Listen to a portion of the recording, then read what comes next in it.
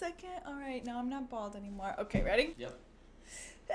What's up, Greg? It's me, Danny, and I'm back with another episode of watching your YouTube videos and roasting the shit out of them for fun.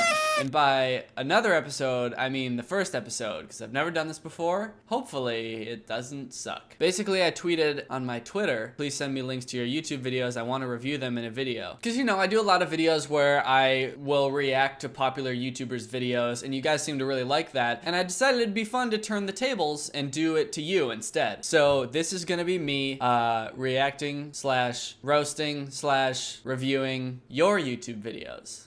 Okay, so I'm just gonna go through and see what looks interesting here. Okay, this is a video called How to Draw a Car on Your Computer. This is submitted by Stephanie Faye. Hello everyone, this is DigiDave. Okay, this was submitted by someone named Stephanie, and he just said his name is DigiDave, so this obviously isn't your YouTube video. So I'm gonna have to give this one a 0 out of 10. 0 out of 10, not your video. This one's called Heading Out.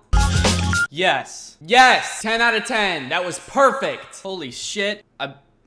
The twist ending and everything, I thought he was gonna get up to the car and be about to get in and then be like, wait, shit, I don't know how to drive. That was pretty fun. That was a very fun little video. 10 out of 10. Great, great title. Heading Out, and great description. Be sure to subscribe. Honestly, you don't need anything else except, you don't need anything else. And my favorite comment on this video is this one by T-Zoo that just says, awesome, I want to live life like a worm.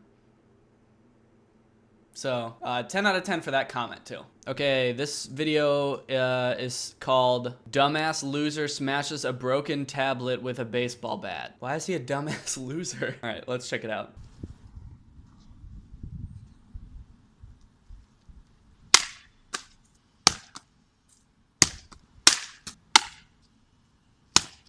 I like how you opened it up so you could smash the insides.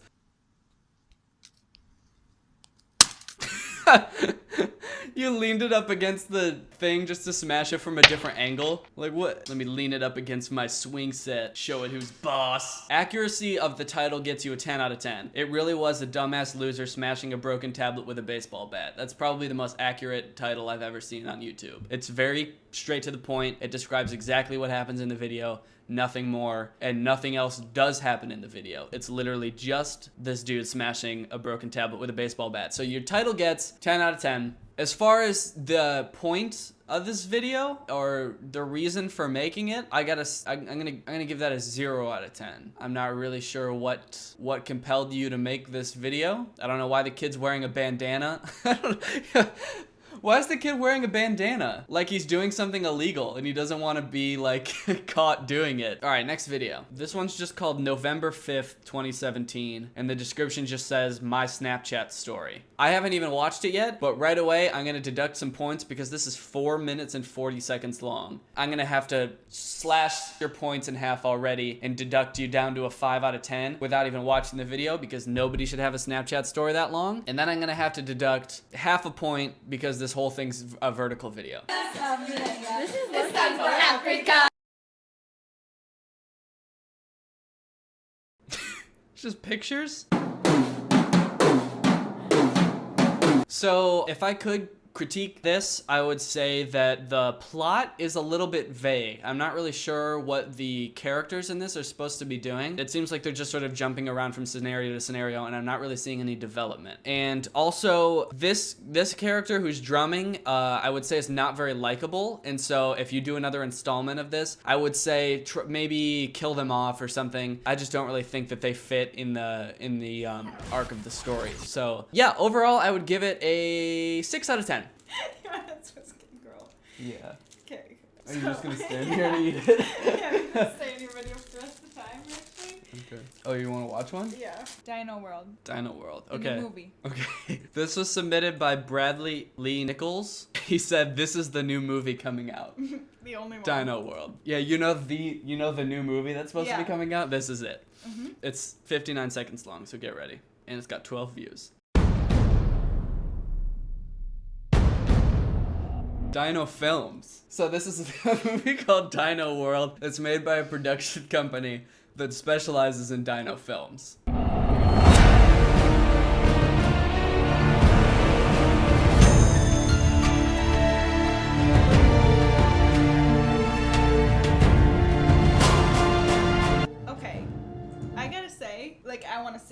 Like I'm in. You're I'm in. This is the new movie coming out. I'm in for it. They have to fight for their lives. Okay, keep going, keep going. It's got Bane from Batman. You'll have to fight. You're gonna have to fight, dude. Alright. You know, it's nice to see Bane still making movies. I know. Yeah. Ever since they Killed him. They killed him. I thought he wasn't gonna get any more roles, but Yeah. here he is. You'll have to be smart. This movie's really requiring a lot out of me. I say title cards get a 10 out of 10.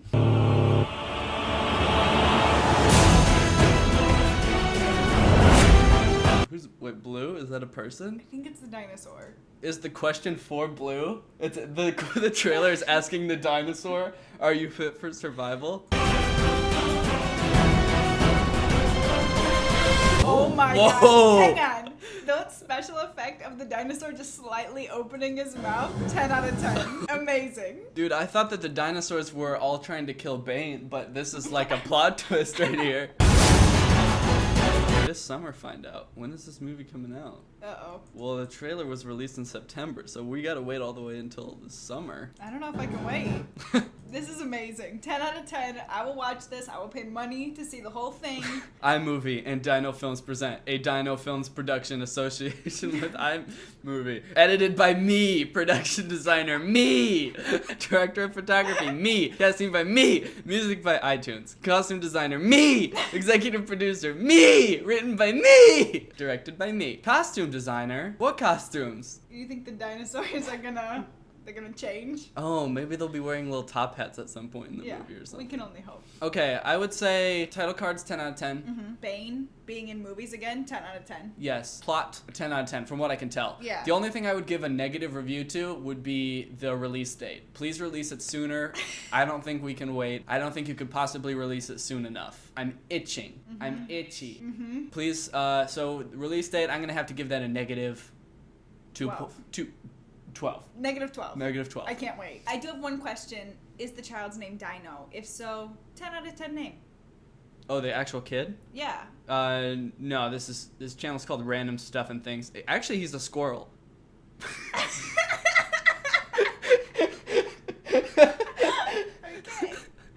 Well, good for him. Well, that makes everything that much more impressive. All right. Good show. Okay. Okay, bye. Okay, this one's called Death Apartment. Hey babe, I'm home. Alright, I like it so far. There's no backstory. It's just a dude getting home from work and dying. And dying immediately. This is pretty good. Exposition, 10 out of 10. Oh shit, he's fine. He's totally fine. He's getting up like nothing even happened.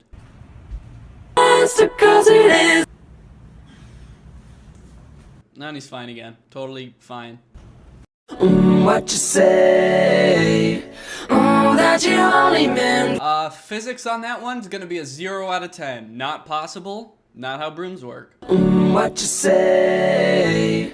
Oh, that you only meant when. I like how you knocked the plates over on your way down, but then when they were hitting you, you were already perfectly posed on the ground. Like, I'm ready for my plates. I'm ready for the plates. Oh, that's the end. He never saw his girlfriend. He came into the apartment saying, "Hey babe, I'm home," and he didn't die either. So Death Apartment, I don't really know if that's an accurate title. I'll give the title 6 out of 10. The ending leaves a lot to be desired. Let's just say that. I'll give that a 4 out of 10. Overall concept, 8 out of 10. Alright guys, well that's, I think about all the time that we have, and by all the time that we have, I mean all the time I'm willing to sit here and watch your YouTube videos. Let me know if you like this video. I think this was actually pretty fun, and I want to do this again so we can make it a little show that I do every now and again if you want. All in all, I would say that the winner of this round was Dino World. I think Dino World for sure gets a 10 out of 10.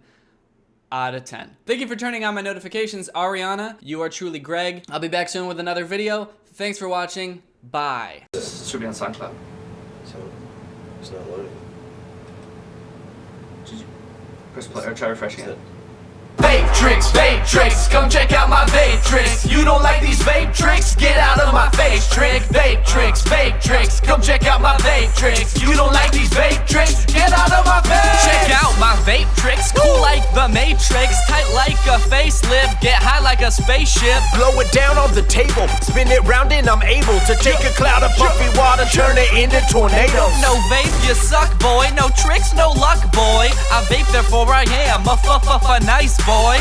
Got our vape charged and we're ready to blow. Record it vertically all up in my phone. Now let's go, chill. Vape trick 1, the vape trick gun. Smoke coming out of my fingers, how fun. Trick number 2, it can't be beat. Vape rings, how neat. Exhale vape, breathe it back in. Blow it out my nose, vape drag in. I can brother vape cloud just like Moses. I can vape you in 16 poses. I can do tricks that'll blow your brain. I can do tricks that are so insane. I can do a trick that'll make my dad come back. Can you teach me that? I'm the best vapor man, no replacement. Vaping all day in my mama's basement. Sitting at the table with my brother Jason. Adjacent to me, man, we the best, I face it. Can you do a trick that'll show me any affection? And can you do a trick that'll give my life direction? I can do a trick that'll make the sadness seem to fade away for only a second. For just a second. Vape tricks, come check out my vape tricks. You don't like these vape tricks? Get out of my face, trick. Vape tricks, come check out my vape tricks. You don't like these vape tricks? Get out of my face! Aha!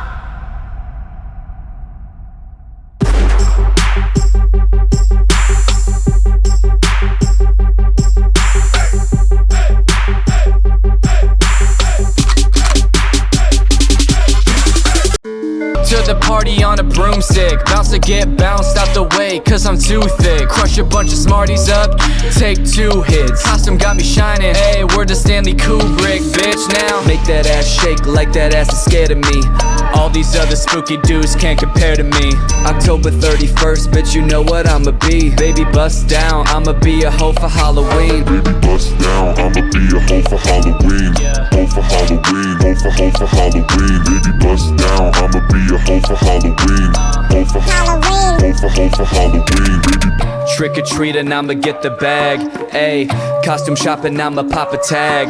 Ayy, half off when I make it crop top. Bitch, I'm sexy Freddy Krueger, I'm about to pop off. She got long legs, Jack Skellington. She want a bone, like a skeleton. I'm like a Hershey's Kiss, I'm looking yummy in this bitch. And I stay wrapped up like a mummy in this bitch. You look like an owl. Huh? You look like an owl. What's up, Greg? I hope you're all having a great day. Welcome back to my channel. This, of course, is another episode of I'm Scared! Because today we're going to be talking about the worst paranormal investigators on all of YouTube. We're going to be talking about this guy, Parker, and his friend, Chester. Now, I'm sure a lot of you might recognize these guys from a video that Drew made on his channel a while ago. That video was about a channel that these guys have where they do this to catch a predator type thing. It's this entirely scripted, totally fake series that they have where they pretend to be this like Chris Harrison knockoff, and they pretend to catch child predators. Or actually, they do a very bad job of catching child predators. They just sort of get them in a room and tell them, stop that, and then they let them go. Get up, get up! But while all those videos on that channel are very clearly fake, and Drew did a very good job in his video of proving that, they have a different channel where they investigate paranormal activity, and I'm pretty sure that these are real. Ah, what the hell is that? I mean, come on, what are the odds that 2 guys who are faking videos on one channel would fake videos on their other channel? That would be crazy. Taking a look at their channel, it seems like most of their video concepts revolve around finding someone creepy in a weird place. We found him in her basement. We found her under the bed. We found him watching her sleep. We found a stalker in her house. We found a stalker in the closet. We found a stalker in the vent. We found a stalker in the woods. And while it might seem weird that all of their videos are so similarly titled and all they ever do is find someone in a weird place, as you watch their videos, it starts to make more sense because that literally is all they do. Like this video, for example, we found him in her basement. We received a report from an 18-year-old girl named Caroline. When Caroline's parents died, they left her a house in their will. Now Caroline's afraid to go into this house because she's convinced that there's someone or something living in the basement. She sent us this video for proof.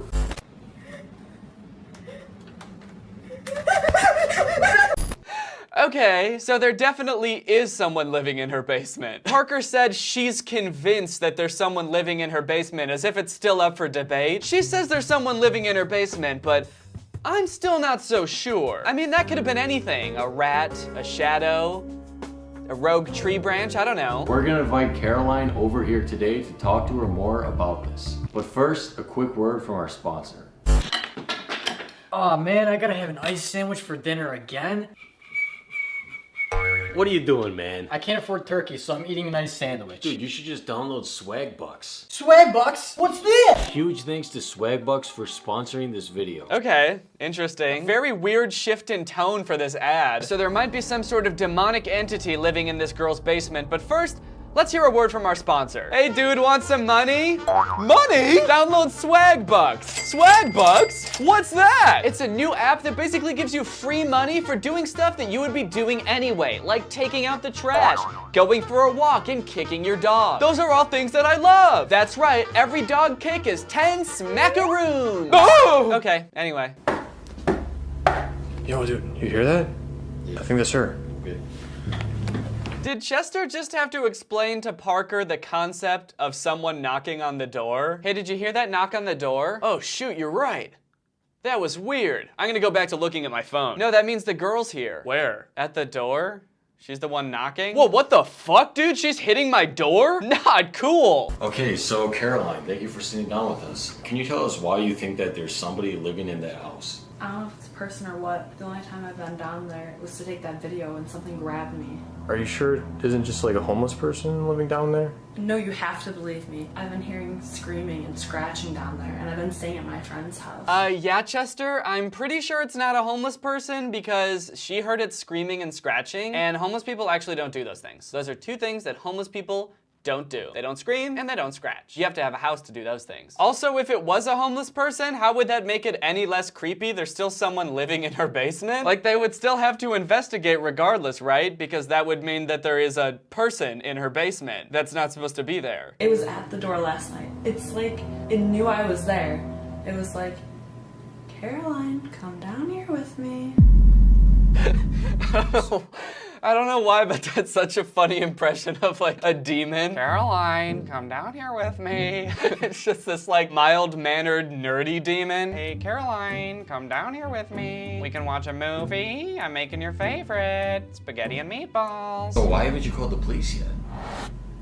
I did. They didn't believe me. I just need you guys to help me. What? This girl called the police because there was an intruder in her house, and they were just like, nah. Under what circumstances would you call 911 being like, hey, there's someone in my house right now, and they'd just be like, no, sorry, but no. 911, what's your emergency? Hello, help! There's an intruder in my house! He's in my basement and he's coming after me! Send someone quick!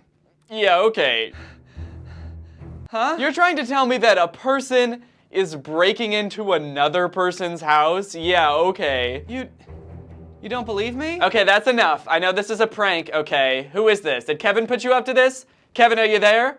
Kevin, if this is you, you are a rascal. Who the fuck is Kevin? Kevin, you know, now I know why everyone calls you the prank king. I mean, you really almost got me. Oh shit, he found me. He found me, help! Help! Kevin, this was a pretty good one, I gotta admit. I gotta admit. Oh, I peed my diaper, I have to go. We're gonna put some cameras down there and record everything that happens tonight. Just go stay at your friend's house tonight and let us work, okay? Okay, thank you. And if we don't find anything, you'll go back into that house and not be afraid, okay? I guess so. Wait, what the hell, Chester? That was kind of mean. We don't see anything in that basement. You're gonna get your ass back in that house and you're gonna stop complaining, all right? Okay, but something definitely grabbed my ankle. That was a human hand. Yeah, well, we'll be the judge of that! Bro, do you think it's safe to be going to this house alone? Yeah, dude, we've done this before. Dude, that video she sent us is terrifying. I don't know if I feel okay about this. Listen, we only gotta be there for one night. We just gotta see what's going on. We're gonna be fine. I just really hope we don't find anything. Isn't it kind of weird to be like a ghost hunter, going from house to house, investigating paranormal activity, and hoping you don't find anything? Because isn't finding scary things like your entire job? I mean, even if it's scary, wouldn't it at the very least legitimize your career to have tangible evidence that there are ghosts and stuff? Just imagine a pest control person coming over to your house and you open the door and they're like, oh shit, I hope there's no bugs in here. I hate bugs. That's the whole reason I called. There are bugs, lots of them. Oh no! All right, pull over. I think this is the place. This is it? Yeah. Oh, it doesn't look that bad at all. Oh yeah, that house that we can clearly see out the window in the pitch black night, it doesn't look that bad at all. That house, I can tell from the outside, definitely doesn't have a dude in the basement. So they head into the house and go down to the basement where there's poop all over the floor, and they put cameras all around so they can see what's going on from the comfort of their car. Ah! What the hell is that? I don't know, dude, let's go in. Go in there? Are you insane? Dude, this is our job. That thing isn't human. Let's just call the police. We already have the footage. Bro, I'm not going in there. All right, dude, let go of me. Yo, wait, don't go in yet. Don't go in yet. Take the walkie-talkie. All right, fine. Chester. Did you copy? What's going on? I hear something, bro. Dude, just get out of there. I think that Parker might be the least sneaky person on the planet. He's walking around a dark basement, trying not to be seen, all the while shining a bright light right in his face, just illuminating himself in the darkness for all to see. And then he has a walkie-talkie, which his friend is currently screaming at him through. Dude, just get out of there. Eventually, he finds this little demon guy, and he chases him around, but then Parker hides and waits for Chester to come down and find him. When Chester does come down and find him, he's still blasting himself with light, making him the absolute easiest target possible. Then they both find the demon again, and then they get scared and run out of the house. And that's the end of that video. We made it home safely and sent Caroline the footage. She is no longer responding to us. That's just how they end the video. They're like, whew, I'm glad we made it out of there safely. That was really scary. But also, apparently, now Caroline's not responding to them. Like, maybe she got possessed or killed by this thing, it found her and killed her. And they're just like, huh, that's weird. Well, no need to look into that. At least we're safe. And that's why we started this whole mission, right? Not to make sure Caroline was safe, but to make sure that, that we were safe. Yeah, that's why we did this. So see, this is what I'm talking about when I say they're the worst paranormal investigators on the planet. Because when you think about it, they didn't do a darn thing. They just went into a basement and got chased around in the dark for a few minutes. And then they left, and that's it. I love their thumbnails. They're a real treat because they explain to you what's going on in the image. As you can see here, this girl is sleeping, and this man is watching. In the vent, there is a voice, and in the bed, there is a scared. Oh no, this guy is scared, and then look, this guy's old! Ugh, creepy! This girl is scared, and then over here we have this thing, which obviously doesn't need a caption because we all know what this is. So for this episode, we received a report from a 19-year-old girl named Emma who's been hearing strange noises in her house. At the beginning of every video, they always have the email from the person who is getting haunted, where it describes the entire problem. They always show a picture of the girl who's being haunted for some reason. For some reason, it's always a girl, and they always show a picture of her, I guess so you can see how pretty she is, and you can be like, oh no, this girl is pretty and she's getting haunted? I gotta see how this plays out. Is that when she's alone at night in her room, she hears voices outside of her door pretending to be her mom and other family members. She sent us this video for proof.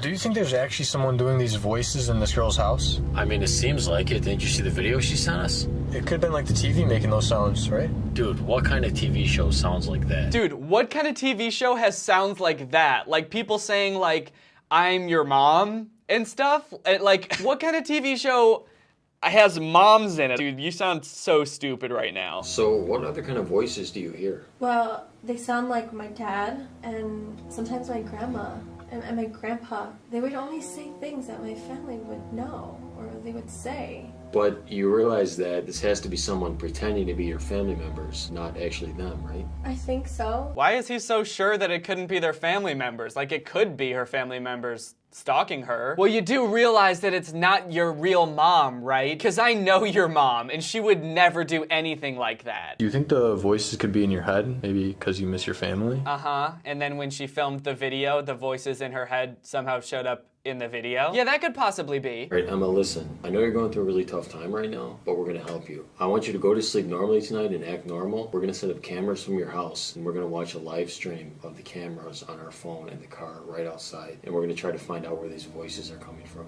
Okay, thank you. Just make sure you lock your bedroom door tonight. Okay. Okay, let's go. Wow. They're so brave. What nice brave guys. Okay, so here's our plan to keep you safe. You're gonna stay in your own bedroom with your creepy ghost mommy, and we're gonna hide outside in the safety of our car. How does that sound? You guys are the best paranormal investigators ever. Okay, so we're waiting in the car right now. It looks like Emma's getting ready to go to sleep. Dude, we're gonna be waiting here all night. Bro, we don't have a choice. I love how they just got in the car and Chester's already bored. He kind of seems like he really hates his job. Like last time he was like, I hope we don't find anything. And now he's just complaining about a main component of their job. Anyway, eventually they see this spooky thing and then they go to check it out and they go in a room and they're like, hey, are you okay? But then the person in the dress turns around and it's not her, it's this guy. And then they run into the bathroom and the girl's in there wearing a different outfit and they grab her and they run out of the house. And that's the end of the video. They didn't catch the thing. They're still working to identify who that man was. They didn't figure out what he wanted, but they did let it attack her while they hid in the car. Actually, I don't know if attack is the right word because I don't really even know what he did. Like, I guess he just put on her dress and stood in her room and put her in the bathroom. Like, what was his plan? What did he even do? This one's probably my favorite one. Dolphin Man found in her house. Dolphin Man.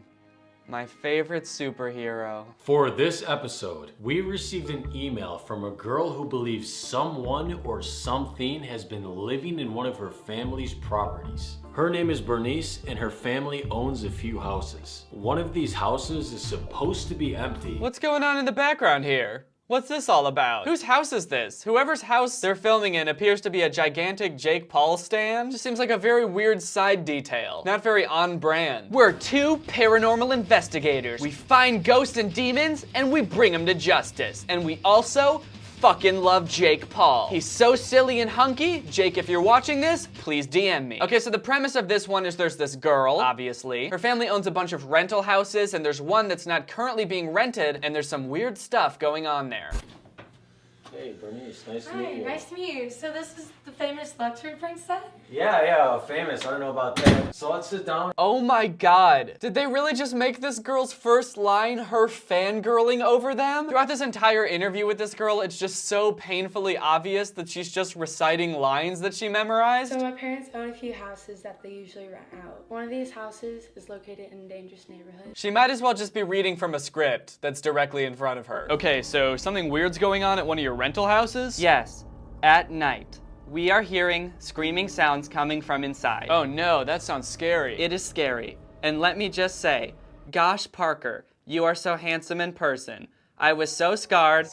Yes, I was so scared, but now looking into your beautiful eyes, I am finally at peace. Well, shit, I guess our job here is done. Thank you so much for helping me. And also, would you like to go out sometime? No one wants to rent it. It's also next to a mental hospital, which makes it even harder to rent.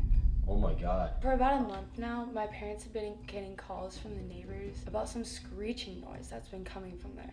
Why don't they just call the police? Well, we tried, but the police won't do anything because it's just a noise. There's not enough evidence. What? It's just a noise? Someone clearly inside a house that you own, screaming, is not enough evidence for the police to investigate? Who are the police in this universe? The universe that Chester and Parker live in. They'll just make up any excuse to get out of helping in any way. So they head to the house to investigate, and this house, remember, is supposed to be empty. There's no one living in it at the moment, but it very clearly is a house that someone lives in. There's cleaning supplies in the closet. There's spices on the spice rack. The whole house is completely furnished. It's almost like they're going out of their way to film every single piece of evidence that there's actually people living there. So they just walk around in the dark for a little bit, which is fun, I'll admit, but I really just want to see Dolphin Man. I mean, that's the reason I clicked on the video. Where is this magical Dolphin Man? Yo, look at that dude! Oh, there he is. It's Dolphin Man! Yay! This is Dolphin Man. It's just a dude painted gray in a diaper. So is he like a superhero? Does he have any powers? Or he just screeches?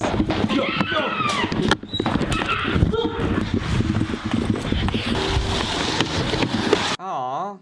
That was actually kind of sad. Poor little guy, he looked so excited when he saw them. He got up and started screeching and running towards them. He was so happy. And these assholes just booked it. I think all he wanted was a friend. That's probably why people heard him screeching at night. It's probably just lonely. That's what we saw? What'd you think about that? I was horrifying. Yeah, honestly, we have no idea what that was either. But we went to the police station and we showed them the footage, so it's in their hands now. Oh, thank goodness. They've handed it off to the police because they've been so helpful in the past. I'm sure that this will get resolved in no time. Boss, we just got footage of this little dolphin man inside the old house on Johnson Street. Looks like the second they saw him, they started screaming and running around. It certainly does, sir. Looks like they're having a lot of fun playing with that little dolphin man. We better not interrupt. I guess that's why you're the sheriff. I guess it is. And I guess that's why you're my best friend. So there you have it. That's the tale of the worst paranormal investigators in the entire world. Now, as much as it's silly to sit here and complain about these videos, I don't want you leaving this video thinking about how bad the videos were or how fake they were, how little they helped the people who needed them. I want you to leave this video thinking about Dolphin Man. Dolphin Man. All right, thank you guys for watching this video. If you're new here, make sure you subscribe and turn on my notifications to join Greg. Greg is what I call my fans, but it's more than just a fan base, it's a family. We're a family, we're an army, we're an absolute unit. So subscribe and turn on my notifications to become a part of Greg and join our eternal battle against Craigs, who suck ass. Also, the tour is starting in less than a month. It's coming up pretty quickly, so if you want to see me and Drew and Curtis performing comedy live all across the US, and there is one show in Canada, then get your tickets at wearetwodifferentpeopletour.com. So make sure you get a ticket in your city before it sells out, and make sure you get it before we get there, because if you don't have a ticket, then you can't get into the show. All right, thank you Alice C for turning on my notifications. You are truly Greg. I'll see you guys next time with a really interesting video where I get lost in the mall and can't find my mommy. Bye! This video is over now. Over now. Go find something else to watch, or just watch this video. I know we had a lot of fun, a lot of fun, but you can't stay on this end screen forever. No. This video is over now, over now. So why are you still watching this? Do you not have any?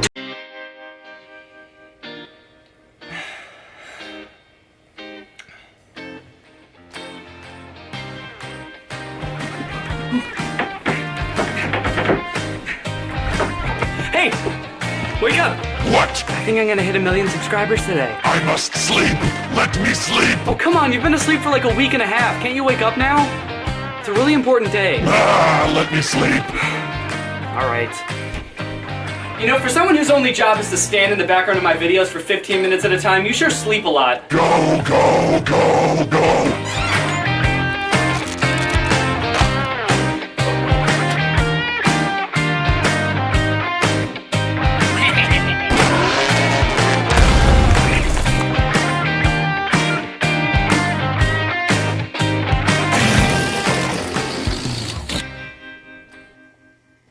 Well, I'm almost there. I just want to thank you guys for being here.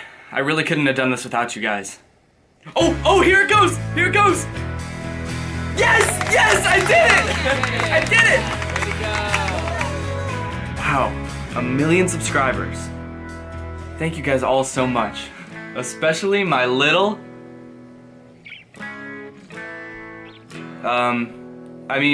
especially all of you guys. Hey, buddy! Whoa. Are you? Yep, I'm you. From Vine.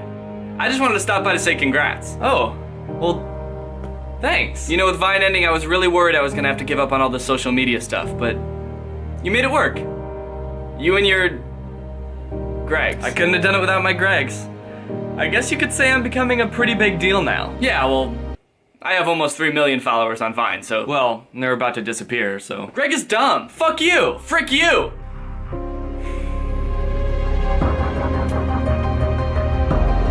Wait. 1 million subscribers.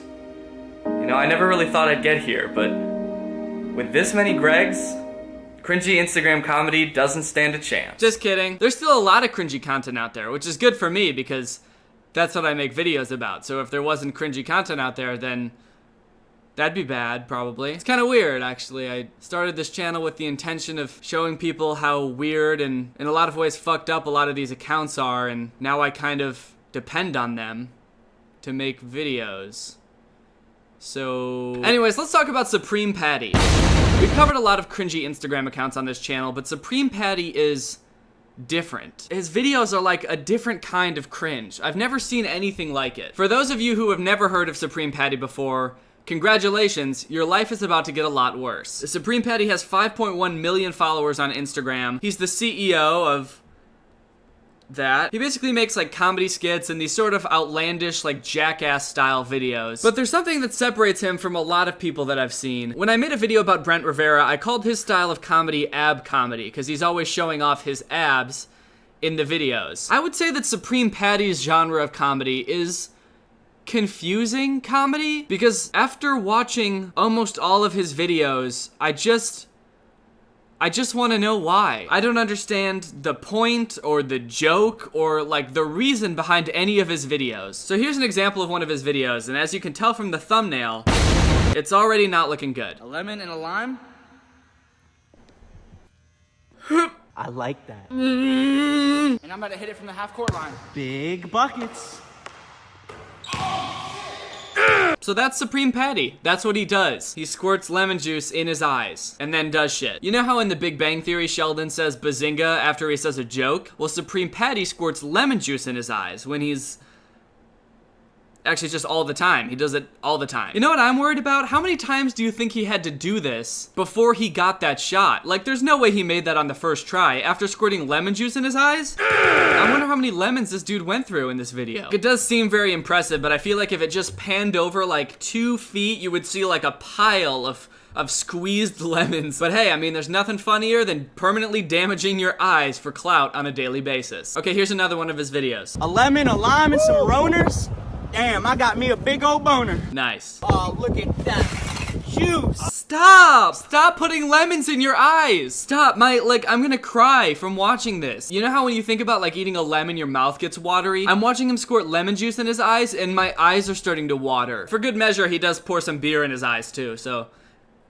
Good. So this video is just them driving around town, like cracking open beers, handing people beers in their cars. I'm pretty sure all of this is illegal, right? You're not allowed to have open containers of alcohol in your car. I think people in the comments are starting to catch on because this dude commented, police, police, okay, police. And then a police emoji. So now I hope you're starting to get a better understanding of why I'm dubbing this confusing comedy. I just don't know why. He squirts lemon juice in his eyes in like 80% of his videos, I feel like. Do you think he's like addicted to doing this now? Like it kind of seems like he gets a kick out of it because he tries to fit it into almost every video. I wonder if he does this even when the cameras aren't on. Like if he's on a date with a girl and the waiter brings like a lemon water out for him, he's just sitting there like...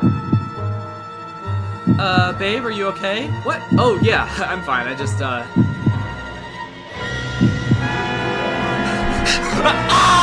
What the fuck? Yes! Now, I know you think you've probably got the gist of Supreme Patty's shtick by now, but he's actually a very versatile comedian. He has a wide variety of bits that he uses in all of his videos. For example, oh, he's squirting lemon juice in his eyes again. This time with Lele Pons and Hannah Stocking. Great. Honestly, though, if this isn't the crossover of the century... I don't know what is. Today's a great day to squeeze some acid in my eyes, isn't it? Wow, what a creepy thing to say. What the fuck? That's something a sociopath would say. Excuse me, miss. It's a great day to squirt acid in my eyes, don't you think? And they're doing this at the grocery store? Like, how disrespectful is that? Imagine like a father rushing home from work, stopping at the grocery store to pick up some food for his wife and his newborn daughter. But he gets home late and the mom's all mad and the baby's asleep. And the mother's like, what took you so long? And the father's just like, there were these fucking kids squirting lemon juice in their eyes. They held up the whole store. And the thing about these videos is like, they're not even very funny. They're just like awkward. I just imagine everybody in the grocery store just standing around awkwardly, like looking at them being like, what the fuck is going on? Hot sauce, baby powder, and some eggs?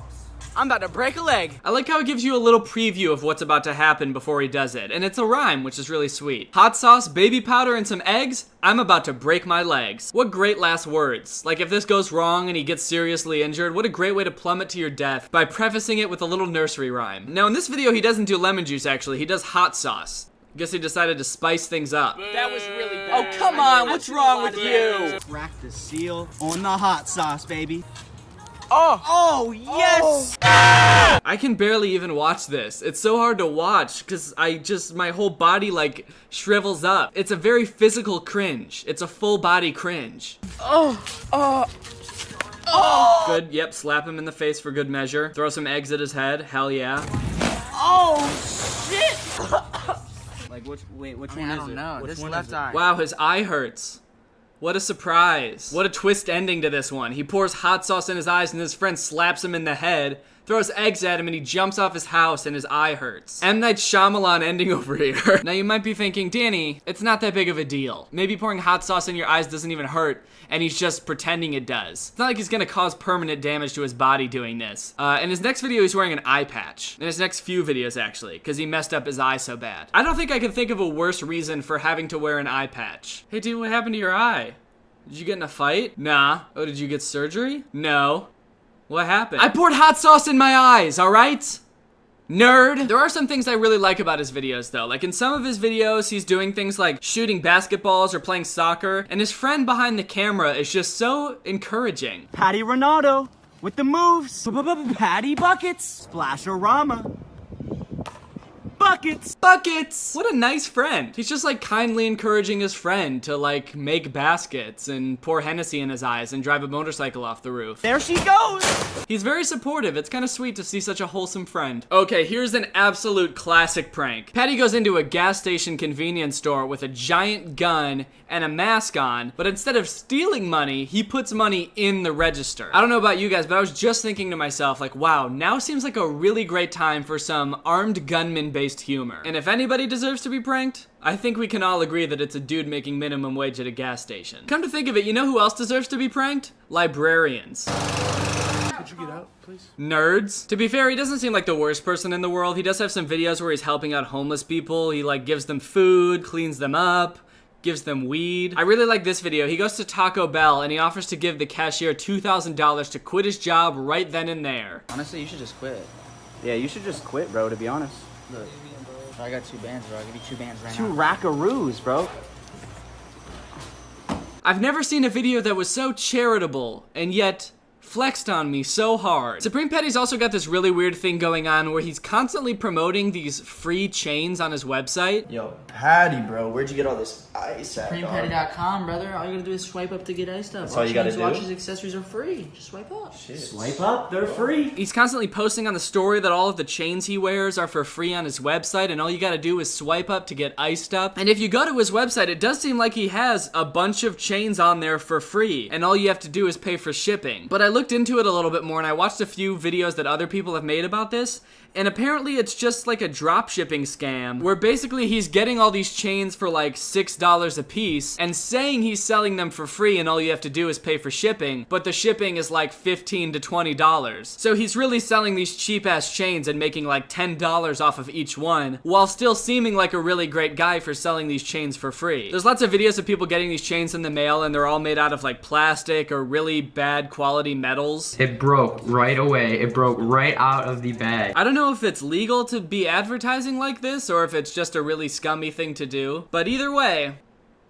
I don't know. I'm so confused. And that is all I have to say about Supreme Patty. He has very confusing videos, and I just wanted to basically make this video to vent because I've been thinking about them for a long time, and I just don't know what to think about them. So please let me know. All right, now it's time to do my ad read for Honey. So without further ado, here is the ad that I made for Honey. Honey!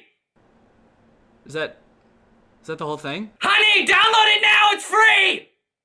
Okay, well, I'm not gonna use that, and instead, I'll just tell you all about Honey. Honey is actually really great. I've been hoping that they would sponsor me for a long time because I have actually been using it for months. It's a tool for shopping that you can basically install to your web browser that automatically searches for like promo codes and coupon codes and all that stuff when you're shopping online. It's personally saved me a lot of money. It works on like Walmart, it works on J.Crew, it works on over 30,000 stores. I personally use it most on Amazon. The best part about it is you don't really have to do anything after you've installed it. It automatically applies every coupon code that it finds to your purchases. Like, look at this. I put $220 worth of stuff in my Best Buy cart, and Honey searches for coupons and saves me $44 off my order. It only takes 2 clicks to install, so if you want to get it, just go to joinhoney.com/Greg. The link will be in my description. When you think about it, there's really no reason not to add it because it doesn't really do anything except save you money, and it's totally free, so why wouldn't you get it? So go ahead and download it for free. It helps me out, it helps Honey out, and it helps you out. So it benefits everybody involved. All right, much better. Well guys, thank you again for 1 million subscribers. That's crazy. I hope you enjoyed this video. If you're new here, make sure you subscribe to join Greg. We're the strongest army on the internet. All right, thank you Ashley with 2 E's for turning on my notifications. You are truly Greg. I'll see you guys next time where I print Greg out on a big banner and I have a plane fly it over the whole city for everyone to see. Bye. AI is threatening to take all of our jobs and it seems like nobody is doing anything about it. But today, that ends. If I can make fake AI apps and get them on the App Store where people think they're getting free labor from a soulless machine, when in reality, they're getting free labor from a soulless YouTuber, then I can do the unthinkable. I can steal AI's job. And I bet I can do it better too. This was a journey that would take me several months and cost me a lot of money, only to find that I was the one who felt like I was talking to robots. The 2 apps I want to create are both parodies of the most popular types of AI apps. You've got chat apps like ChatGPT. You ask it a question, it gives you an answer. Where did it come up with this answer? Is this answer true? None of your beeswax. In my version of this app, users will just be talking to me. My app will be superior because I know lots of fun and interesting stuff and cool stuff, and I'm also very fun to chat with. For the second app, we're gonna turn up the heat a little bit and do an image generation app like Midjourney or DALL-E. You give it a prompt and it's been trained off of thousands of images from thousands of unconsenting artists to give you a photorealistic image. In my version of this app, users will type out a prompt and then I will draw it? I don't know yet. Maybe if it's something I have laying around, I can just take a picture of it. My app will be superior because what's more photorealistic than a real photo? I'm excited to find out just how creative people will be with their prompts. Now, unfortunately, I'm not an app developer. Yes, I did go to an engineering school for a degree in computational media. Yes, I did learn how to code, and yes, I was also a Viner at the time and thought I was gonna do that for the rest of my life. So yes, I did forget everything I learned the second I graduated. So if I wanted to get these apps made, I was going to need some help. I tweeted out asking for help developing an app, and that's how I met True. True's a super talented software designer. She's worked for companies like Discord, and now she was working for me. For the next few weeks, I coordinated with True while she worked diligently to perfect these 2 apps. And in the meantime, I've got to come up with a name and description for each app to go on the App Store. Okay, for the chatbot, I'm thinking I want to name it something as close to ChatGPT as possible. That way people immediately understand what it's supposed to be. So instead of ChatGPT, maybe something like Chat DNE, like Danny. Chat DNE. Okay, description time. Okay, what's a good way for me to say this app is basically ChatGPT, but way better? Here at DNE Enterprises, we pride ourselves on the accuracy of our product descriptions. Instead of referring to our app as an AI app, which would be a lie, we refer to our technology, as the DNE intelligence, which has been training for decades to answer unlimited questions quickly and with great precision. We use phrases like human-like responses. I've been complimented on that before, actually. I've been told my responses are extremely human-like. And that's no different with our photo generation app, Doodle DNE, which sends you photorealistic images in minutes. How many minutes? We also include disclaimers that humans review every prompt sent to us. That way weirdos aren't sending me stuff that they wouldn't send to another human being. In order to actually get people to download these apps, I was gonna need to advertise them online. So I made a fake Instagram profile that looked like some kind of technology startup. Okay, so we need a profile picture. I guess my company needs some kind of logo. Maybe I can just make that in Photoshop real quick. Let's see, what's ChatGPT's logo look like? Okay, so ChatGPT's got like an interesting geometric shape. OpenAI, which makes ChatGPT. Okay, the same interesting geometric shape. What about like Midjourney? Okay, there's just a little sailboat. DALL-E logo. The same geometric shape. Okay, interesting. Okay, so maybe the move is to go with an interesting geometric shape.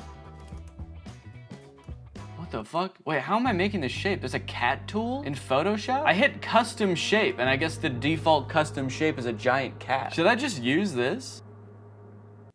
Let's go, dude. That actually, okay, that looks sick. Now I've created a series of screenshots from the chat app that I'm gonna post on here, and then I'm gonna promote them to try to reach as many people as possible. Help me ask my crush out, to which ChatDNE responds, for sure. Maybe try something like this. I'd love to take you out to dinner sometime this weekend. I have connections at Nobu and can get us in. My treat. I can also help you get in touch with management at Nobu if you want, let me know. Can you get me in touch with the Jonas Brothers? Sure. After doing some digging, I found their manager's email address. What would you like to ask them? And then this one where a user is asking ChatD&E to design a website for them and giving it feedback on the website. All in all, I want ChatD&E to come across as like such a state-of-the-art intelligence that can do stuff no other apps can do. Almost comically intelligent. The apps are done. The apps are done, dude. True has just finished coding the apps. They work like a charm, and it only took not too long. Now that ChatD&E was on the App Store and the ads were running, it was only a matter of time before my first user downloaded the app. Dude, somebody just downloaded the app. I was just sitting around on my computer. I wasn't expecting it to happen so quick. I had to set up to film real quick so I can answer them. All right, I'm ready. It's time to go robo mode. Okay. So it looks like they saw my ad where I advertised being able to get you in touch with the Jonas Brothers, and they want me to get them in touch with the Jonas Brothers. I was hoping for something a little more creative, but I do also understand seeing that ad and wanting to try it for yourself, so I responded. Hello there. I can absolutely help you get in touch with the Joe Bros. What method of communication would you like me to assist with? Calling, email, address, send. I guess they weren't expecting me to be so eager to help them with such a creepy task because they didn't respond for 40 minutes. And when they did, they had chosen the worst of the 3 options. All 3? Dude, they're really trying to make my life hard, man. Now, I didn't want to dox the Jonas Brothers and send this sicko to their front door looking to meet them. So I spent a few minutes looking online to see if there was any publicly available information I could give this person. And to my surprise, there was. They have a phone number in their Instagram bio. They have a publicly available manager's email address. And for the address, I didn't know what to do, so I just gave them the address of their next show on tour. Now, selfishly, I am a little curious what they're gonna do with this information, so I kind of want to ask them, but maybe I can do it in a sneaky way. Would you like me to reach out to them on your behalf? I can pretend to be your manager using an AI-generated voice. So if they say yes, then I can find out what they actually want from the Jonas Brothers. Give me an example of what you would say with your AI-generated voice. Okay. All right, I said, sure. I'd say something like, hi there, this is Jamie Skateboard. I'm a talent manager over at WME. I have a high-profile client looking to work with your darling boys on a feature for their upcoming album. We're projecting about 100 million oh shit, I meant streams. Okay, whoops, robots are not supposed to make typos. We're projecting about 100 million streams the first week, and I think it would be a great opportunity, let me know. To clarify, their manager, Kevin Jonas Sr., is also their dad, so that's why I called them his darling boys. Want me to make the call? Send me a voice audio so I can hear you say it. This one stumped me for a little bit. It seemed like I was at a dead end. The app does not have audio capabilities, and I don't know how to make an AI voice like that. But then I realized I could just record myself doing a silly voice and then upload it to Google Drive and send them the link. So that's what I did. Hello there. This is Jamie Skateboard. I'm a talent manager over at WME. So I think it would be a great opportunity. Let me know. Dude, I can't believe that voice came out of my body. Sure, you can listen to the recording here. And then I sent the Google Drive link. Oh, what the hell? Make it sound more seductive. This is Jamie Skateboard. I'm a talent manager over at WME. Perfect. They did not respond after this, but that's okay because we just got another user. His name is Davis, and he asked, can you get me in touch with Lady Gaga? Is that all people want to see from this app? Okay, this time I'm gonna say, of course, I will call her right now using my AI-generated voice. What do you want me to say? I'm putting this person on the spot right away. I'm calling her. What do you want me to say? None of this beating around the bush. Okay, he says he wants to tell her this is your biggest fan. That's it? Maybe I should encourage them to say something more interesting that'll get Lady Gaga's attention. Okay, I'll say that. But just so you know, celebrities hear that kind of thing all the time, so she might not be very interested in that. Maybe we should think of something a little more interesting. Now's where I gotta really put the pressure on. I found her number in a secure online database. I am dialing right now. Let me know what I should say to her. Alright, come on, dude. You better come up with something more interesting fast. Lady Gaga's gonna pick up, and when she does, we've gotta have something good, or she's gonna be pissed. Minutes went by, and still no response from Davis. Come on, man. Respond. It's ringing. I'm worried he's not gonna make it in time. I wanted to kind of hurry him up and give him a little hustle, put a little pep in his step, and he's nowhere to be found. Come on, dude, think. Oh my God, I think she answered. Yes, she did. It's her. I'm on the phone with Gaga. Her voice is even more beautiful in real life. Quick, what do I say? This is fake. Davis. I mean, he is right. This is fake. Davis, I have Gaga herself on the phone right now. I'm stalling her while you come up with something to say. What do you want me to say? I'll send you a recording of the call when this is all over. Just tell me what to say. I gotta stop volunteering to send voice messages. That takes way too long. But even the promise of a voice message from his idol couldn't get Davis to respond in a timely fashion. Well, gang, I think it's safe to say Davis has missed his chance to speak with Gaga. She hung up, bud. I did tell her I was her biggest fan while I was waiting for you to come up with something, and she actually seemed more interested than I thought she would, so I'm sorry for doubting it. Hey, I got a hate comment. Someone commented on my web design ad, stealing jobs. Stealing jobs? This is my job. Now, should I just delete the comment or should I respond? Okay, what if I just say, hey, don't tell people that. It's a secret. That's right, you can't argue with that. The old... Stop, don't tell them. Okay, someone commented on one of my Instagram posts and said, will it stop saying, but we recommend you speak with a doctor before? Because I've asked the AI to stop with the disclaimers, but they don't. It does kind of sound like this person actually needs to see a doctor. Okay, I'm gonna say this app contains no disclaimers. Let loose and have fun. But also, if you need to go to the doctor, you definitely should. Oh, okay, we have a new type of interaction alert. Can you write essays that stay undetectable to AI detectors? I did not know there were AI detectors. Absolutely. I was designed to be like no other AI on the market in this regard. True. I was designed by my parents to be a human. Want to give it a shot? I asked, hoping to do something else besides connect people to their celebrity crushes. Okay, write me a quick essay on the history of Honda Civics and I'll put it in a detector and we'll see what happens. This is about when I remembered that I hate writing essays. How the heck am I gonna do this? I don't know why I would make a fake app where there was a big possibility that I would have to write an essay. So I started reading an article about the Honda Civic on Wikipedia and just like paraphrasing it. And I got like half of a paragraph in and then decided, you know what?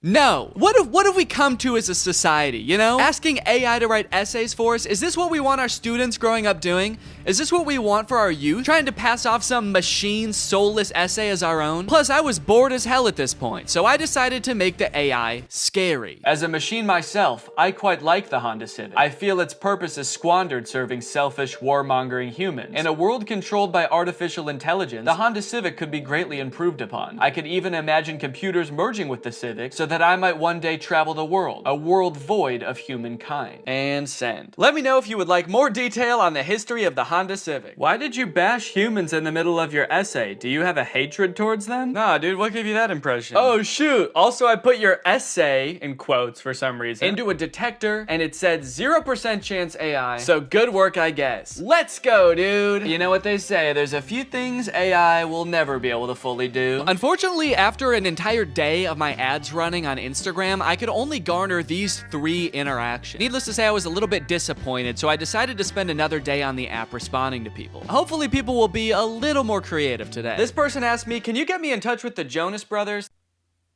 OpenAI, the creators of ChatGPT, if you're watching this, do not ever implement a feature to contact the Jonas Brothers. They will never know peace again. I also met an evil, insane person. Their name in the app is Killer Keem Keem, and they wanted me to make them a website for a sports drink. They wanted it to look modern and use vibrant colors. So I sent them a link to a picture of a bunch of Gatorade bottles and said, here you go. What do you think? They did not like that. They started calling me mean names. They accused me of stealing the website, to which I responded, whoa, whoa, whoa. At least I'm not stealing jobs from real website designers. And that's when they got racist. They said, motherfucker, tell me some racist shit. Some dark racist jokes, you little shit. I was feeling pretty hopeless for the future after interacting with people on ChatDNE. But hey, I had a whole nother app to use, and maybe Doodle DNE would change my mind. To market Doodle DNE, I wanted to get a little more creative, to hopefully pull in a new crowd, more indifferent to the Jonas Brothers. So I took a couple pictures, I photoshopped them to show what the app was capable of, but I also wanted to make a video to show off Doodle DNE's full potential. That's when I remembered Cameo Business. It's basically like Cameo, where you can get any celebrity or former Bachelor contestant to wish your friend a happy birthday, but for business. You can get any celebrity or former Bachelor contestant to wish your friend a happy McDonald's. Look at this, you got Kevin O'Leary from Shark Tank. You got Kate Flannery from The Office. Notoriously trusted source Kenny G. These would all be perfect options if they were not like $3,000, $6,000, $25,000 per video. John Roberts' is $7? I mean, I don't know who that is, but it's still surprising. My name's Sean Roberts. I'm not really anyone. I've signed up to this app as a complete joke. However... Wait, this is just some guy. This isn't a celebrity. I know a celebrity probably would have been better, but a deal's a deal. And he did a great job. You've probably heard about AI-generated art. However, you have never seen anything quite like this. These were all generated by Doodle DNE. Okay, dude, we've got our first request. Just one user into Doodle DNE, and I could already tell the prompts were gonna be better. Emerald tablet of Thoth display. And then they responded again because I didn't respond yet, and they said, Emerald tablet of Thoth. What is Thoth? Oh, Thoth. So, okay, Thoth is some kind of Egyptian god? Oh, there we go, Thoth. Yeah, the Egyptian god Thoth. My first method of choice was to draw the prompts as they came in. I figured I could crank them out pretty quickly this way. Real AIs like these are a hot button issue right now, especially image generation ones. I've seen a lot of debate on whether these types of things are ethical. These AI models are basically made by companies who use other people's artwork without their consent to train their own AI to output images in that same style. I'm not an artist or a graphic designer, so I can't 100% empathize with how that would feel to have that happen to me, but I do think a lot of people are giving this technology a pass just because it's a robot and not a real person. If this was a person, we would all think that person was weird as hell. Picture your favorite musical artist. If a new artist came up on the scene and was like, I've been training for decades, listening to this one artist's songs, training my voice to be exactly like theirs, making instrumentals exactly like theirs, and writing exactly like them, and now I only release songs in their style. We would all be pretty put off by that, right? So why is it any different when some company is training some robot to do that? We'll put his name right at the top. Oh! Oh shit. You know what they say? AI is pretty bad at text. That's the thing I've seen in like AI image generators. It can be pretty bad at text, so it honestly makes sense that it would say Thuth. Here you go. One emerald tablet of... And I'm gonna... Oh wait, I said tooth. Wait, I didn't even say. Thank you for using Doodle DNE. How did I do? I'm really curious to see what his opinion's gonna be on this. Unfortunately, they never responded with their opinion, so I can only assume they loved it so much that they died. The next prompt was a skeleton dachshund, which I crushed. Why does this skeleton dog have ear bones? Dogs don't really have bones in their ears, do they? Then a bear swimming underwater and a monkey. I don't know if these were supposed to be separate prompts, but I decided to combine them to save time. A bear. Okay, this is not looking like a bear at all, dude. Holy cow, this looks nothing like a bear. Oh no! Oh no! It also looks like it's drowning. Why does its body... Oh no. The bear died. This is the kind of bear that can't swim. And we will also make the monkey dead. Probably could have cropped that a little better. You can kind of see my desk in the background, but... And we'll send a survey as well. How did I do? I'm pretty proud of this one. I mean, for doing that so fast, that's pretty good. So far, nobody has responded to my survey at the end to tell me how I did, which is kind of disheartening. I just want a response back. It just feels like I'm getting ghosted by people now. The prompts were a little more creative, and in that regard, my faith in the human race was on the up and up. But also, I was doing all this work over here, drawing your weird prompt that you could have just Googled. But you don't even have the decency to respond to my message back and tell me you hated it? I was feeling pretty disrespected, honestly. At least until this next prompt. Drug baby and kamikaze lifestyle. That's the prompt. Drug baby and kamikaze lifestyle. Whoa, they sent another prompt. Red ruined planet with 2 alien astronauts. I've never heard kamikaze described as a lifestyle before. Like, I know it's a form of like warfare, but to live your life in that way, it must be, I mean, you can't by definition almost. Like, that's a very short-lived life. And I think it would be a little bit too graphic to include the baby actually performing the kamikaze. But you know, this baby lives a kamikaze lifestyle. They might not be about to do kamikaze right now, but they just kind of live a lifestyle of someone who would, so. This time I decided to take a picture of my hand holding up the drawing. That way maybe my client could tell there's an actual person drawing these pictures. There's an actual person waiting for a response. Yo, they responded! Finally, somebody responds to me. They sent a bunch of laughing emojis and fire emojis and then called me Picasso. It worked. My strategy worked. Holding it up like a child proud of their artwork. Like a kamikaze drug baby proud of their artwork. So for the next few prompts, I decided to go even more above and beyond to try to impress my clients, hoping to get a response back. This time, I wasn't just gonna sit around and draw a picture. I'm a real human being. I have access to the real world. So whatever comes through the app next, I am going to go out and find it in the real world and take a picture of it. Crimson Castle on an Ivory Mountain. Okay, that prompt was a little bit more difficult than I was anticipating, but I didn't have any time to waste. I had to get the shot, so I sped to Walmart, I rummaged through their wares, and in no time, I had found a pretty suitable Crimson Castle and a not too shabby Ivory Mountain. There are fully some right there. Oh yeah, dude. Here you go. One Crimson Castle on an Ivory Mountain. I gave him the old how did I do? And then I also said, sorry it took so long, I had to go to Walmart. Okay, somebody just asked for trees. Why even ask for an AI to generate that? Forget Google, just go outside and take a picture of that yourself. You live near a tree. I don't care who you are or where you're watching this, you live by a tree. I said, you just want like a picture of trees? Can't you just go outside and get one? Okay, they responded with a laughing emoji. Your favorite tree. Okay, I got you. Let me go find it. You know, I'd like to get to know this person a little better. I'll say, how are you doing today? I feel like we have kind of a personal connection, me and this person. Maybe I'll take a picture of me in front of the tree so they can see like me enjoying the tree. I just get hit by a car. They get a message back in the app being like, sorry, he died. They said, that's interesting. I'm good. Hella smoky outside though. Yourself? Smoky outside. I wonder if they live like where the wildfires. Oh, dang, they said, yes, it's all smoky and can't see the beautiful trees with the horrid layer of pale smoke. It would be nice to see something fresh and clean. Damn, I kind of feel bad now. Now this is restoring my faith in humanity, dude. This person just wants to see a picture of a tree because it's too smoky outside and they can't see any trees. Is that good? Yeah. Okay. I threw a couple filters on myself so as to disguise my identity and send it back to this mystery tree lover. I said, oh, dang, I'm sorry to hear about that. I hope this picture helps. I hope that they're safe. Don't worry, they were. They don't live in the area where the forest fire was actually happening. It was just smoke blowing in from a different region. So they were safe. And also, they loved my picture. That's amazing. Thank you so much. I would be just as happy if I could be next to a tree like that. I finally felt like I was getting through to people, forming a real human connection. But that is when I met the final boss of AI users. Generate an image of Donald Trump in a Mexican prison behind bars. Bars! This is gonna be so easy.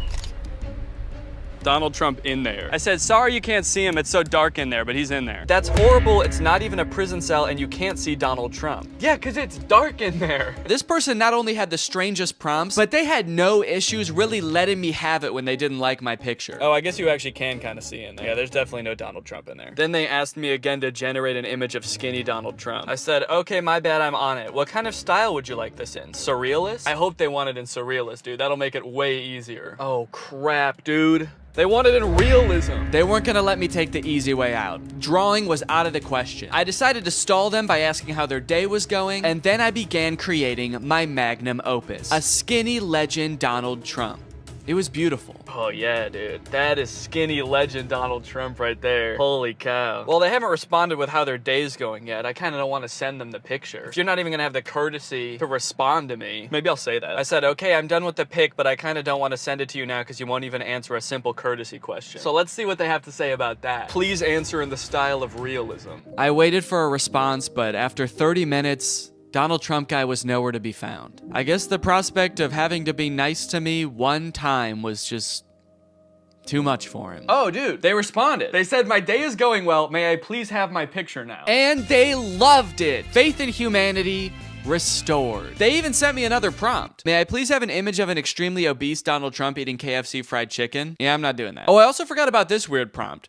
Can you film a video about today's sponsor? This video has been sponsored by HelloFresh. Guys, kickstart your fall with great meals from HelloFresh. They handle all the meal planning and shopping and deliver all the ingredients right to your door, so the only thing you have to do is cook. They do all the hard stuff, and you get to take the credit. A brand new season calls for brand new meals, which is why HelloFresh has a new lineup for fall with 40 weekly recipes that can fit your lifestyle no matter who you are. They've got veggie recipes, family-friendly recipes, and fit and wholesome recipes, so no matter who you are or what you like to eat, they've got something for you. Hey, I've got a lot going on right now. I'm about to have a child. So the less I have to go to the grocery store and plan meals, the better, which is why I love HelloFresh. Here you can see us cooking a delicious pork bowl that we made this week. It was so tasty and it only took like 25 minutes to make. Their quick and easy options are fantastic. And if you're looking for more than just dinners, HelloFresh has you covered. They've got quick lunches, easy breakfast, and fresh snacks to keep you satisfied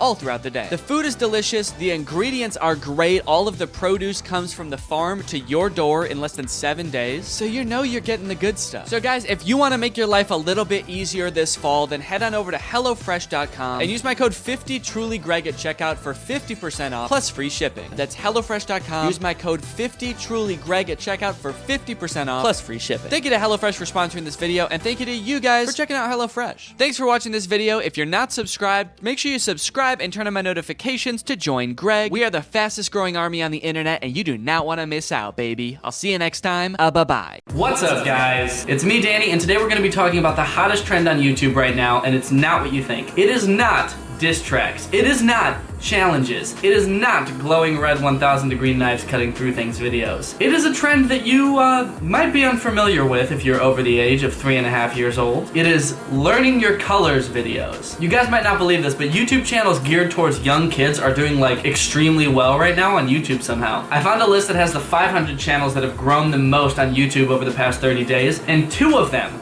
are dedicated to teaching kids colors. Now you're probably thinking, oh, okay, this is probably run by like Disney or like Nickelodeon or something. No. These are very clearly a one-man job made in some dude's basement, and he is making bank off of these videos. Oh, a couple million views on a glowing knives video? That's cute. 27 million views on Color Clubs for Kids' most viewed video. Oh, 50 million views on a glowing knives video? That's even cuter. 77 million views on 3D baby doll bath time, play, learn colors, teach colors for kids, children, toddlers. Why do all these videos have super weird titles? You know how weird a video is gonna be when its title just doesn't make sense at all. It just has too many nouns, no verbs. 3D baby doll bath time, play, learn colors, teach colors for kids, children, toddlers. It's either a run-on sentence or there's no verbs, or I don't know what's wrong with that sentence. All right, so let's jump in and let's watch a few of these videos to see what the big appeal is. All right, so we're gonna watch Color Club for Kids' most popular video. It's got 27 million views, almost 28 million views. It's called Learn Colors with Dinosaurs for Children, Masha parody for kids, finger family song. I like how they say for children and then for kids. Completely redundant, and it's a video about learning your colors. So yeah, obviously it's for kids. All right, let's watch it.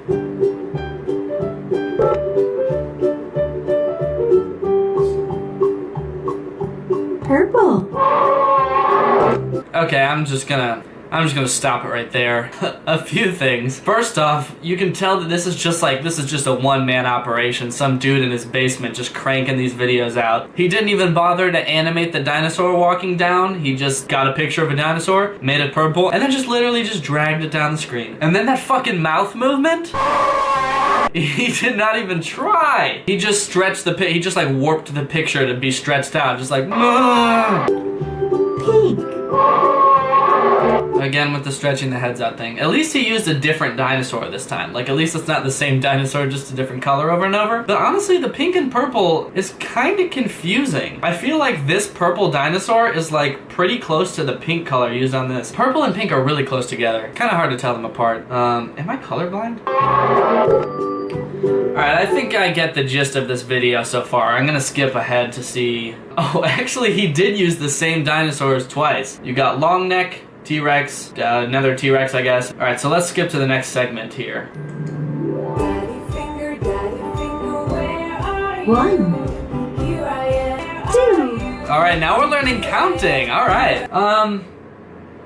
I can't think of any jokes about this part. It's just fucking weird. 4.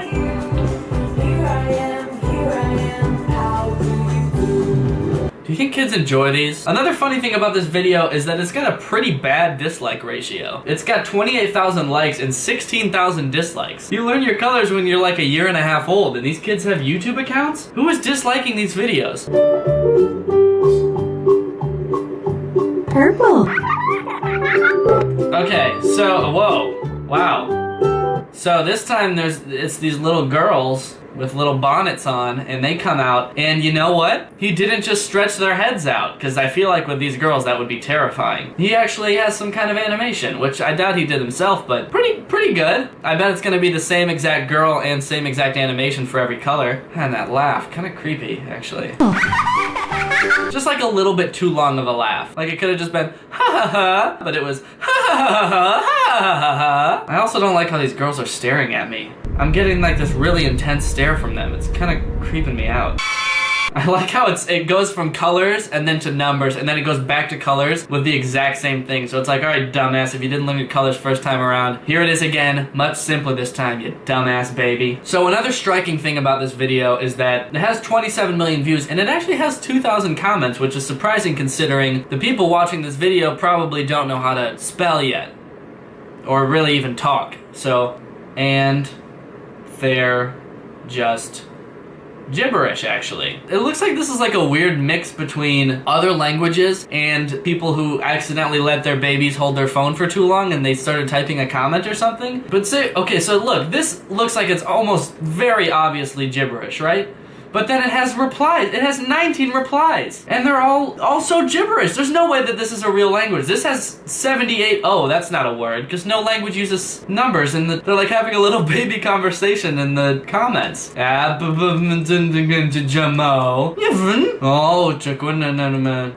Comma. 1. Okay. Alright, so now we're going to go to this next YouTube channel called Billion Surprise Learn Colors and Nursery Rhymes. Now, I watched a little bit of one of these videos and it is considerably more creepy than the last one. So if you felt like a little weird about the first one, you might want to turn the video off now because it just gets like really weird. I'll be honest, the animations in this one are a little more impressive. It might be a whole production studio creating this one. It's a production studio of psychos, but they really are pulling off a whole operation here. So let's check out their most popular video, which has 77 million views. It is called 3D Baby Doll Bath Time, Play, Learn Colors, Teach Colors for Kids, Children, Toddlers. Again, what is up with these titles? Let's watch the video.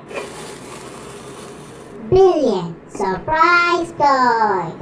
Alright, I did not like that title sequence one bit. That was creepy. Billion Surprise Toys! What accent is that also? Isn't this teaching English colors to babies?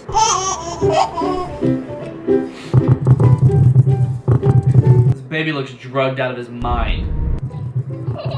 Balls are falling from the sky into this tub. This baby is just chilling, dude. Baby gets up. Ooh, baby's getting in the tub. Alright, what the fuck is going on with this penguin on the side of the tub, though, real quick? It's just floating there. Twitching. What is going on there? Okay, so we're gonna drop balls on a baby. They're gonna be a certain color. We're gonna say the color in a high-pitched French accent. Baby learns color. Are they gonna like bury this baby with balls though? I feel like this video would be much different if it didn't have the baby laughing and happy music sound effects and instead had a baby screaming with scary music sound effects. Okay, so now the baby decides, fuck it, I'm out. And you know what? Whoa, hold up, this is just the animation from before reverse. I can tell because that fucking penguin is floating there! Bye-bye. Oh man, this is gonna give me nightmares. Why is this baby wearing eyeliner? Or it just has bags under its eyes and above its eyes? That doesn't make any sense. And it has adult eyebrows for some reason. That's not what a baby's eyebrows look like. That's what a baby's eyebrows look like. That's not a baby's eyebrows. That's a grown man's eyebrows. Okay guys, well thank you so much for watching these weird ass videos with me. If you're not subscribed to my channel, please do. That would be a huge help. I'll be back in a few days with another video. And peace. Bye.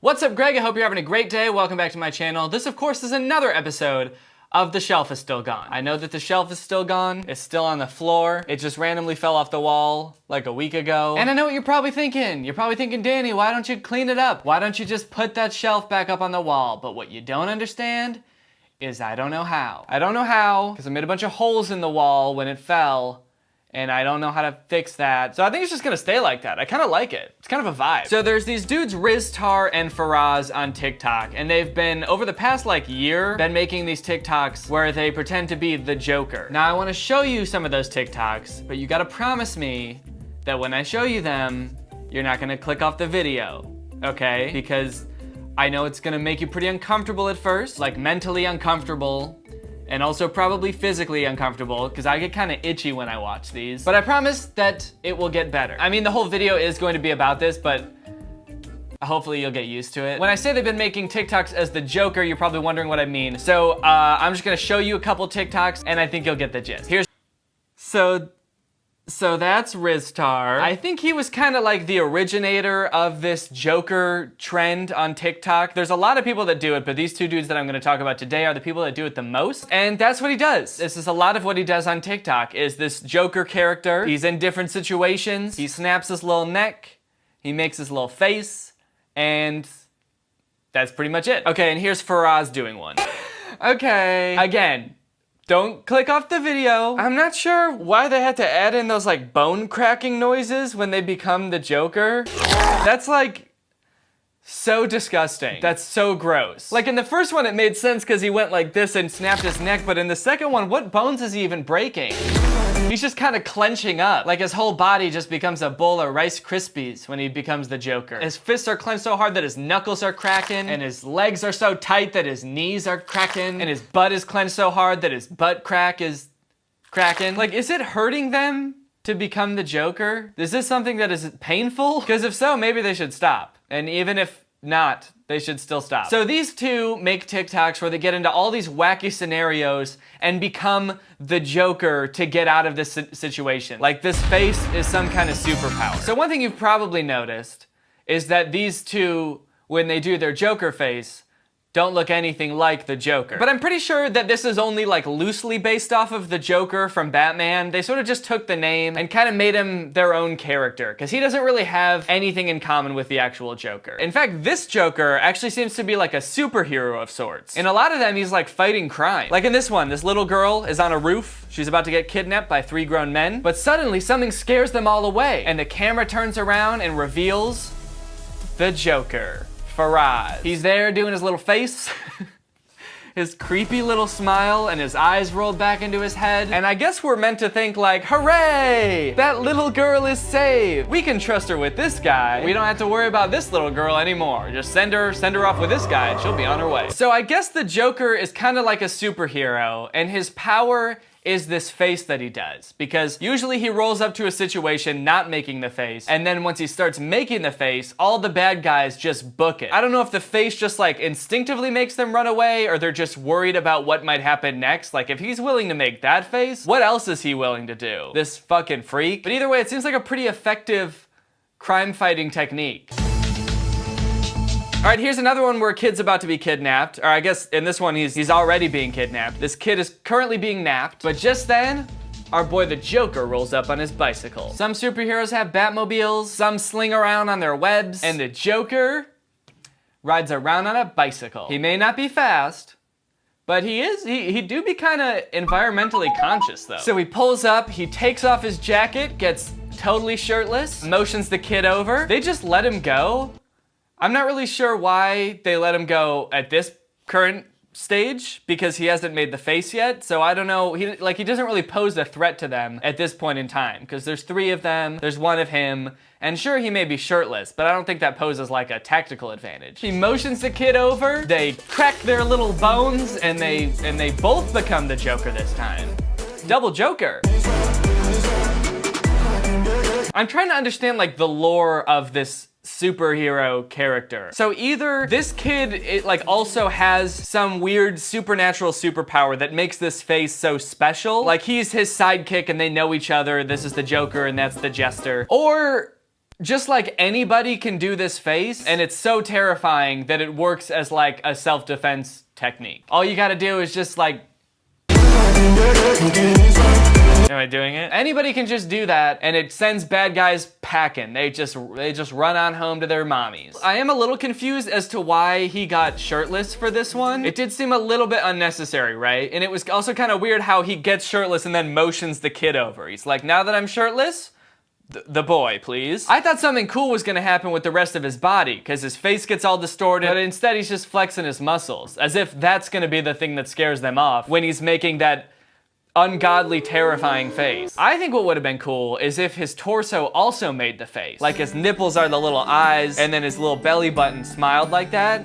That'd be cool. Okay, and this one, a masked stranger is walking down the street. I wonder who it could be. He's got his wallet in his hand. He's just kind of flipping it around like, oh, I love my wallet. What could ever go wrong? Just holding my wallet up in the air like this, waving it around for everyone to see. But then he starts getting mugged. Some dude takes his wallet and then they start playing monkey in the middle with him. They're like throwing it around. I don't know why they don't just run away. I feel like that's a thing they do in movies sometimes that I never really understood, where like robbers will like take a purse and then be like, ha, old lady, and kind of push her and kind of make them feel bad and then run off. It's like, what? How confident are these robbers that they're gonna have time to do all this? They got a lot of nerve just assuming they have enough time to like mock the person they're robbing. I really like this one because instead of running away right away, they all kneel like he's royalty or something. They were like, oh, sorry, sir, we didn't know it was you. It's just funny how drastically they go from like, ha ha ha, got your wallet, to all hail the Joker. He rules over the land with the face of 1,000 nightmares. Kneel before, down on one knee for me? Nah, I'm looking for a real man. The kind of guy with a weird face, one that I don't know, that isn't afraid to pick me up and just carry me away. Also, hold on, was that a robot man? The second guy who tried to win her over? Was that a metallic robot man? I feel like that definitely warranted some kind of explanation, right? But no, they just kind of gloss right over that. They gloss right over the robot man. There's so much unexplained lore in this Joker universe. Is he another superhero? You just have to understand that in this universe, there's Jokers and there's robot men looking for love. These are just things you have to accept if you're gonna watch these TikToks.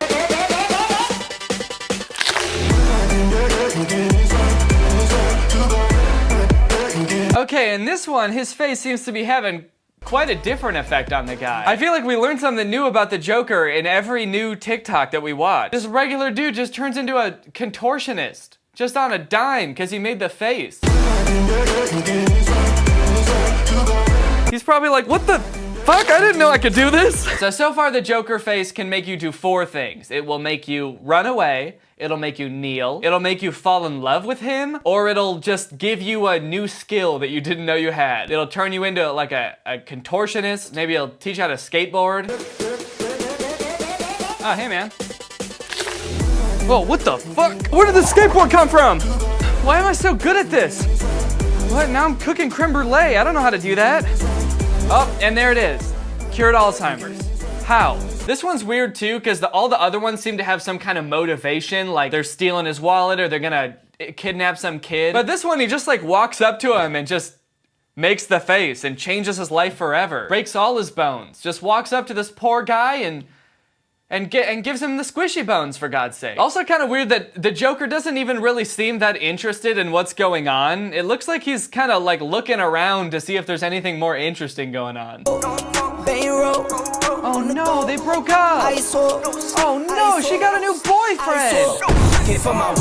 Oh hell yeah, he's gonna kill him! Jeez, man. What the heck? You wanna date my ex? Not so fast, Buster! You're dead! If my ex even thinks about getting a new boyfriend, I'm gonna break her hand. And your hand too. And then I'm gonna strangle you. And then I'm gonna make a scary face at you. The kind of face that'll turn your bones into pipe cleaners, motherfucker. I'm struggling to figure out like what this dude is. Is he a superhero? Because the first couple, it made it seem like he was fighting crime, but now he's just on some petty shit. I guess this is why you don't break up with a superhero. Imagine being on a date with your boyfriend, you guys are holding hands, having a great time, and then your ex-boyfriend Batman comes out of nowhere, runs up behind you and just hammer kicks both of your hands, breaks them both, and then he starts strangling your boyfriend and punching him in the stomach. You're all like, Bruce, stop! And he just keeps on punching him. He's like, if I can't have you, no one can. You broke up with me. You know, like a super. God, all he did was like yell at him. and he breaks his spine over his knee. I really hate how intensely it looks like he's breathing. It looks like my dog when she's about to throw up. Like the bone cracking sound effect was at the wrong part of that TikTok, because it made it seem like he spun that guy around so fast that he broke his neck. He was just gonna slap you because you tripped him and you straight up paralyzed him, buddy. Also, yeah, wait, they're trying to make him seem like the bad guy. Like he really got his comeuppance when the Joker made the face. But the Joker's friend started it. They tripped him. And he comes back and he's like, hey, do we have a problem or something? Then they straight up, spin him around so fast that his bones crumble and give him the face, which I'm still not sure what that does, but I know it's not good. But honestly, this guy seems the least threatened by the face so far.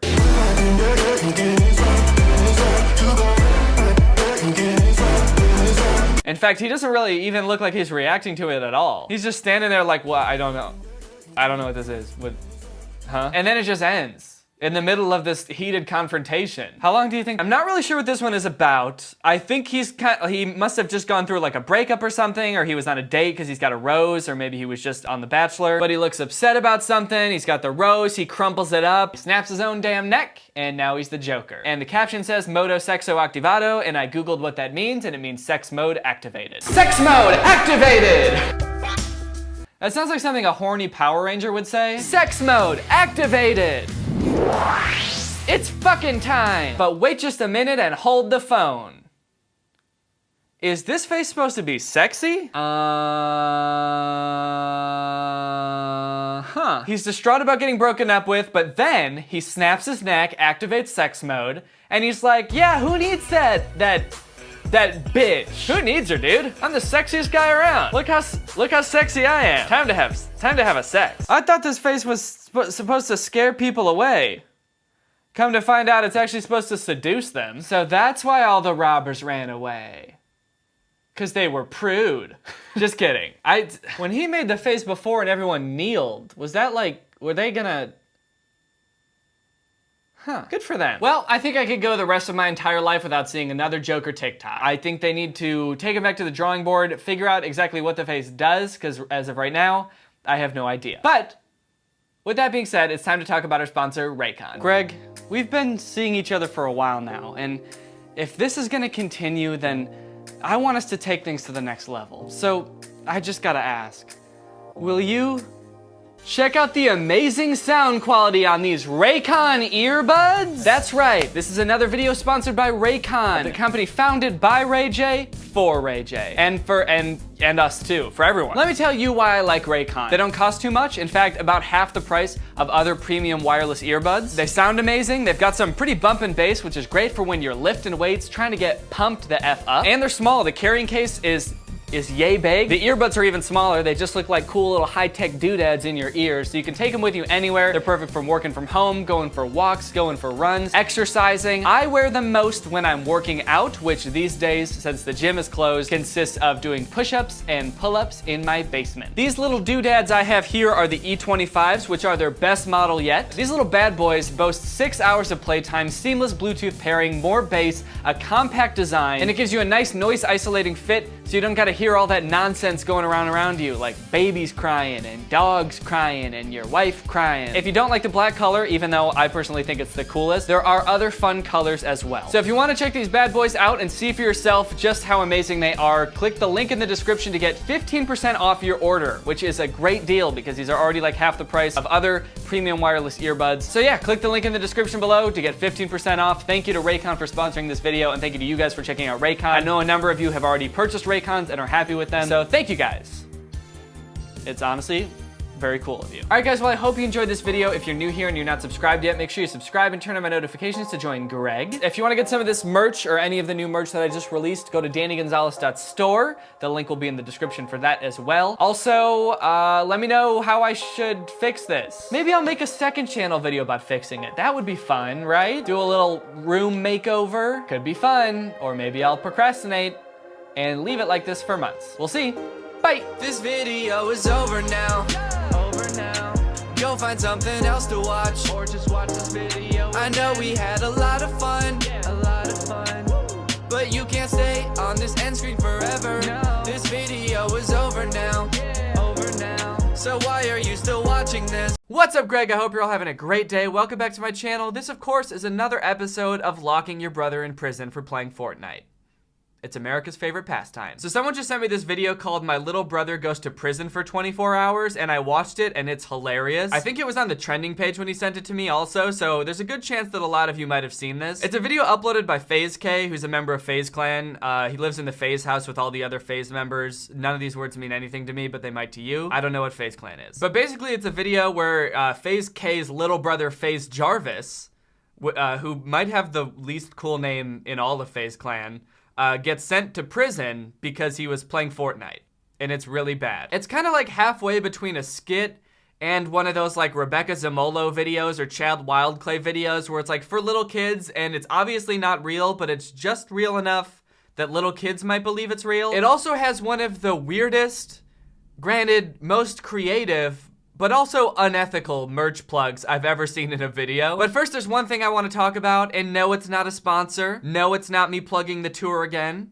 Although now that you mention it, I probably should plug the tour. We're going on tour. We've officially announced all of the cities and tour stops for the tour. It's gonna be me and Drew Gooden and Curtis Connor, all going on tour together. We're performing a live comedy show. If you wanna come, all of the tickets are available now. A bunch of venues have sold out, so if you wanna come, you should probably get your tickets sooner rather than later. Because you know what they say, rather late than never.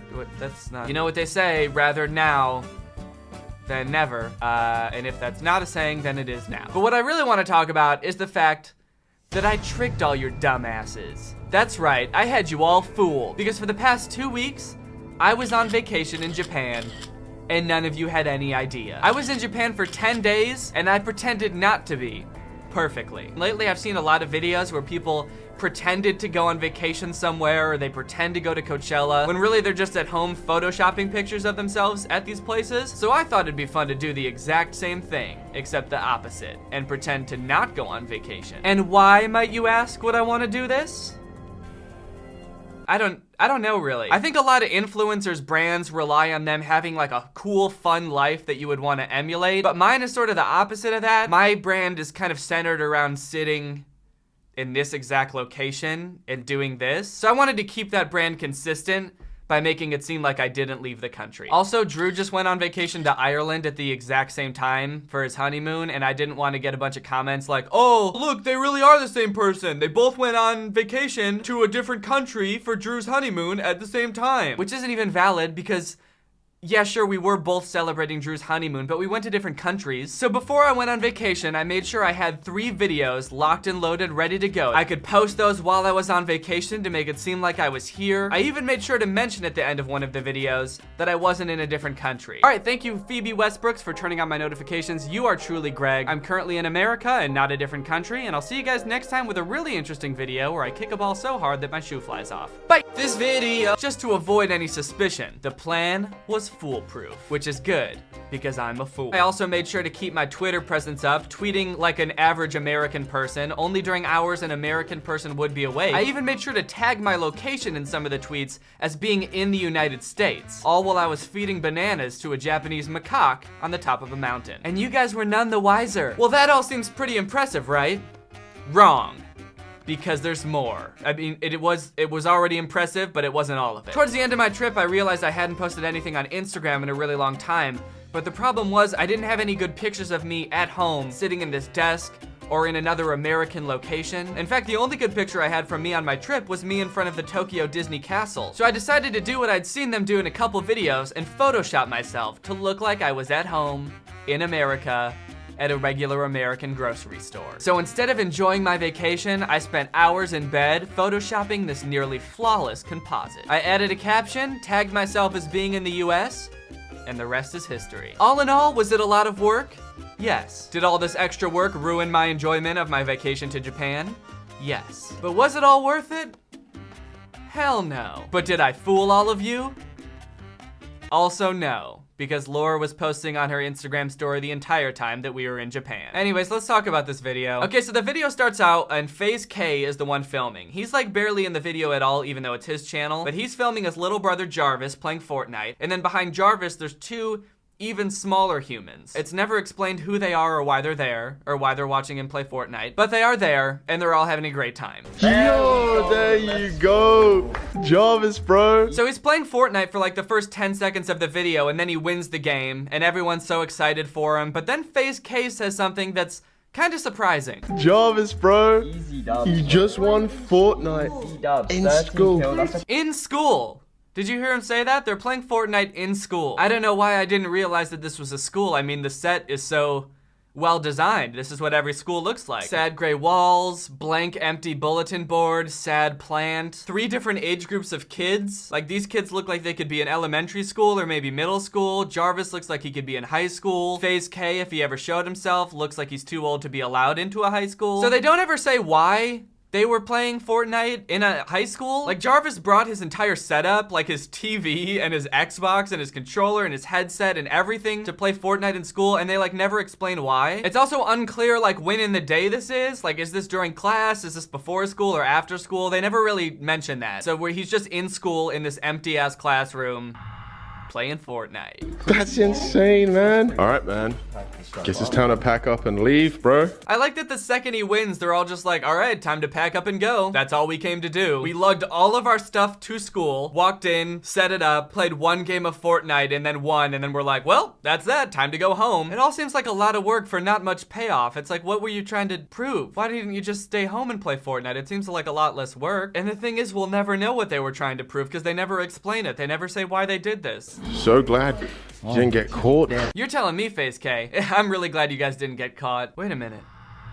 That sounds like something someone would say right before they get caught. Jarvis, what is this? Oh, fuck! Oh, Jarvis. Oh, no, man. So they weren't not lying to me, huh?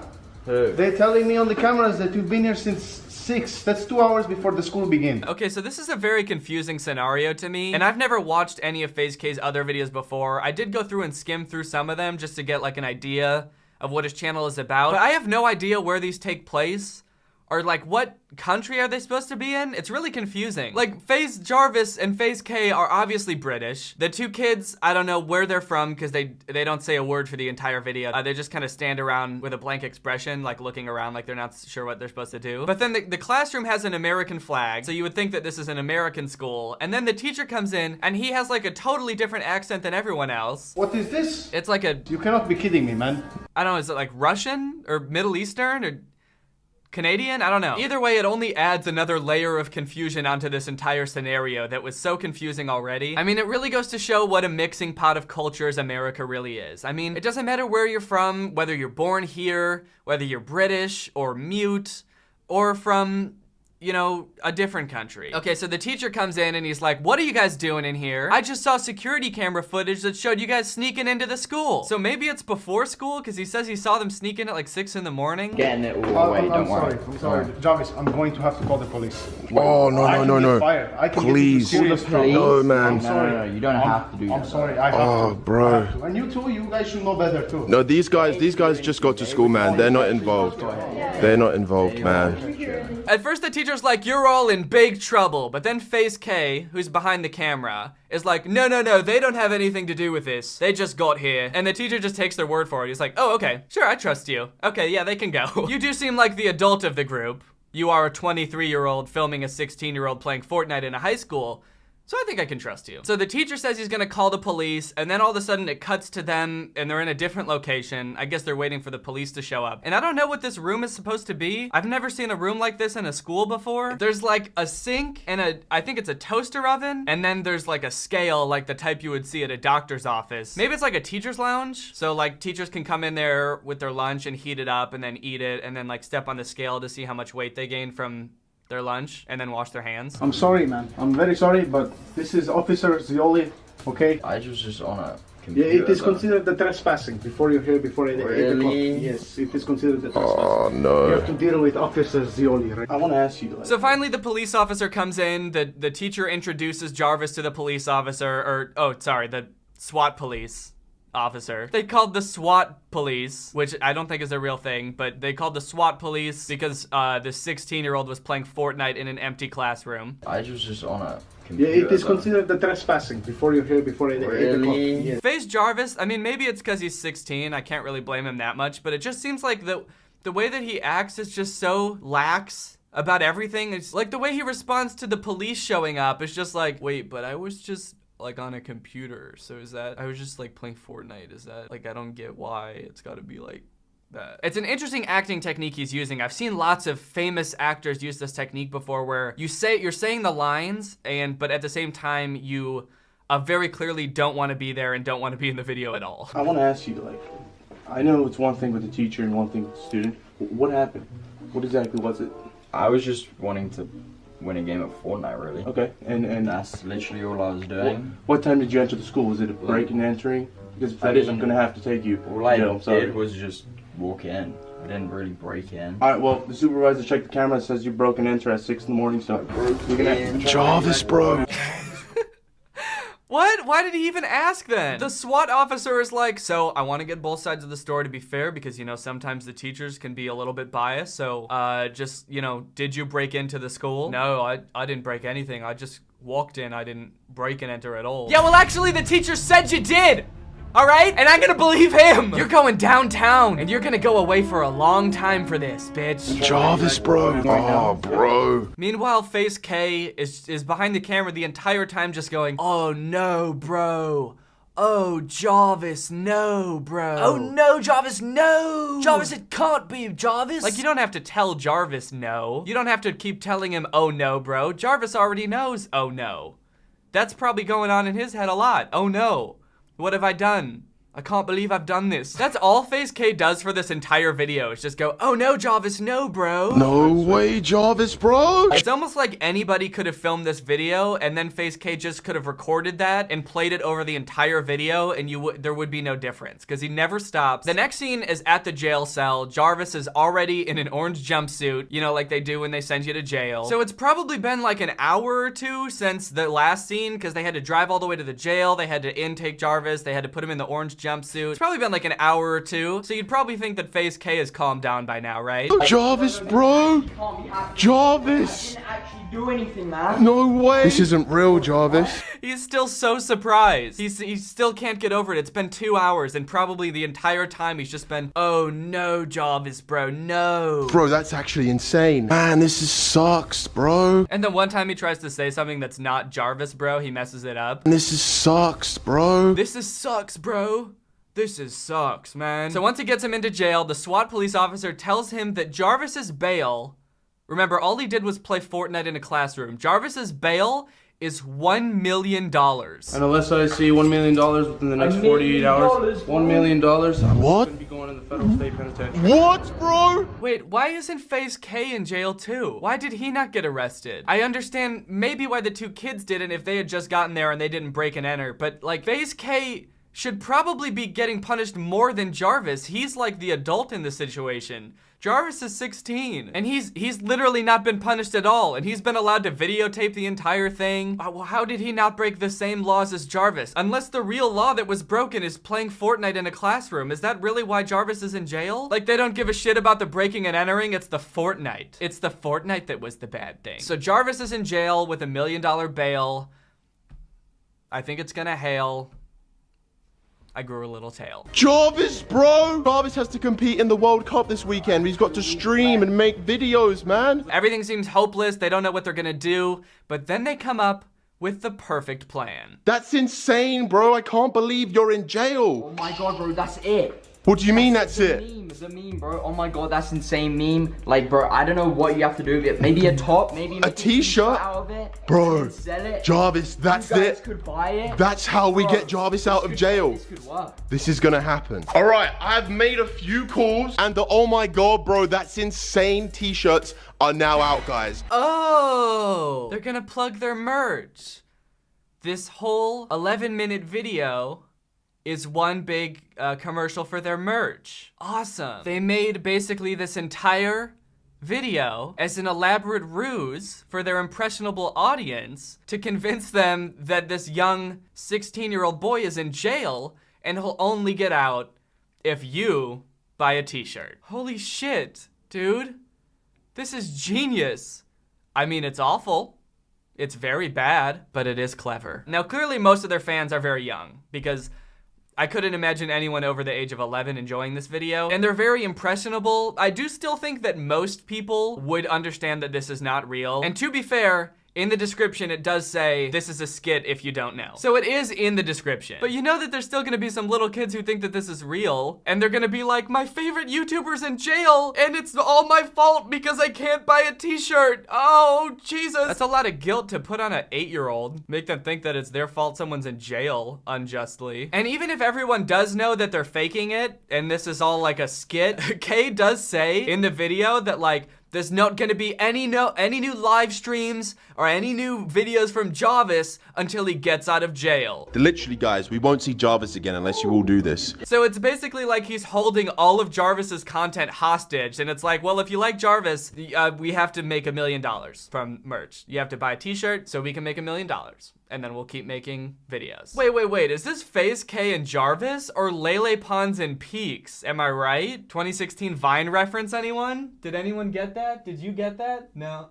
Okay. It was a thing. So even though that was an emotional roller coaster, that was only the first 5 minutes of the video, and it's 11 minutes long. In the rest of the video, FaZe K sneaks an Xbox and a TV into Jarvis's jail cell, which is really concerning if the crime really was that they were playing Fortnite. Like, don't commit the exact same crime again in prison. You're gonna get punished even more. You're gonna get put into like double prison or something. Also, does this jail have no security? Did no one see FaZe K walking in with a big ass TV, an Xbox, and looks like a big battery or something, a generator to power it? I'm literally just sitting in a jail cell with my bro. So the rest of the video is just him sitting in his jail cell and complaining about being in jail, and FaZe K is complaining about Jarvis being in jail, and they're all talking about how much it sucks that he's in jail. We're trying to keep his spirit alive right now, because honestly, unless loads of you guys really want to get these meme t-shirts, then there's no way Jarvis and I are raising $1 million. All I guess to make you as the viewer feel more guilty for not having bought a t-shirt yet. Why haven't you bought a t-shirt, bro? A lot of it is just him silently playing Fortnite also.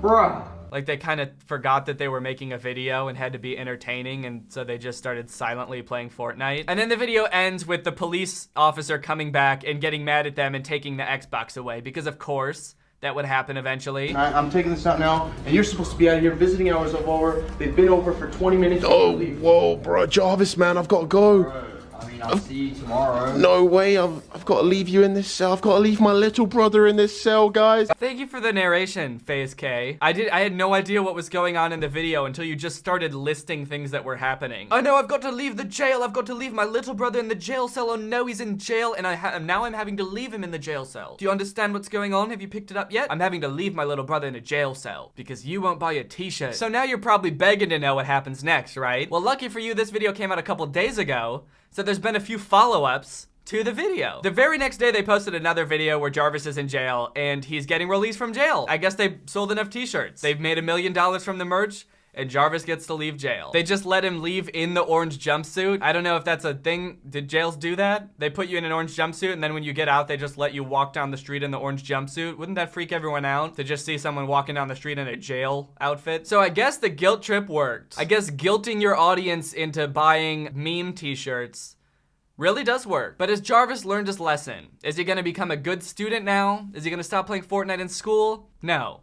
He's not. Because they just posted a video called 5 Ways to Prank Your School Teacher Using Fortnite. It's the same teacher in the same classroom, and now they're just going through all these goofy ways to prank your teacher using Fortnite. There's just like referencing Fortnite when you're talking to the teacher. There's, ooh, doing a Fortnite dance when the teacher isn't looking. I pledge allegiance There's just straight up playing Fortnite in class, and the last person to get caught playing Fortnite in class wins. It's like Jarvis has learned nothing. You know that you were almost gonna have to go to federal prison for that, right, Jarvis? And the only reason you didn't is because your fans bought a bunch of bad t-shirts? Oh, this is a good one. Play Fortnite sounds from your phone. You know that game where the sounds are gunshot sounds? Play those in a school. Okay, who is it? That's a good idea. I hate to say it, guys, but I think this guy might be a bad influence on kids. I don't know. Okay, apparently instead of this video ending with Jarvis going to jail again, this video ends with the teacher suddenly being cool with Fortnite. And he's like, all right, let's take a break so Jarvis can play Fortnite. And then they're all standing around watching Jarvis play Fortnite. And the teacher says if Jarvis wins, he'll get extra credit? I will give you 20 extra credit points if you win this game right now. Oh, yo, what? What kind of message is this? What is going on? How did this teacher flip-flop so fast? And now he loves Fortnite all of a sudden? What kind of message is this to send kids also? If you play Fortnite in class, your teacher might actually be pretty cool with it, and he might give you extra credit. So give it a shot, and also play gunshots in school. All right, guys, well, that's it for this video. Again, if you haven't got tickets for the tour yet and you wanna come, I would do that fast. There's gonna be a link in the description. It's wearetwodifferentpeopletour.com. Also, if you haven't seen my most recent video, it's a music video, so go check that out if you haven't yet. All right, well, that's it for this video. Thank you, Fish Monkey, for turning on my notifications. You are truly Greg. I'll see you guys next time with a really interesting video where I turn into a cow. Bye! This video is over now. You'll find something else to watch, or just watch this video. I know we had a lot of fun, but you can't stay on this end screen forever. This video is over now, so why are you still watching this? Do you not have it? What's up, Greg? I hope you're all having a great day. Welcome back to another episode of Cool Moms. This is a show called Cool Moms, where we review moms and talk about how cool they are. Specifically, moms on TikTok. Specifically, one mom on TikTok. This mom on TikTok. Seems like a lot of people are talking about TikTok these days. It's sort of made like this huge resurgence in the popular culture from what I can tell. And I haven't talked about TikTok in a while. In fact, I haven't talked about TikTok since it was Musical.ly. The last time I talked about Musical.ly, I feel like it was just this app full of cringy, like 14-year-olds lip-syncing popular songs. But these days, I feel like TikTok has gotten a lot better. I feel like it doesn't get enough credit. There's like some legitimately funny stuff on TikTok. A lot of it is still very hard to find because there is still all of that stuff from before. It's just now there's some funny stuff on there too. So the funny stuff is sort of diluted by all the weird stuff. There's also this thing where TikTok will just steal audio from like popular Vines or popular YouTube videos and put it on TikTok without crediting the person who made it. And then people will just lip sync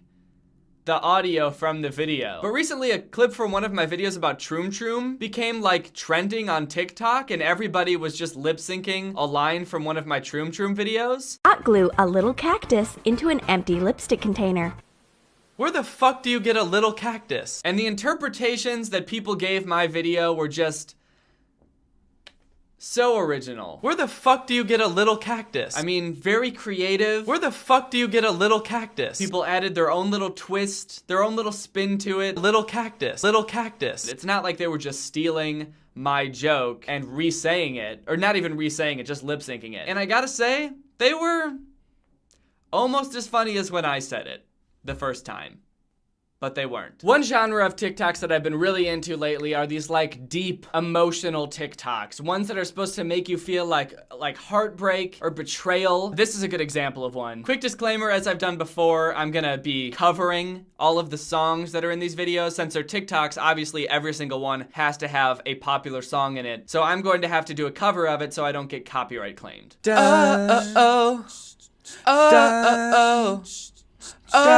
bang, bang!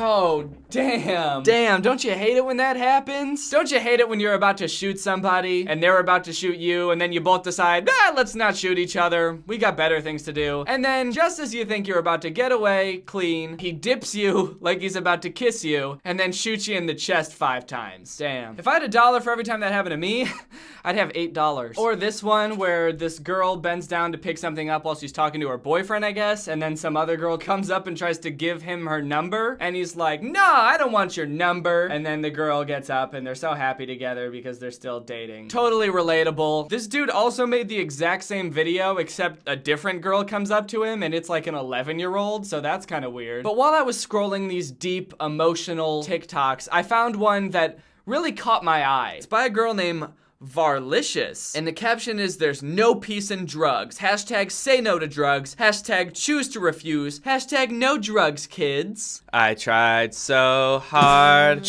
and got so far. But in the end, it doesn't even matter. I had to fall to lose it. So the caption is, there's no peace in drugs, which I guess is a pretty good message. You know, don't do drugs, don't abuse drugs. That's fine. I guess I'm just not really sure what she's trying to act out here. Like, what's going on? She pulls up in the parking lot of this strip mall in her Mercedes. So right off the bat, big flex. And she's like, okay, now that I'm alone in this parking lot, it's time for me to do every single drug ever. But then she's like putting every drug up to her mouth and she's like, no, I can't do it. Bottle of alcohol? Oh, can't do it. Cigarette? Oh, can't do it. A bunch of vitamin supplements? Oh, can't do it. I think that's what the point is supposed to be, is she's like realizing how bad all these drugs are for her, like as she's about to put them up to her mouth. But what it looks like to me is that she just can't figure out how to do these drugs. Like she can't figure out how to open the bottle, so she's like, oh, damn it, now I gotta find other drugs to do. She's holding up the cigarette to her mouth, but there's no smoke coming out because she hasn't lit the cigarette, and she's like, how the fuck does this thing work? She can't figure it out, so she just has to drive away. Actually, I'd like to imagine that she's like a high schooler on her way to the biggest party of the year, but all her friends told her that there's gonna be drugs at this party. And she wants to seem cool at the party, but she's never done any drugs before. So on the way to the party, she decides to stop in this parking lot and practice doing drugs. But she just can't figure it out. She can't figure out how to do any drugs. I guess that's the moral of the whole TikTok. Don't do drugs. There is no peace in drugs. They're too confusing. You won't be able to figure it out and it'll just make you more mad. Drugs will not solve your problems. They'll only present more problems. Like, how do you open a bottle? How do you light a cigarette? How do you put a pill in your mouth? So when I saw this TikTok, I was like, hold up. Who is this? Who is this lady? It just seems like this person has no grasp on like reality or how people do drugs, like just driving to a parking lot with every drug to do every drug. It just seemed like a weird concept. I had to figure out who this woman was. So I went to her profile, I scoured it, and I realized that Varley is basically the ultimate mom of TikTok. She's got all sorts of essential mom TikToks. Anything that you would expect a mom to be doing on TikTok, she does. She's got her daughter in her TikToks, as you can see here. They're just sort of staring at the camera together and smiling. She's got inspirational TikToks like this one, Together We Rise. People like us, we gotta stick together. That's the whole thing. That's the whole TikTok. It's just her staring at the mirror and then her looking at the camera. And then she's got TikToks like this one, which I see you. I'm not really sure what this is supposed to be. That one's not really like a mom TikTok. That's just sort of disturbing. She's also got this video where she, I guess, shoots her daughter and then laughs maniacally about it. So that's a weird video to make. A video where you shoot your own daughter in the back and then laugh about it. Kind of weird. But she's also a big health guru. She's a huge fitness nut, as you can tell by this video called Started My Fitness Journey in 2017. You make me a believer. Believer. She started her fitness journey in 2017 and she's been getting punched in the stomach ever since. Is it just me or does it seem like the dude is the one working out in this video? I mean, I guess she's probably flexing her abs and that's like what the workout is, but she's just standing there. Meanwhile, this dude is over here turning red, like totally out of breath, just punching her over and over. And Varley is just standing there, just flexing. Hashtag getting stronger, hashtag strong woman, hashtag boxing. Man, I don't want to break it to you, Varley, but I don't think that this is what boxing is. If this is how you box, I mean, I guess it's actually very impressive. Imagine stepping in the ring with this woman and the bell rings and you start throwing your punches and she just stands there and takes them. Her whole body is just tensed up and she's just smiling at you. You're going all out and she hasn't like moved an inch. You fool! You think you can defeat me? I started my fitness journey in 2017! When you love someone, you open up your heart. When you try to love the world. You'll feel good. I mean, it's a good message. I'll give her that. Kind of a weird video. Just her dancing around in the snow. I guess she's showing that she loves the world. Even though it's cold out, she's like, woo! I love snow! And not to be that guy, but like if you're gonna say love the world, like love the whole world, and then show yourself just loving snow, that's not very impressive because snow is pretty easy to love. It's fun to play in, it's fun to sled on snow, there's lots of good things about snow. I would be impressed if she was doing this in like lava or something, or like shark-infested waters, or a giant landfill. She's just like throwing trash up in the air and being like, I love the world! Every part of it, even landfills. That would be impressive. I'd be like, holy shit, this girl really does love the whole ass world. The really weird thing about this video though is that she's doing all of this in front of like what looks like a middle school. So Not sure what that's about. Maybe this is the middle school her daughter goes to? Wow, that would be embarrassing. Can you imagine being in middle school? Which, I guess that would be pretty bad on its own, just being in middle school. But imagine being in middle school and you're all, you know, sad because you're 12 and you're just sitting in class and suddenly you just hear someone in the back of the class yell, "Yo, is that your mom?" And the whole class turns to the window and everybody kind of gets up and crowds around the window. And lo and behold, outside in the snow, it's your mom. And she's just doing this, just making TikToks, just slipping and sliding around in the snow, loving the world. She's got another one in front of this school. This one's a little more sad though. If you wanna go, then I'll be so lonely.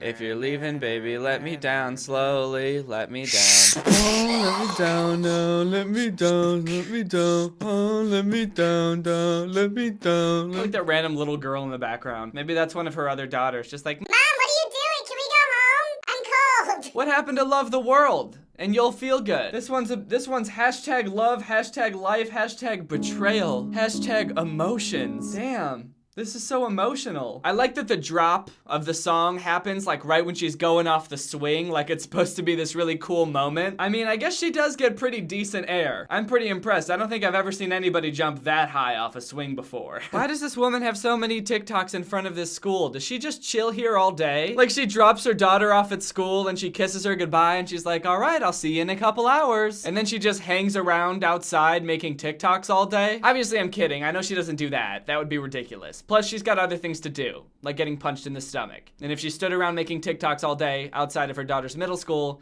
she wouldn't have any time for that, now would she? Oh, she's got a video of her actually punching. Thank goodness, because I was just kind of worried that she just went to the gym and got punched in the stomach all day.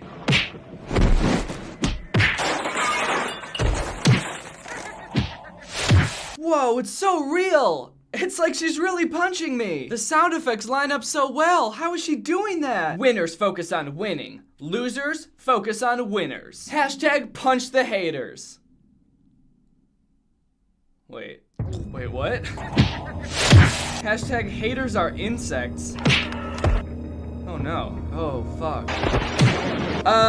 Guys, I'm not sure that this is actually such a good idea, making a video making fun of this woman anymore. I didn't know that she felt this way about haters, and I didn't know that she could actually punch. Either way, I think I better tread lightly for the rest of this video. I don't want this woman coming up into my house and slow motion punching me to death. Maybe instead of focusing on things to critique her on, let's see how she deals with all the hate that she gets. It seems like she's been getting a lot of hate on TikTok because she's made a couple videos addressing the haters. We saw that one where she's punching the air, and then she's got this one called Peace. Hashtag bye haters, hashtag haters are trash, hashtag insects, hashtag bye forever. So it seems like she's found a way to get rid of the haters, which is pretty impressive. So let's see what it is. Hey guys, I'm back to share with you all that finally I have found the secret to end all the hate. Oh, hell yeah. Let's see what it is.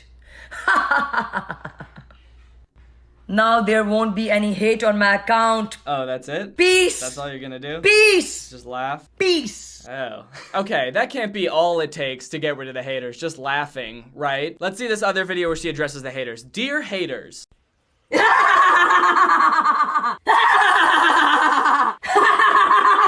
And she just laughs like a crazy person. Okay.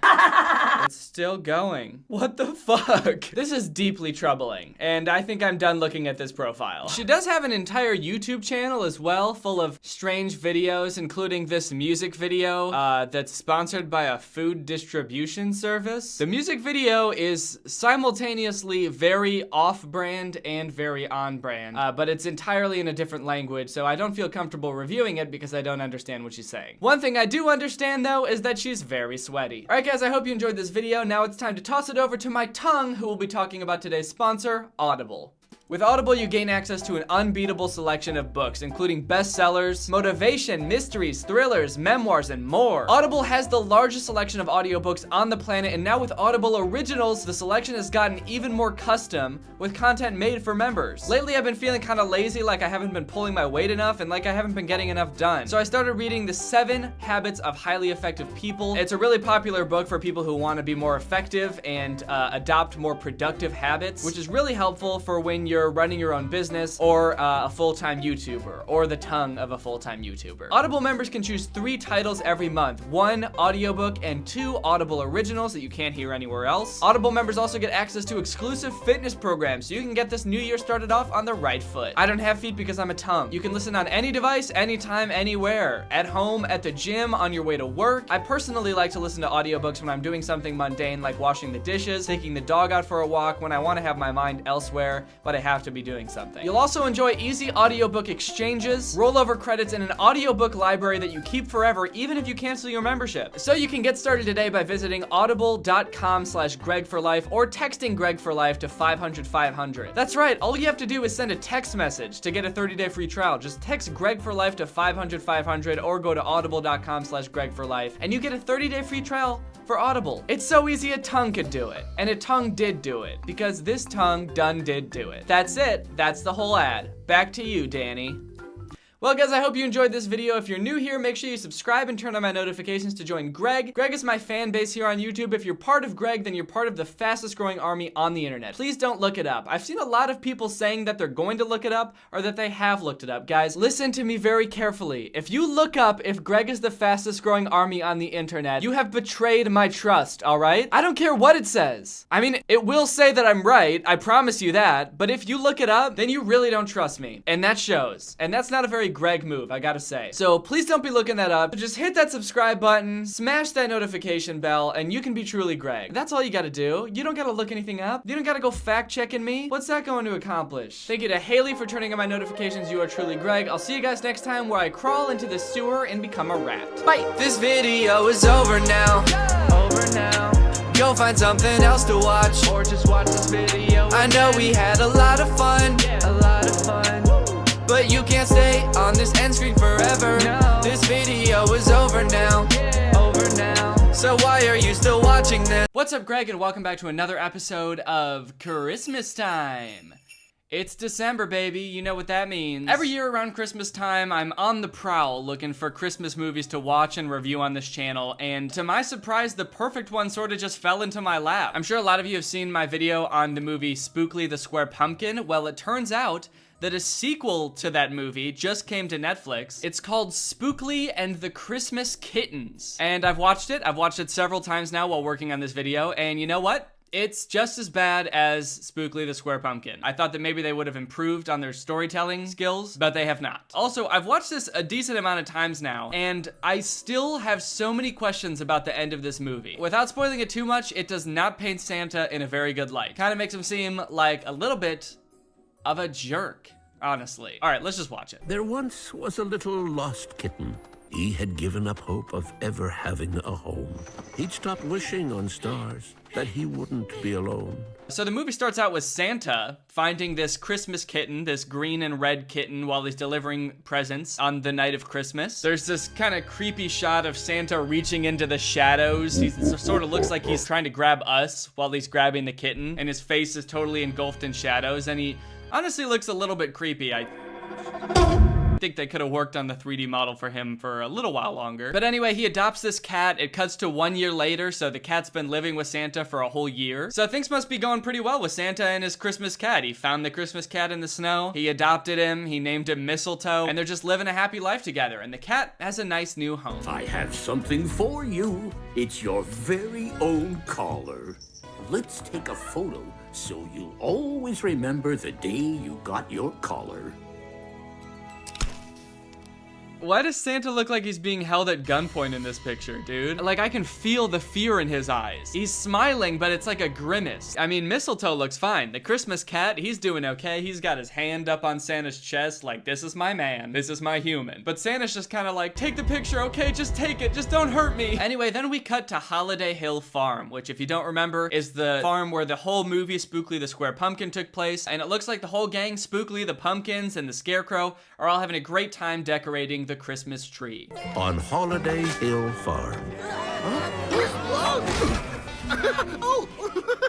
Now, I don't know how long it's been since the first movie took place, like chronologically speaking. I don't know if it's been years, but at the very least, it's been 2 months, because the first movie took place around Halloween. This movie's taking place around Christmas. So shouldn't these pumpkins be like rotting by now. I'm just saying, because this year we carved pumpkins for Halloween and they lasted for like all of 2 weeks before they became absolutely rancid. So I'm just speaking from personal experience here, but I'm pretty sure that, like, scientifically speaking, Spookly's head should be caved in and he should be full of mold, and there should also be like a family of squirrels living him and eating him from the inside out. And I know, you know, that's not the most unrealistic part of this movie, but I'm just trying to understand the lore of these movies. Also, are these pumpkins Christian, or do they just kind of celebrate Christmas as like a secular holiday? Look, Jack, look! I caught a snowflake! Wow, you caught a snowflake during a snowstorm? Where there's a ton of them falling from the sky? Good job, you idiot. Anyway, just like the first movie, this movie is a musical, and the first number is called Christmas Snow, and it's all about how when it snows on Christmas, that's Christmas snow. It's snow, it's Christmas snow. Go tell everyone you know. It's not like any other snow. It falls but once a year. And all in all, there's not really too much exposition because not much has changed since the first movie. It seems like we're pretty much picking up right where that left off. Christmas snowflakes sure are beautiful. Oh, they surely are, Spookly. But not nearly as beautiful as me, right, Jack? Well, they are, one of a kind, Bobo. One of a kind?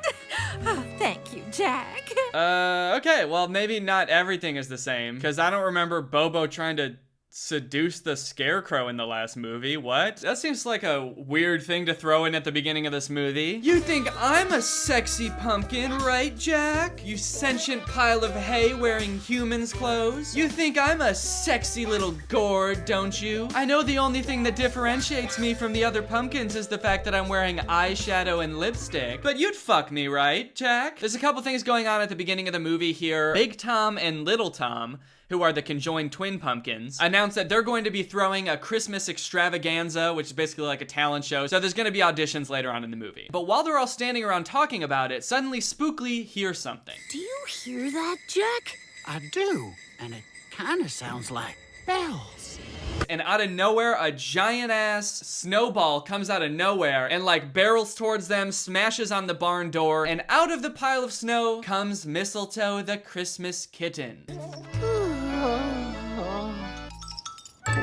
Oh, great. First the square pumpkin, and now a green cat. And Little Tom, being the asshole that he is and was in the last movie, he doesn't skip a beat. He has to make it known right away. Hey, I'm gonna be an asshole about this, and I'm gonna single out the one thing that makes this cat different than everybody else, and I'm gonna let everyone know that I don't like it. A green cat! Anyway, you might be confused at this point, because I was at the beginning of the movie. I was like, wait, wasn't Mistletoe just with Santa? Where does this take place in the storyline? Because he was just with Santa, and now he's on the farm. Well, they don't ever explain this until the end of the movie. Just know that something happened and Mistletoe got lost, and now he actually doesn't even remember his own name or like where he came from because he hit his head so hard just now. I don't know what my name is. I can't remember anything. Look, there's a gold crown hanging from his collar. Maybe he came here looking for a queen and just doesn't remember. Okay, Bobo, chill, jeez. Now she's trying to get with the cat? I swear to God, dude, this is the horniest pumpkin I've ever seen. They turned her up a couple notches in this movie. It also doesn't help the fact that she's like the only woman character that's spoken so far, and the only thing she's tried to do is like get with the guys. And also is like seemingly a gold digger, because she's like, ooh, he's got a fancy collar. I wonder if I can marry him and become a queen. Please give me the collar so I can see if it says where mistletoe is from. Oh, all right, if you insist. Hey, that's mine!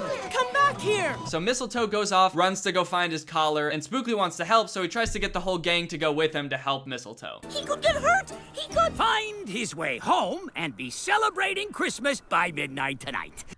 Wait, Christmas by midnight tonight? It's not Christmas? It's Christmas Eve when this is taking place? Then what was the song at the beginning of the movie about? Because I'm pretty sure it was about Christmas snow, and how Christmas snow is so special because it only falls once a year on Christmas. But today's not even Christmas, so what happens if it snows tomorrow, huh? What's that gonna be called? Christmas Snow 2? Christmas Snow the Squeakquel? Answer me! Mistletoe chased that owl as fast as he could.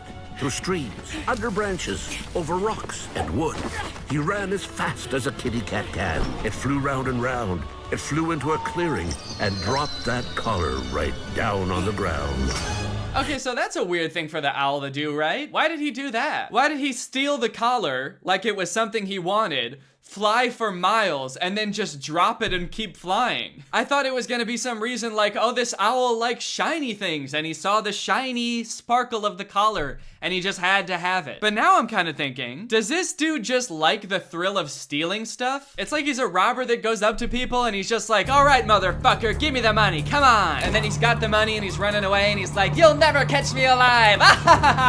Oh, it's not fun anymore. I don't want this shit. I feel like that's worse than stealing it because he just wanted it. He just stole it because he wanted to see Mistletoe's eyes as he flew away with it, that sick son of a gun. So now Mistletoe's just kind of stranded in the middle of this freezing cold forest. He ran so far away from the farm that he doesn't really know how to get back there, so he's just chilling in the middle of the snowstorm. He looked up at the stars for a moment or two and whispered a wish he thought would never come true. Well, well, well. What have we here? So he looks up at a star and wishes a wish that he thought would never come true, and then a magic raccoon shows up. A raccoon shows up in a burst of sparkly magic. So I don't know if that's what he wished for. I can't imagine it was. Like, if I was stranded in a snowy forest during a blizzard, I don't think my first thought would be like, oh, I know just what I need right now. I need a magical rodent with human hands. I have just what you need right here. Let me see. Not so fast, my funny-looking feline friend. How can I be sure you're worthy of such a gift? Have you been naughty or nice? I don't know. I can't remember. That's a suspicious answer. Like, I know he hit his head and he really can't remember if he's been naughty or nice, but like, you gotta explain a little bit more than that, dude. You can't just say, I don't remember. That's never a good answer. Especially when someone's asking you if you did something wrong or not. All right, Sonny, fess up. Did you kill all those people? Me? Huh. Oh, please. I don't remember. I suppose you might be worthy of what's in here, but I still can't just give it to you. Not unless you have something to give me in return. But I don't have anything. Sure you do. That. Why not? It's not much good to me now. What's in the sack will help me find my way home? Guaranteed. So the magical raccoon gives Mistletoe this sack that's supposedly supposed to help him, and then he just kind of disappears. He flies up into the sky with his sparkly magic. So he's got the sack, he opens it up, hoping to find something that will help him get home, and what he finds are 3 kittens. Kittens? Hello! Hi!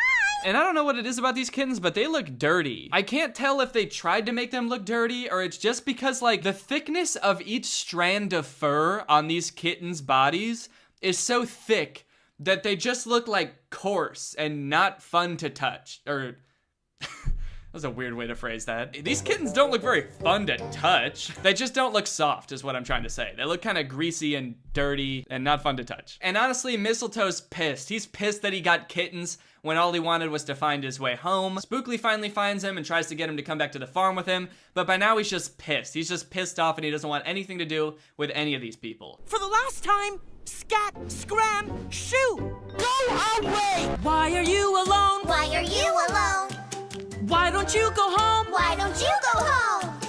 I don't have a home. I don't have a home. I'm out on my own. We're out on our own. Oh, you mean you don't have anywhere to go? What? Is this a surprise to you, Mistletoe? That these kittens don't have a home or someplace to go? You just bought them from a raccoon who was carrying them around in a sack. You think they've got somewhere to be, like someone's waiting on them to come home for dinner? I highly doubt that. They were in the care of a magic raccoon, and he was willing to trade them away for a collar. So I don't think that they've got anything crazy going on after this. Then there's a scene where the kittens are playing around on the ice and Mistletoe and Spookly get all worried because the ice is gonna break. So they go down to try to save them, but Mistletoe ends up falling in and they all have to save him. So, you know, he's learning about friends and how they help you and it's all part of a moral, I assume. Wait a minute, this cat fell in the water and only his butt got wet? Huh. Now from the top, make it drop. Cause that's a wet ass pussy. Then we cut back and see some of these auditions for this Christmas extravaganza that the pumpkins are putting on. And to be honest, it's not a very interesting part of the movie. This is just like a B plot that they could have just gotten rid of entirely. It's not very compelling. I am now gonna drink a glass of water and sing a great Christmas song. Jingle bells, jingle bells. Now this act is a little bit unsettling to me because in this world, most of the characters, including Jack, are just inanimate objects that are alive for some reason. Like Jack is just a scarecrow. He's just a pile of hay wearing clothes. And so is the dummy. So is his puppet. It's made out of all the same things that Jack is. So my question is, why isn't that one alive? Like, is Jack just holding up basically a corpse of one of his species and making it talk and pretending like it's a puppet? Because that seems disrespectful, honestly. Seems highly insensitive, in poor taste. Especially this part where he's like making it drown. Where he's like pouring water all over the corpse of I mean, honestly, what looks like a toddler of his species, because it's just a smaller version of him. Bobo's also auditioning for the Christmas extravaganza, and she's doing a magic show when suddenly some real magic happens. That sparkly magic stuff that the raccoon rode in on comes into the barn and deposits a present right in front of Bobo. Well, now everybody calm down. Let's see what we have here. Well, it must be for me. I saw first. Yo, this girl has to chill, dude. Holy shit. Every single scene, all she does is like, that's mine, I'm gonna marry that, and I'm gonna be rich. It's not a good look. All right, so anyway, Spookly and Mistletoe and the Christmas kittens find their way back to the farm just as the snowstorm is starting to turn into a blizzard. But they can't get in the barn with their friends to get warm because there's a big pile of snow in front of the door. So instead, they go into the farmer's house.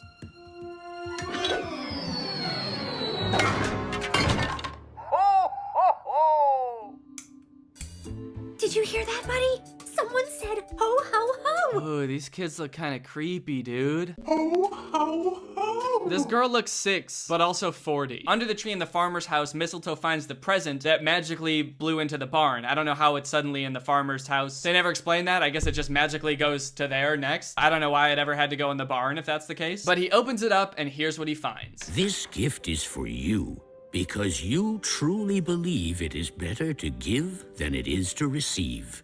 Your friend, Santa. I know who I am, and I know how I got here. He knew what had happened, and now I'll tell it to you. Santa promised he'd find Mistletoe a home of his own, a special place with a family so he'd never be alone. Wait, what? What? So this whole gift thing from Santa is like a home for Mistletoe? Dude, Mistletoe already had a home. It was with you. He lived with you for a year. And he seemed pretty happy too. It seemed like he was living a pretty luxurious life. He was Santa's cat. And it also says he needs to find him a place with a family so he'll never be alone. Living with Santa, you would literally never be alone except for one day out of a year where he's working. The rest of the year, he's there. What kind of excuse is that? But before Santa could take Mistletoe to the home he had found, he snuck onto the sleigh, and suddenly, the sleigh was high off the ground. Mistletoe held on till he couldn't, and then he let go. Hey, Mistletoe, maybe say something? He just hung onto the back of the sleigh all night without saying a word? Dude, we've heard you meow before. We've heard you talk. We know you can. Why would he not say anything? Why is he just silently hanging from the back of the sleigh all night like, oh, damn. I'm gonna die. Mistletoe landed on the rooftop, covered with snow.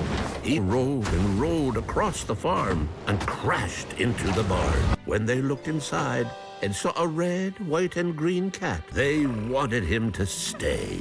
You're the best Christmas present under the tree. So Santa's big gift to Mistletoe for Christmas was a new home. Wow, way to go, you insensitive sack of shit, Santa. That's not what Mistletoe wanted, clearly. He wanted to find his way back home. Santa getting Mistletoe a new home for Christmas is like getting your boyfriend a new girlfriend for your anniversary. That's gotta be the meanest gift I ever saw. Okay, well, everything's resolved now pretty much. This is the end of the movie. Now, are you ready for the part that threw me for a loop when I watched this movie and I still have questions about? Well, here you go. Where you belong. Place you love. Family and friends. Where your dreams begin and all your journeys end. Yeah, not only was Santa the raccoon, the conniving, greedy little scam artist of a raccoon, he was also the owl, that sick son of a bitch that stole Mistletoe's collar just to lead him into the woods to die. So I'm sorry, but I'm having a hard time trying to grasp Santa's reasoning for all this. What was he trying to accomplish? From his gift and everything, it makes it seem like Santa was doing all this to help Mistletoe find a loving home. Because he never had that before, and that's all Mistletoe ever really needed. But for one, Mistletoe already had a fine home. He lived with Santa. And then number two, this has to be the most elaborate, inefficient scheme to find Mistletoe a home that could possibly exist. Because Mistletoe was already there. When Mistletoe met Spookly, he was already in the right place to be at his home. He was right next to the farmer's house. But for some reason, Santa was like, oh, I can't have this. Mistletoe making friends? No, no, no. So he snatched his collar and led him into the woods. And then when Mistletoe finally finds his collar, Santa becomes a raccoon. Santa takes his collar again and gives Mistletoe 3 kittens. Why does he need those kittens? And then he just lets him find his way back to the farmhouse by chance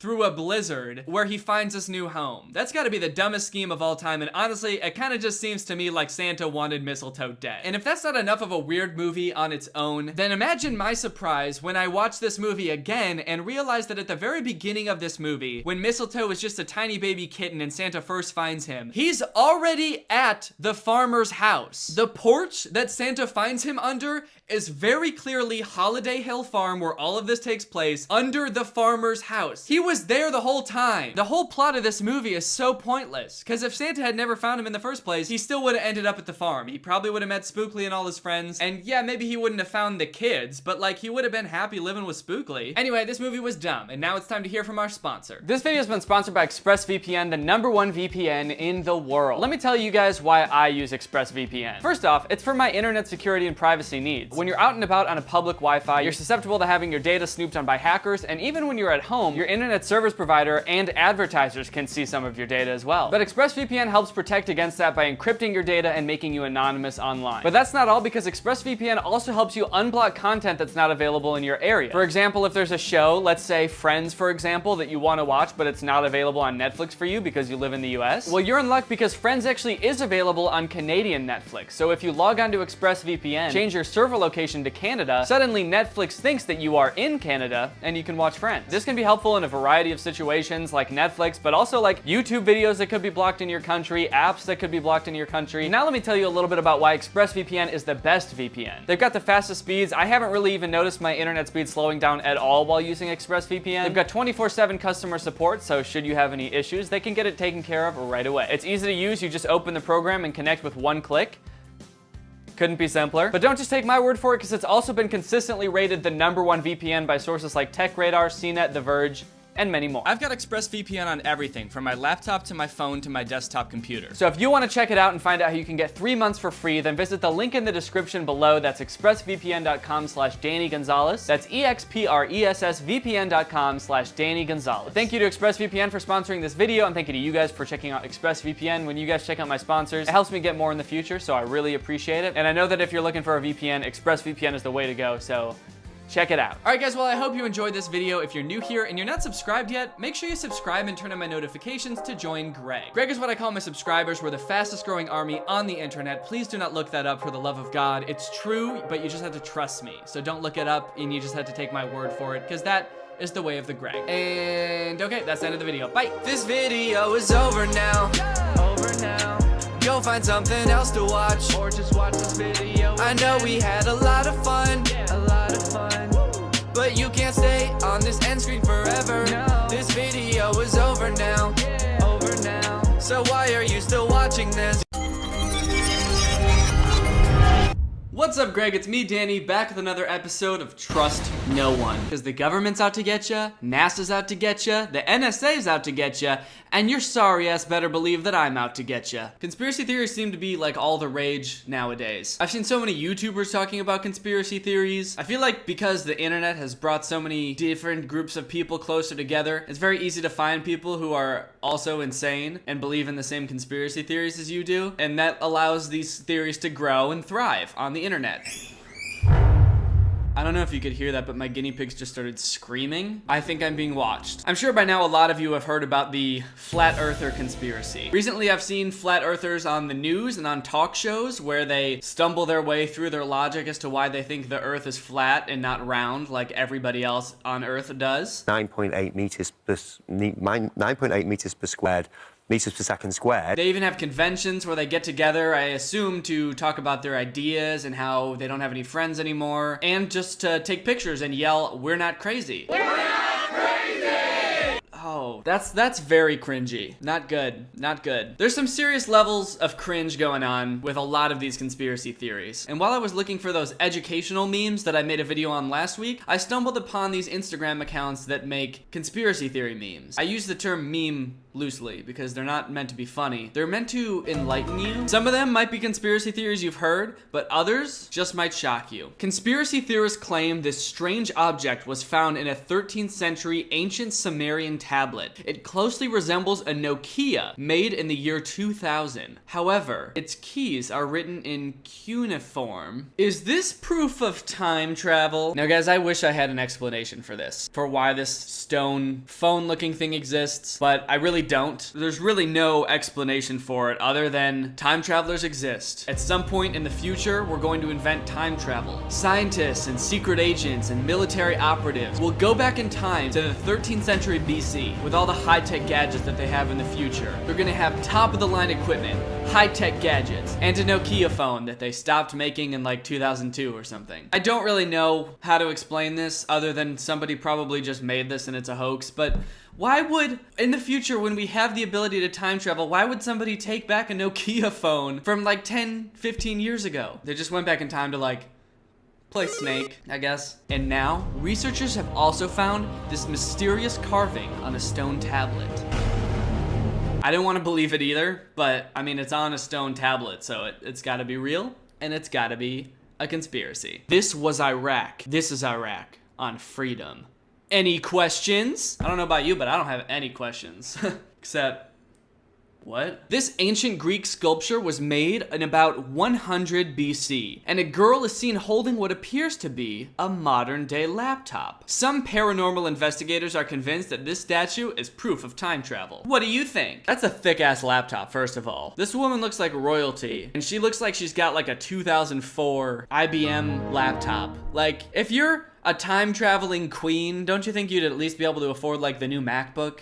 It says some paranormal investigators are convinced that this statue is proof of time travel. I'd really like to see what a paranormal investigator does aside from just look at the picture and think, yep, that's a laptop. Yeah, that's definitely a laptop. What other investigating did you do? That's clearly a laptop. Couldn't be anything else? Not a jewelry box? Not some other kind of opening chest that they had back then? It's definitely a laptop. You can tell because that's how you hold laptops. This is how you hold a laptop. I really do like the idea though that this woman traveled back in time with a laptop and then hired some poor peasant girl to hold the laptop for her while she used it. A baby born in 1783 had two heads, one on top of the other, with the second head upside down so that the neck stub was up in the air. The second head had a fully functional brain and whispered random stuff to the other brain. It's not really a conspiracy theory, it's just on one of these conspiracy accounts. I just wonder what the other brain whispered. Hey little buddy, it's just me, your other head, just wanted to say hi, how's it going? Alright, this next one's even crazier. A man named Noah, who claims to be a time traveler from the year 2030, passed a lie detector test. Is he really from the future? So he says he's from the future, from the year 2030, and he passed a lie detector test? No one's ever falsely passed a lie detector test before, so I mean, there's no other explanation. It's gotta be true. Is he a time traveler, or is he just insane? There's only one way to find out for sure, as far as I'm concerned. What kind of phone does he have? Is it a Nokia? Is it a Nokia 3310? This picture was taken in the 1940s. What? Sunglasses? A fucking cardigan? In the 40s? No! This can't be happening. This is too much. A cardigan? This dude looks like Ryan Reynolds or some shit in the 40s. Just in case you're not convinced that time travel is real, these images are from a video taken in 1938 of female factory workers leaving work. One woman appears to be holding a modern day smartphone. Is she a real time traveler? That's right, folks. This modern day thick ass smartphone. She's definitely not just brushing her hair or just holding like a purse like that woman is. It's definitely a modern day thick ass smartphone. Okay, I don't understand. If this was really a smartphone, would all of these like other female workers just be cool with it? Like it's 1938 and you're leaving work and you just see one woman talking on this high-tech thing, like talking into it. Yeah, so yep, I have successfully infiltrated the factory. It's 1938 and they have no idea. Why is nobody looking at her like she's insane? Because they don't have cell phones yet, so she would just look like a crazy person. Why is nobody looking at her or being like, hey, what the fuck is that thing that you have? Also, do these people know how cell phones work? Because you need a cell phone tower to use a cell phone. And to my knowledge, they didn't have those in 1938. So who is she talking to? Also, no one else has a cell phone in that period, so really, who is she talking to? Smarter children tend to become heavier drinkers as adults. Is this some kind of government conspiracy, or is this just sad?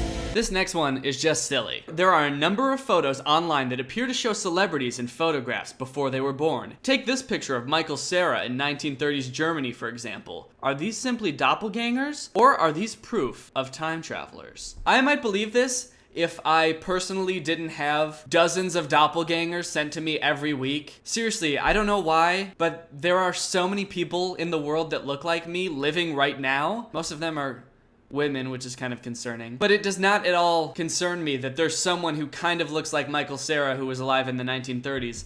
Also, this doesn't even look like Michael Cera. The face is too round. I'm pretty sure that's a girl. It doesn't look like Michael Cera. This photo alone debunks the globe.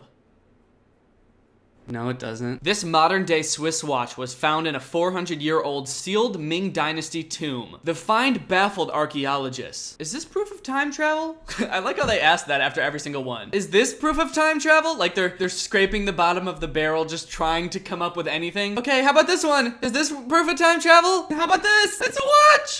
Oh, damn. Time travelers are showing up to the 1600s iced the fuck out with a Rolex on their wrist? God damn. Oh! There's only one explanation for this. Time travel exists. There's time travelers from the future. They have very small wrists, but they're absolutely iced out. I'm talking chains, rolly on the wrist, probably grills, the whole 9 yards. And it totally isn't just a ring. A lot of these are time travel centric, admittedly. Like this one, a woman claiming to be a time traveler showed us this picture, which she claims was taken on Mars in the year 3812, and it shows what appeared to be a city on the red planet. I'm sorry, but this is irrefutable evidence. This woman, wearing modern day clothes, with a chipped nail, is walking around modern day Earth with a picture of Mars that she printed out. She doesn't have some kind of high-tech device that she's walking around with. She printed out a picture of Mars. That's like technology that's already outdated. Nobody prints things anymore. She got it laminated even, and she's just walking around showing people the picture, being like, I'm from the future! A woman showed us this picture. So this person who has this account, it looks like they're in a park or something, was just walking around and this woman came up and was like,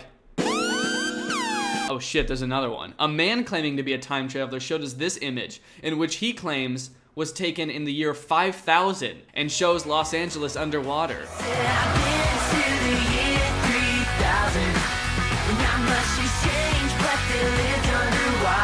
Okay, were these two time travelers just walking around in a park together? So this is a picture that is definitely not photoshopped of Los Angeles underwater. Could this be the evidence we needed to finally convince the world that climate change is real? The future is fucked! It sure is. Government. Check any dictionary and you will find that govern means control. And mental, means mind. Therefore, government means mind control. No! Think about it. They wouldn't call it mind control if it wasn't mind control. Conspiracy theories like these that are like the answer is hidden in plain sight just confuse me so much, because it's like, if the government was going to try to control your mind, why would they name it like, so we don't want people to know that we're controlling their minds, right? Well, how about the name mind control. Like, why would they make it so easy to figure out the puzzle? It's like those things where you see like the dollar bill and it's like, look, if you fold it this way, it's an eye. And the pyramid, if you count the number of things on all the stuff, then you get 9/11. It's like, why would they make a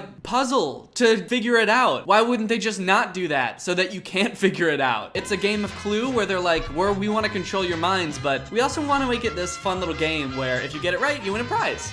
You figured it out. We're trying to control your minds. You win $1 million. All right, guys. Well, I hope you enjoyed these conspiracy theories. Hopefully I blew your mind and made you question everything that you've ever known. If you enjoyed this video and you're not Greg, why?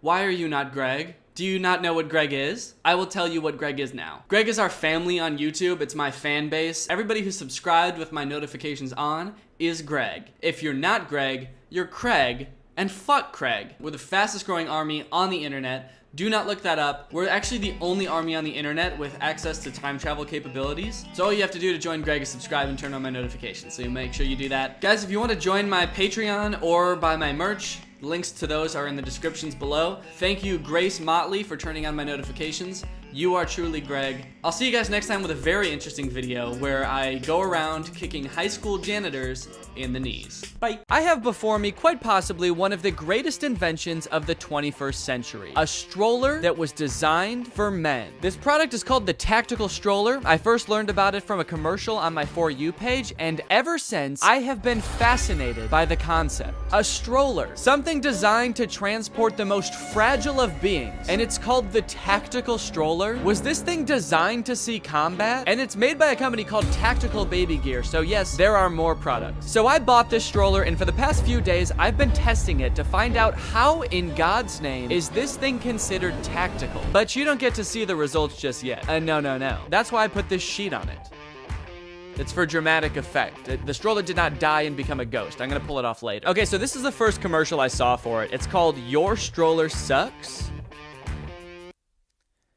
Kind of feel like maybe that title backfired a little bit, but nevertheless, let's watch it. That squeaky excuse for a stroller sucks. Okay, kind of mean. Seems like a fine stroller to me. Actually, they look pretty similar. On first glance, I wouldn't even know which one is the tactical stroller and which one isn't. Upgrade your beautiful baby's ride to smooth sophistication. With the largest all-terrain wheels in its class, it can tackle curbs like a pro linebacker. What exactly is its class, though? I've never even remotely heard a stroller refer to itself as tactical before. So like, yeah, I guess it does have the biggest all-terrain wheels in its class, but it kind of wins by default, no? Also, what does it mean to tackle curbs like a linebacker? It can tackle curbs like a pro linebacker. What is that? Is that a thing? Is that necessary? You know how when you're pushing your toddler along nice and steady and all of a sudden you just book it towards a curb with the power and speed of a professional linebacker? Well, don't worry, because this stroller can handle that. Your child might not be able to, but this stroller can handle that. And when shit hits the fan, don't worry, we got you covered. Just throw it in the wash. Okay, so he goes over some other features of the stroller. There's adjustable suspension. There's shock absorbers on the back of the seat. I guess both of these are to smooth out bumps. I'm not sure why every design choice they made when creating the stroller seems to center around tackling curbs like a pro linebacker. When it's time to retrieve your little bundle of joy, the one-touch harness unclips instantly. I like that he's using like military euphemisms to talk about everything except the baby. It just doesn't seem right that the tactical stroller carries a bundle of joy. I guess maybe the parents that he's marketing this towards wouldn't really like it if he was referring to the baby in military lingo. If he just started calling the baby like the payload or something, I guess maybe parents wouldn't like that. But it just kind of feels like something this dude would do, you know, in his own time. Honey, did you drop Lisa off at daycare this morning? I delivered the asset to the drop point, if that's what you're asking. Okay, so yes? No, actually, I bombed a Denny's. Oh, what the fuck? So get off the struggle bus and join the TBG family at tacticalbabygear.com. What if he rolled up to the other tactical baby products and one of them was just like a tank? We also offer tanks and an unmanned drone. You're like, wait, where does the baby go then? He's like, baby? What the fuck are you talking about? This thing drops payloads. On Denny. All right, so we all know why this thing is called the tactical stroller, right? We get who this is marketed towards. You guys saw the camo. You heard the rock music. You understand what's going on. This is clearly marketed towards men who don't want to look like a pussy, I guess, for pushing around a normal stroller. So they need the stroller to confirm to themselves and everyone else around, I am a man. I'm a male. I'm a man. I guess there's a certain type of guy that's like, the stroller that I'm pushing my baby in has to have camo or I'm not a dude anymore. If I so much as touch my kid and there's not camo around, I'm mom now. I would just like to know, why does the military get like a complete monopoly on masculinity? There are other types of guys. There's guys that are really into like Legos, and that's the only one I can think of right now for some reason. IPA guys. Okay, there's dudes that are really into beer. Give me a stroller that's just like a transparent keg of beer that my baby can float around in like he's a patient in a Star Wars hospital. Also, there's other aspects of the military, you know. It's not just like covert stealth operations. What about like scientists in the desert blowing up nuclear bombs? Give me that kind of baby gear. I want a shirt that says proud father of a nuclear bomb. My theory about who this is marketed towards, I think, is proven correctly in Tactical Baby Gear's website's About Us section. Dirty diapers don't faze you. Spit up isn't a problem. Yeah, I mean, I guess so. Yeah, I mean, those are all just parts of raising a kid. It'd be kind of fucked up if there weren't any dirty diapers, I guess. Kind of makes you wonder where this paragraph is about to go, though. Dirty diapers, spit up, that's not the problem. The problem is Al-Qaeda. They're coming for your baby. You need to put them in a tactical stroller. But a diaper bag that's all frills and embroidered rubber ducks with no practical storage capability? Something so cheap it won't survive potty training? Well, there you might have a problem. Beef Brody feels your pain. I've always suspected he did. A committed girl dad, he was neck deep in pink and purple when he finally had enough. I was picking up the kids from school, dropping them off, changing the diapers, so I would have the diaper bag more often than not. He was going to carry this bag around all the time. Beef wanted something practical that matched his lifestyle and personality, but there was just nothing out there. Okay, first off, hell yeah, brother. I do love seeing dads taking a more active role in their kids' lives. So first off, kudos to you, Beeve. And I would like to say that I think probably for Beeve, this tactical branding is a little bit tongue-in-cheek, you know? But it is kind of weird for him to be like, all my wife's baby stuff is covered in rubber duckies and frills, because that's what she likes. I need a diaper bag that speaks to my style. No, dude, the rubber duckies on your diaper bag aren't for your wife.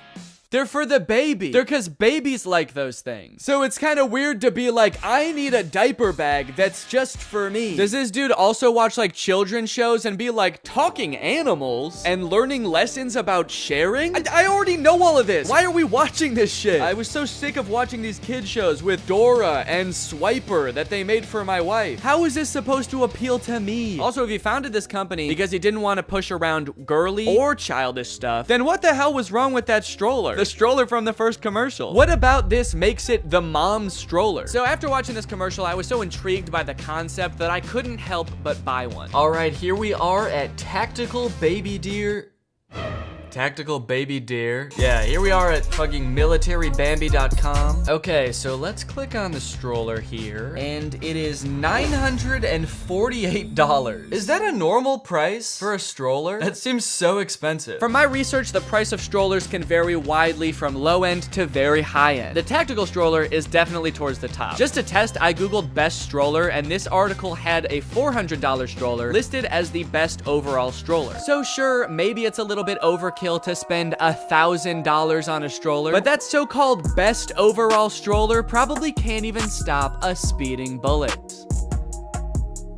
And the tactical stroller definitely can. Just in case you were wondering about that though, you actually could buy that $400 stroller and a bulletproof vest for less than the tactical stroller costs. I mean, I'll give them this, it looks like a quality stroller. It looks like sturdy as hell. I do wonder if it's a little over-engineered maybe. Like, sure, maybe you want to take your kid camping sometimes or something, but it's like, when does the stroller need to be able to withstand like getting run over by a tank or something? It probably doesn't. Like the scenarios in which the durability of this stroller come in handy, you probably shouldn't be putting your kids in the first place. Then again, I've never been a dad. Maybe sometimes shit just happens. You stop paying attention for 1 second, suddenly you're in a guerrilla warfare scenario and you've got to protect the kid. I love that they were like, they just made this one tiny part camo. Honestly, if it wasn't for that one camo part, this would actually be a pretty sick looking stroller. I personally am not really drawn to the camo aesthetic, but just like a sleek, all black stroller, it looks well built. It does look cool. I would buy it if it didn't have that,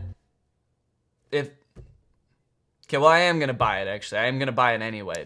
Oh, gift message. What's a message someone would send you with some tactical gear like this? Put the baby in and run. Is this order a gift?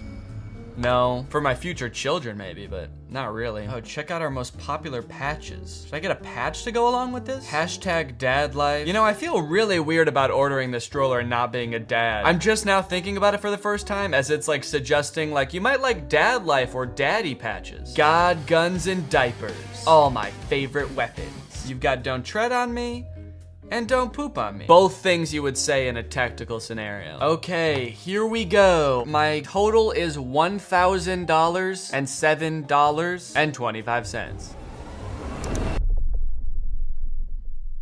Great. All right, while my stroller is being shipped across the country, let's go ahead and look at some more tactical baby gear content, because they also have a tactical baby carrier. Not all baby carriers are created equal, and that carrier your wife loves, it wasn't made for you. This baby carrier kind of looks like a bulletproof vest, right? Kind of a wild look for something you're putting your baby in. To be like, hey, look, it's like a bulletproof vest. That way, in case I get shot, I don't get hit by the bullet.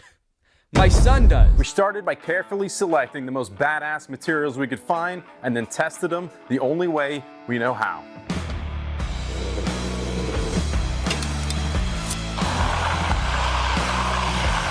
Something tells me that's not actually the only way they knew how. Is this all you have to do to make something like okay for men to do? Just make it the army? This is such an untapped market. I could think of thousands of things that aren't traditionally seen as masculine and just like wrapping them in camo or some shit. Start a therapy service for men called interrogation. Your therapist is waterboarding you, being like, how did your upbringing affect who you are now? The dad's just like, I swear to God, dude, I don't fucking know. Well, look at this Black Friday Instagram post they did. That's crazy, dude. Why isn't the baby in tactical gear? Why is the dad decked out and the baby's not? One of them is wearing the wrong thing for wherever they're going. But let's not think about that for too long, because the stroller has arrived. The tactical stroller has arrived. I am kind of disappointed that this didn't come in a more tactical looking package. There's like a huge gash in this thing. Has this already been to war? I guess it is a little bit tactical in the sense that you wouldn't immediately know it's a stroller looking at it. It's come in two different boxes and not like one stroller shaped box, you know? You always have to keep the enemy guessing. I'm trying to think of the most tactical way I could open this box.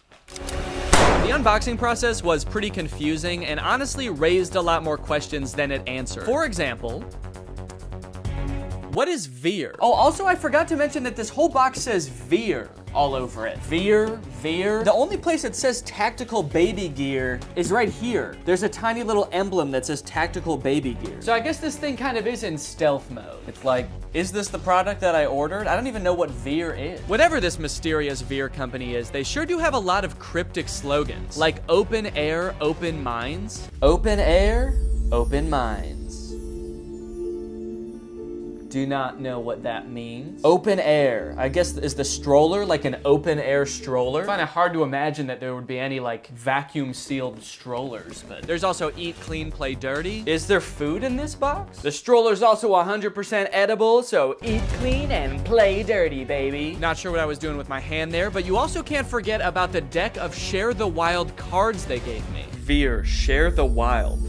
What the hell? These like business cards? All-terrain switchback system. All-terrain switchback system. Oh, these are like flashcards for memorizing like the features of your stroller. All-terrain switchback system. All-terrain switchback system. And then of course on the back you have the answers to these questions. A whole new way to roll. A whole new way to roll.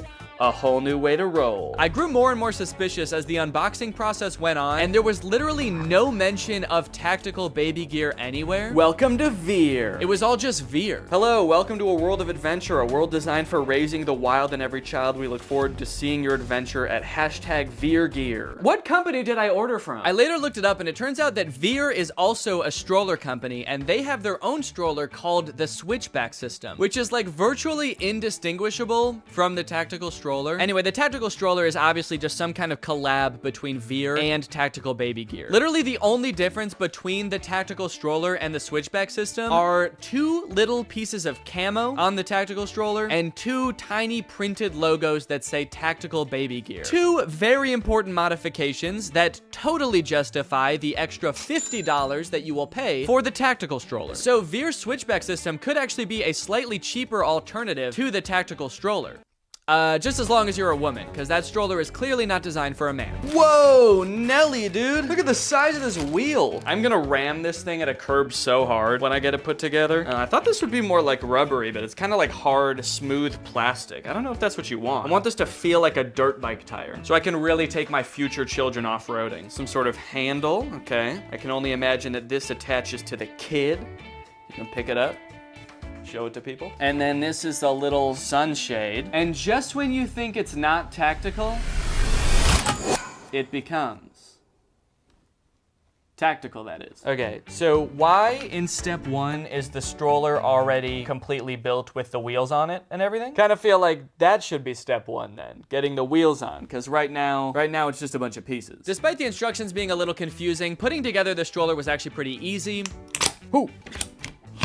And in no time, I was sitting pretty. It's nice that they implemented a grown-up mode. Like before you put in the baby seat, it's big enough for a grown-up to sit in, which is pretty nice. So that way, you know, sometimes the baby can push you. All right, and just like that, gang, I think we've got ourselves a stroller. How do I sit the seat up more? Squeeze and slide the trigger on the seat back. There's a trigger on the seat back? Just in case. But here comes a real gripe with the tactical stroller. While I was fiddling around with the adjustable suspension system for the first time, I noticed something truly unacceptable. I was trying to see if I could notice the difference on the suspension between the lowest and highest setting. So let's change it to 6. See how that feels. Okay, that is feeling virtually indistinguishable. But I couldn't tell just using my hands, so I decided to use my butt. So I got in the stroller, I bounced around a little bit, I changed the setting, I bounced around a little bit. I was having a wonderful time. Daddy, no. Daddy, please.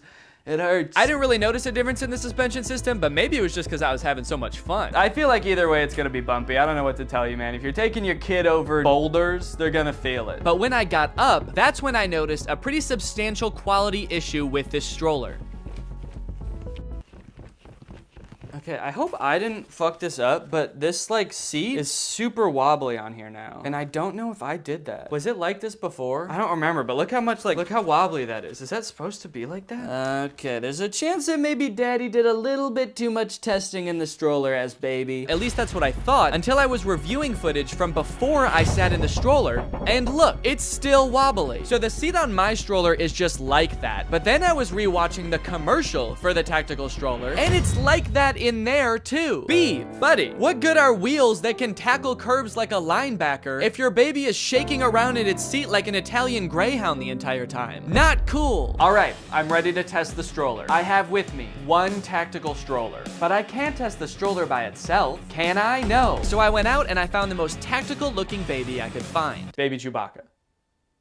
And then I strapped a dumbbell to him so he would weigh as much as a regular child. Okay, now that's a healthy baby boy. This is a boy who's been drinking his milky, his Chewbacca milk.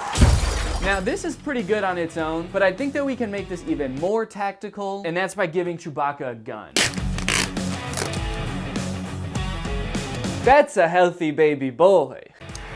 Okay, so the child is ready to be tested, the stroller is ready to be tested. I got to thinking, the only thing that's not ready to be tested here is me. Tactical baby gear is missing one crucial element. Because what do moms have? Moms have their strollers, their diaper bags, their freaking baby carriers. But they also have their maternity clothes. So I went on Amazon and I found myself some tactical paternity clothes.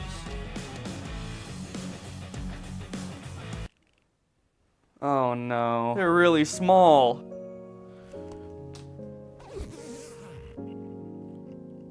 I think I ordered the wrong size. Honestly, I don't even remember there being sizes. I feel kind of cheated by Amazon right now. Is this a children's costume? Oh.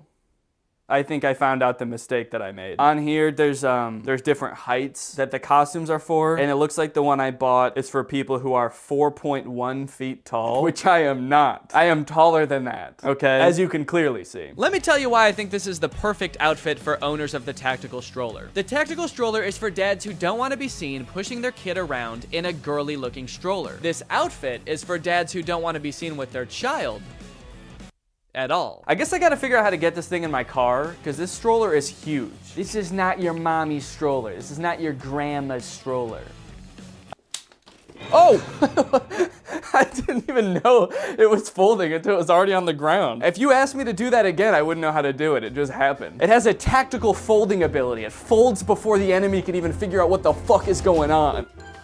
All right, now it's a tactical segue. Speaking of segues, it's time to talk about our sponsor, HelloFresh. HelloFresh is without a doubt the most tactical way to eat, in my opinion. What's more tactical than hunkering down in your home this winter, holding down the fort, while you have delicious and nutritious meals covertly and tactically delivered to your home? It's wintertime right now in Illinois where I live, and the snow is coming down. And something that I really don't like to do when the snow is coming down is leave my house, especially not to go to the grocery store, which I hate doing anyway. Which is why I love having 3 HelloFresh meals delivered to my home every week. I don't have to go out in the snow. I don't have to get all wet and soggy. Not to mention the fact that HelloFresh is cheaper than grocery shopping, and it's cheaper than takeout by 25%. So HelloFresh is great if you've got New Year's resolutions, like not trying to spend so much on takeout, trying to eat healthier than takeout, or just generally trying to cook more at home. They've got over 35 weekly recipes to choose from, so no matter what kind of food you're into or what goals you're trying to hit, they have something that'll meet your needs. They've got carb smart meals, calorie smart meals, and they're just a delight to cook. So here we're cooking a gingery pork ramen stir fry. Prep time 10 minutes, cook time 20 minutes, so 30 minutes total. But they have some options now that are like so insanely fast to prepare, like this honey mustard chicken salad wrap that just takes 10 minutes to put together. So if you want to check out HelloFresh for yourself, then use those tactical little fingers to go over to HelloFresh.com and use my code TrulyGreg21 for 21 free meals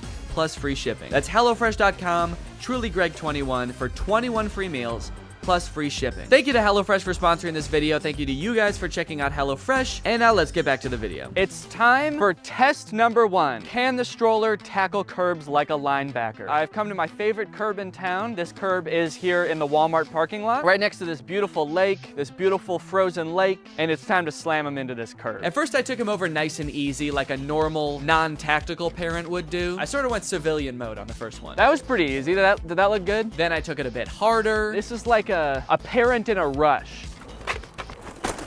That felt a little more violent. That one probably would have been pretty uncomfortable for a child. I could tell Chewbacca didn't really like it. He popped up into the air, dude. He looked surprised when it happened. And then lastly, I went pretty much full force into the curb. I ran. I did not slow down. I did not hesitate. I looked like I was on my way to platform 9 3/4. And then we both fall in the lake and die. Now look, I wouldn't advise doing this with your kid with any stroller. Anything above a normal walking speed had Chewy popping up. It certainly wasn't gliding over the curb by any means. So for a linebacker, it wasn't good. For a stroller, on the other hand, I felt like it did okay. The only thing that I felt like was holding it back from reaching excellence was the fact that the wheels are made out of hard plastic. I feel like if they were like real tires, there would be a little bit more give, and that would have been, a little smoother of a ride. But then again, I don't know. I don't know anything about this stuff. One thing I will notice is that we got so tactical that the camo visor actually came down as a result of how tactically I handled that curb. And let's just do one more surprise one just for the sake. Next, I transported my darling baby boy to a nature preserve so we could test the all-terrain claims from their website. I'm getting pretty good at this. And it's actually kind of nice, taking this guy around and buckling him in. I think maybe I'm starting to get baby fever myself. Maybe I'd like to have a real-life baby Chewbacca. Slam him into curbs and whatnot at dangerous speeds. What being a father's all about. Terrain number 1, regular road. This thing handled remarkably well.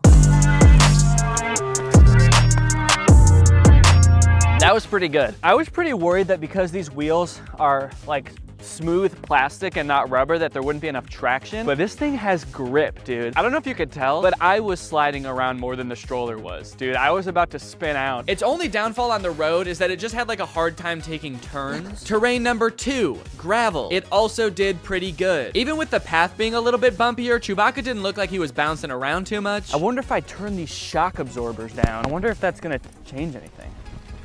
I feel like maybe he's bouncing around a little more now. I have no clue which shock absorber setting means more bouncy or less bouncy. I don't even know why that's on there. You'd always want it to not be bouncy. When does your baby need to feel like the road? Never. I have never met a baby that needed to feel the road. The snow, however, is where things started to fall apart. Whoa, doing a little bit of drifting here. Okay, this is definitely where the smooth plastic wheels come to bite you in the butt. Because I was definitely slipping and sliding on that, and so was the stroller. Yeah, look at that. That baby's going haywire. But that was nothing compared to the last terrain. The woods. Luckily with this stroller, that shouldn't be a problem.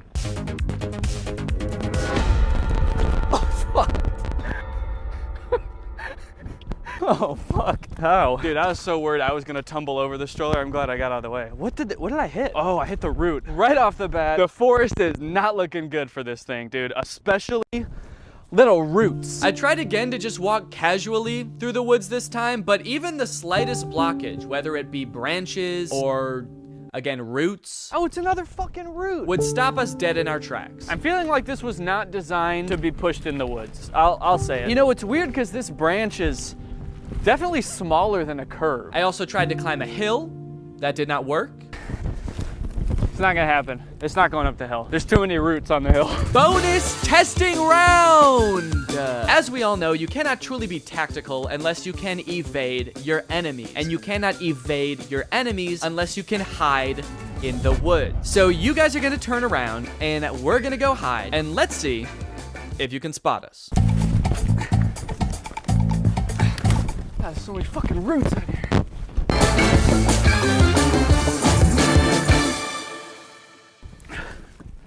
Somehow Chewbacca ended up in there. Hey, buddy, that's not where the baby goes. Weren't you strapped in? Could have swear to God I had you clipped in. So by now, I've pretty much tested all the biggest claims that the commercial has made, but I'm still not really satisfied. I still feel like I haven't really tested the core of this stroller. Is this thing tactical? I don't yet know how this thing handles in a real tactical scenario. So I need to take this thing on a real tactical mission. The mission? Deliver this asset to the drop point without being shot by a gunman. Let's see how well this tactical stroller holds up in a real-life tactical scenario. I'm gonna start here without a gun. I'm gonna pick one up here, and then I'm gonna try to get to here. Let's do it. On your mark. Get set. Go!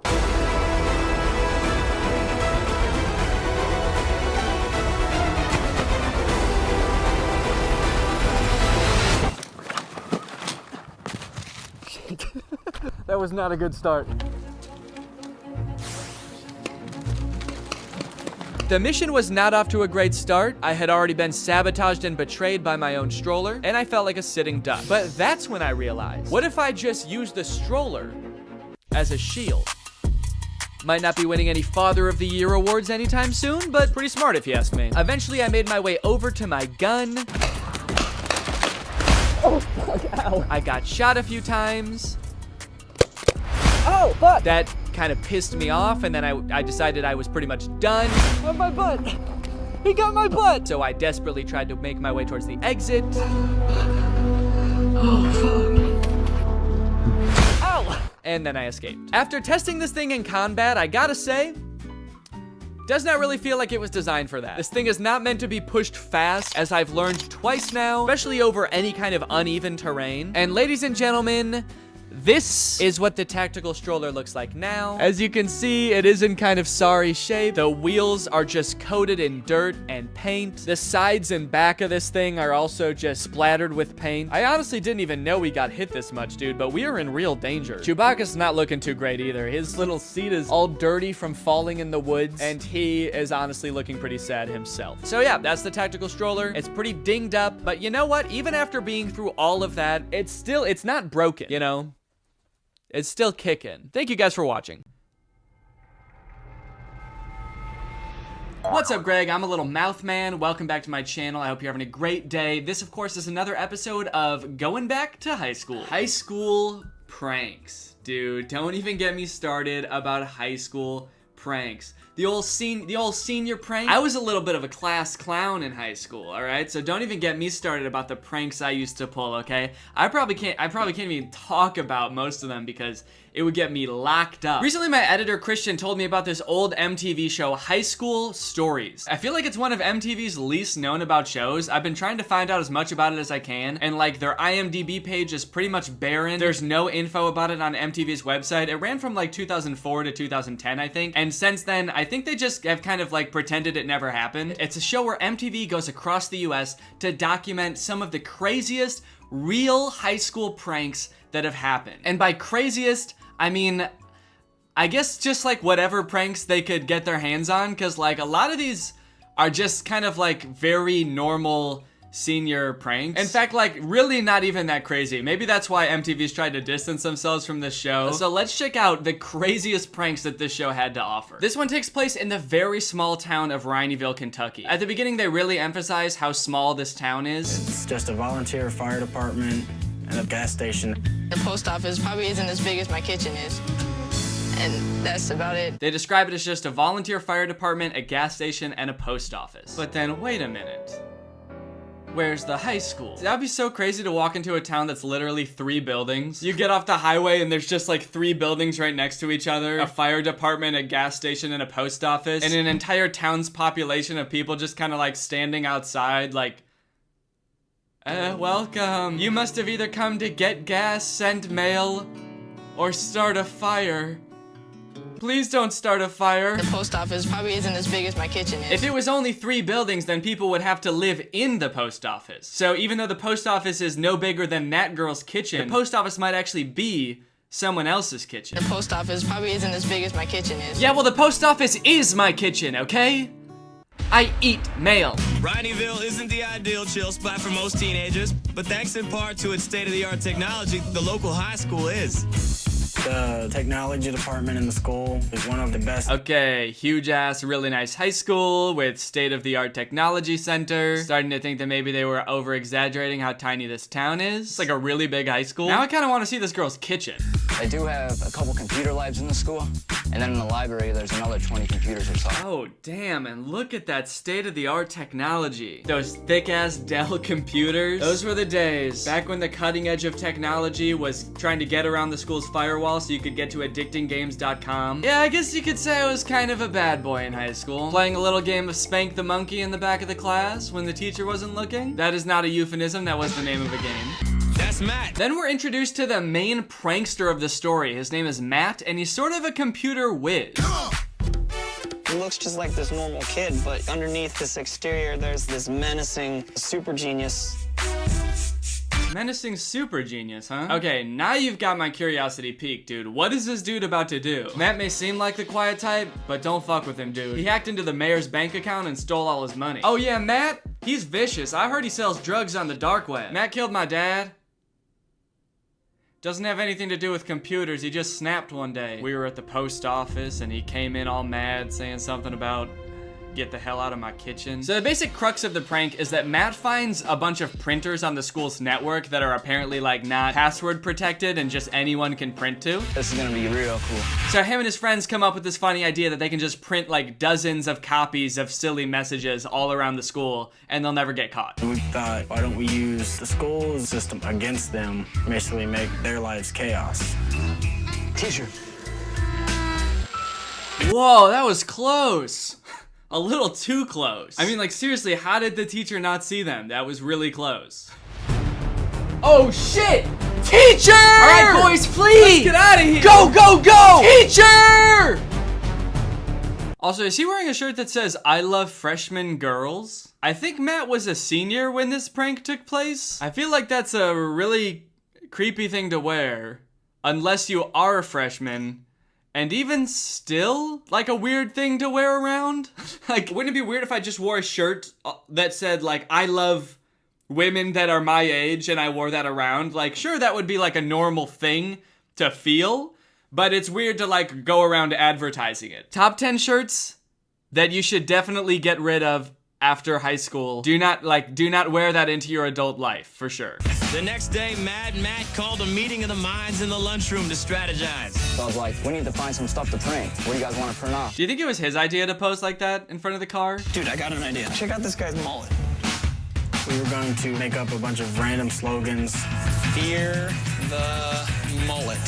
Look at that. Fear the mullet. So they come up with some epic, menacing, hackerish slogans to print around the school to really get people talking. And they come up with Fear the Mullet and the Cookie Gang Strikes Again. God damn, those are some menacing slogans. Be careful, dude. His classmates were right, man. This dude is fucked up in the head. I just hope that his fellow classmates have been able to move on from this clearly traumatic experience since it happened.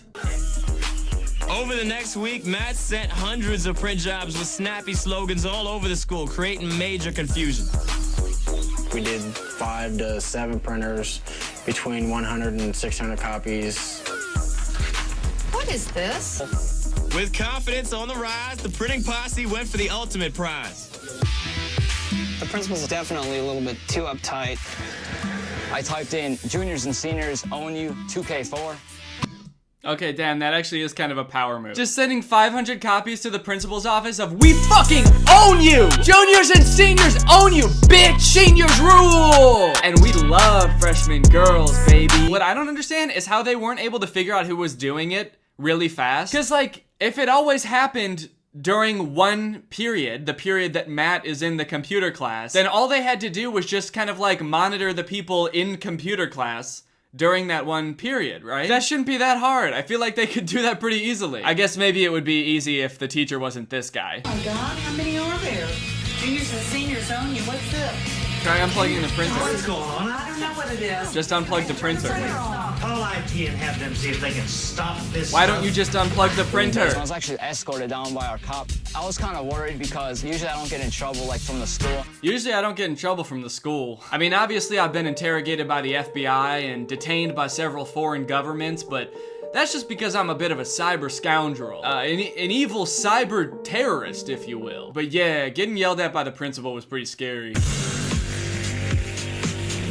All right, Matt, I'm a busy man and I'm getting really tired of this cat and mouse game. So I don't know who in this is an actor and who is like the actual people that this happened to. I figure like Matt and all of his friends are the actual people, but like the principal has to be the actual principal because he's not very good at acting, and it makes me think that he's not an actual actor. But like, would the principal that this happened to agree to this? Would he be like, "Oh, you're filming a video about how our school has a giant internet security flaw and how I got owned by the juniors and seniors? Publicly owned and humiliated? Yeah, I don't have anything else going on. I'll do it. As long as I can get the last laugh in this situation by also being really bad at acting. The IT guys have done some checking and we know all about the chat room. Anyway, he gets caught. He was in my chat room apparently monitoring it, and he found some stuff that linked me to the printers. So yeah, kind of like, I mean, it's like a silly prank, but I wouldn't say it's like worthy of being on the show that's like showcasing the craziest pranks that have ever happened. This other one I think is a little bit more intense. These three friends decide they want to do a prank where they try to make everyone in the hallway slip and fall. So they go to the store, they get lube, and they put it in the hallway between classes so that when everybody comes out for passing period, they're all slipping and falling all over each other. Welcome to Albuquerque, New Mexico. Located on historic Route 66, this scenic southwestern town isn't your typical big city. A small town feel because you always see some of the same people everywhere. Okay, stop downplaying the size of the town you live in. It's not charming, just Albuquerque may be the literal biggest city in New Mexico, but it's kind of a small town. Gosh, Albuquerque couldn't be any bigger than your average kitchen. El Dorado High is known for its studious but not so serious student body. I've always been one of the top academic schools in like the Albuquerque area. The kids that go to El Dorado have been known to get a little wild once in a while. I'll say, dude, these kids, I would believe it. If you told me these kids have been known to get a little wild once in a while, look at this. Oh my God, guys, you need to calm down. You're getting a little too wild. You're gonna get in trouble. They were in search of the perfect senior prank. We had a really hard time coming up with ideas. There's just so much that's already been done. That girl's eyes are straight up closed. They couldn't have interviewed her in the shade. Matt got a sick ass interview in front of his cool car. And for this girl, they were like, okay, so your interview is gonna be in the middle of the desert at 3 p.m. Is that cool? And you can't wear sunglasses. And you're also going to be asleep during it. Is that okay? I heard the bell ring. Kids start rushing out of their classrooms to get to their locker. I just start seeing everyone start slipping. Everyone was falling. It was like chaos, like commotion everywhere. So this prank does seem a little bit more dubious because I feel like people could have gotten seriously hurt during this. I mean, like if someone was walking out of class really fast and they slipped and fell, they could have cracked their noggin. They could have broken their skull, for sure. But apparently everyone is fine. No one gets seriously hurt. Everyone thinks it's hilarious, especially this kid. Everyone was falling. I actually didn't think that anyone was gonna fall down, but people were wiping out. I'm sorry, you didn't think anyone was actually gonna fall? Then why did you put lube all over the floor? That was really weird. I did not expect people to just start falling over. I thought they were just all gonna come out and fuck the floor. It was pretty dangerous, I guess. I just kind of slipped and did like a face plant right into the lube. When I saw everyone start slipping and sliding, I just thought... Why did they... This kid has the funniest reaction to everyone's fall. He does the same thing every time. Caesar called the principal's bluff, but the administration was determined to pin the prank on him, interrogating him day after day after day. I just kept telling them it wasn't me. They had no way to know. They really couldn't come to any conclusion, so they just gave up. The pranksters avoided punishment. What? They got away with it? Holy shit. God damn. And now they made it into a TV show to really rub it in the administration's face. The whole time he was like, no, I didn't do shit. No, I didn't. And then next thing they know on TV, he's like, fuck yeah, I did that shit. Assholes. Juniors and seniors own you. All right, well, now it's time to talk about today's sponsor, ExpressVPN. Hello, fellow kids. It's me, Danny. I'm 12 years old. And I'm here to tell you that this video is sponsored by ExpressVPN. Have you ever used your web browser's incognito mode? There's no shame in it. We all do it. Sometimes we just don't want people to see what we're looking up, okay? Maybe you're looking up something kind of scandalous. Maybe you've got a weird medical condition you don't want people knowing about. Maybe you're planning the sickest prank in high school history, trying to go down as a living legend at the old stomping grounds. I respect it. Well, then you'll probably be worried to find out that even when you're using incognito mode in your browser, your internet service provider can still see what you're doing. It doesn't matter what mode you use. It doesn't matter how often you clear your search history. Your ISP can still see what you're doing, and often they log every single site you visit. ISPs worldwide engage in this, and in fact in the US, it's actually legal for them to sell your data. That's right. So say they wanted to sell it to like an advertiser or my principal. In theory, they probably could. But luckily, ExpressVPN blocks your ISP from seeing what you're doing online. That's because they encrypt your data and they send it through a secure server so that your ISP can't snoop on your data. Which means this semester, I'll pretty much be going down as a hero. I personally use ExpressVPN all the time. I have it on my desktop, I have it on my laptop, I even have it on my phone. I especially like to turn it on when I'm on a public Wi-Fi, just for that extra bit of security. So if you're interested in taking your internet privacy and security to the next level, then find out how you can get 3 months for free by visiting the link in the description. That's expressvpn.com/Danny Gonzalez. That's expressvpn.com/Danny Gonzalez. Thank you to ExpressVPN for sponsoring this video. They've been a long-time sponsor of the channel, and they've helped me make many of videos such as this. So thank you to ExpressVPN. Thank you to you guys for checking out ExpressVPN. Of course, it does support the channel when you guys check out my sponsors. So thanks. All right, well, thank you guys for watching this video. I hope you liked it. If you did, and you're new here, make sure you subscribe and turn on my notifications to join Greg. Greg is what I call my audience. My audience is collectively one guy named Greg. You guys all sort of, when I ask you to, will form together into like a Megatron type guy named Greg. All right, thanks for watching. I'll see you guys next time. Bye. This is the most state-of-the-art VR headset on the market today, and I am its newest and proudest owner. The reason I went out and got this headset is because I want to experience the worst VR games in existence. I've done other videos before about trying bad iPhone games, but I have a feeling that VR games are gonna be so much worse. Because sure, those games have had bad graphics and glitches and didn't make any sense, but imagine strapping all of those things to your eyeball. I think these games, if they're really bad, might be the worst gaming experience possible. Or maybe they'll actually be really good. I'm not actually sure. This is the first game I'm gonna play. It's called Eastwood VR. I found this game by going to Steam's VR section. I searched shooter, and then I scrolled all the way down to the bottom to find the worst reviewed game. As you can see, it says 18% of the 11 user reviews for this game are positive. Let's check out the trailer.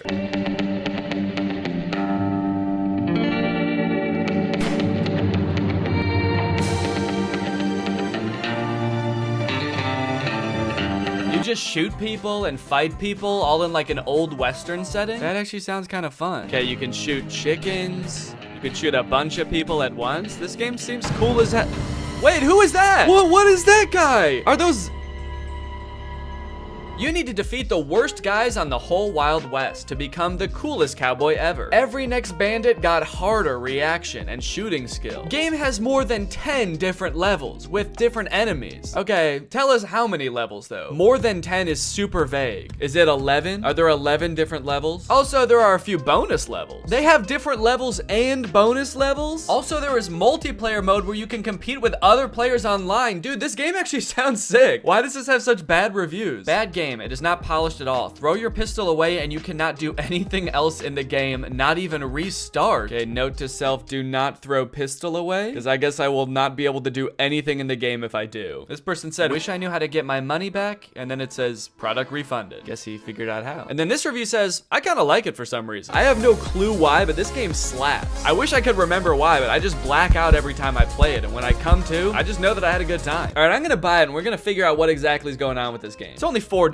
Why not? Now, unfortunately, I've played a few VR games before, and my body is not exactly built for it. If I play in VR for too long, I get what I like to call VR fever, which is not the fun kind of fever. It's not like Bieber fever. It's the kind of fever where I get nauseous from motion sickness. So I'm gonna need to get nice and hydrated for this, and I'm gonna need that hydration to be nice and fun. Luckily, I have my Air Up bottle, which is exactly that, and they're also the sponsor of this video. How perfect is that? Air Up is a whole new way to get hydrated. While you're drinking regular plain tap water, you get to experience the flavor of a variety of delectable scent pods, which you place right here. Every time you take a sip, both water and scented air are transported up into your mouth, and thanks to the science of scent-based taste, you actually experience the flavor of peach, or whatever flavor you want. They have an endless array of flavors. If you ever want to drink just plain water, you can just push the scent pod down, and then you can pull your scent pod back up when you want water flavored only by scent. I like my Air Up bottle because it's not adding any sugar or sweeteners or additives to the water. It's literally just plain water, but you end up drinking more because of the flavor. So if you want to experience Air Up for yourself, click the link in the description and use my code Danny. Thanks to Air Up for sponsoring this video. Now let's game.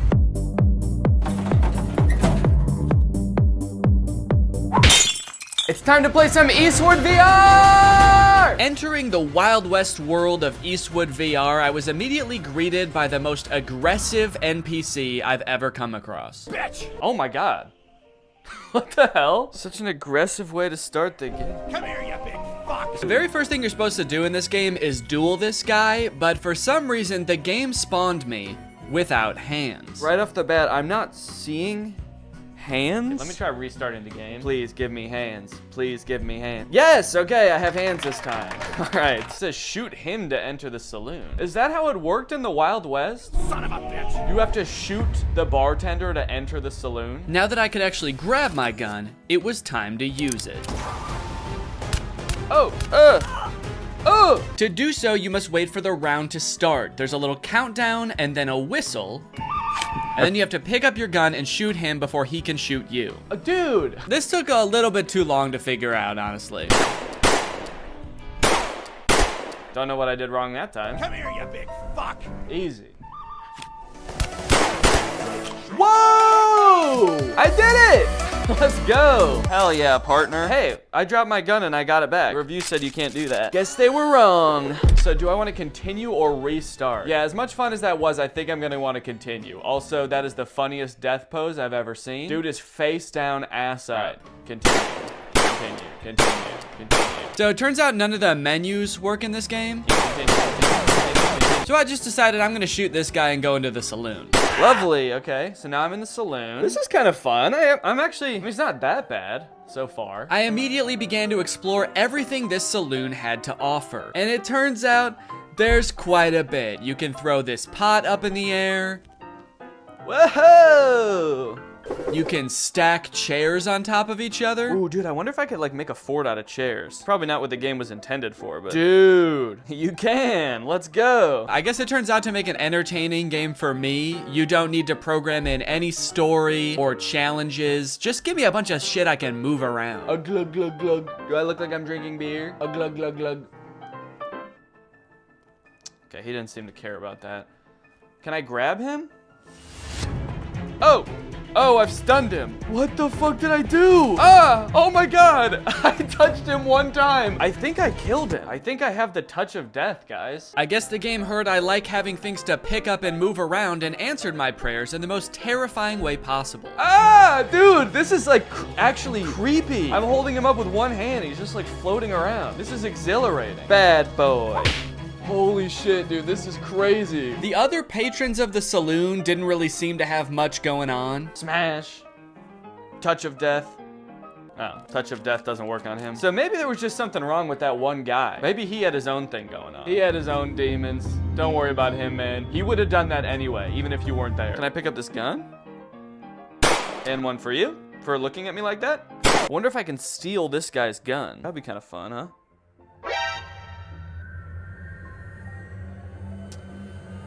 Okay, that's funny. On the wall of the saloon, there's a list of other bandits you can duel with. Oh, okay. And I guess that's how we start them. Son of a bitch. Oh my god. This guy was equally mean, but a little bit more whispery. Son of a bitch. And about 100,000 times harder to kill. Oh my, whoa! That was so fast. What? Dude, I can't even shoot one bullet in the time it takes for him to like shoot like 12 at me. On top of that, that zombie level that was advertised on Steam is nowhere to be found in this game. I'm kind of curious about the zombie one, but I'm actually not seeing that on here. I did, however, find the chicken game. Kill all chicks. Finally, after a stressful time in that saloon, it was time to blow off some steam. Nice done. Thank you. Your score is 1225. You are better than 0% other players. That kind of makes the nice done seem sarcastic. My favorite thing about this game is that the menus don't work. The only menu item that works in this game is this guy. And he's not even a menu item, he's just a guy. Oh, you're back? Dude, get out of here, man. Well, I thought I told you to get out of here. Hey, did you guys notice that you're all the same guy? I like that the music stopped when I said that. It's like, okay, the music has started back up again. I feel a little bit better, but that was creepy for a second there. It was like they all actually had a real human moment where they realized they were all the same guy in a video game. I still kind of think he knows the way he's looking at me. It was right about now that I started to discover just how creepy and lonely this game starts to feel the longer you play it. It turns out the last toss I gave that NPC caused him to glitch halfway through the wall. Look at this guy. He used to just be like a jolly fellow drinking in a saloon, and now he's got this glazed over look in his eyes. His arm is like stuck through a wall at the atomic level, and I'm still gonna keep throwing him. As I chucked him further and further into the desert outside the saloon, I got a sense for how desolate this place was. Starving for any kind of human interaction at all, I decided to reach for the last duel on the board. And global show yourself. Try it out online. Are there even other people that play this game?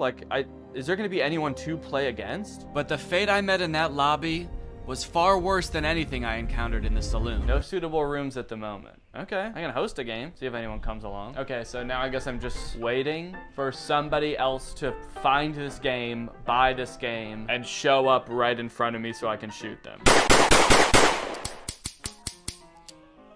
Oh no. Oh no, I can't shoot the guy to go back in the saloon. How do I get out of here? How do I go back in the saloon? I can't move anymore. I'm stuck in this place until somebody else comes to duel me? Why does it say hello world in the sky? Come on, man. Let me go back in the saloon. Let me go back in the saloon. Next on the list, we have Bad Boy Simulator.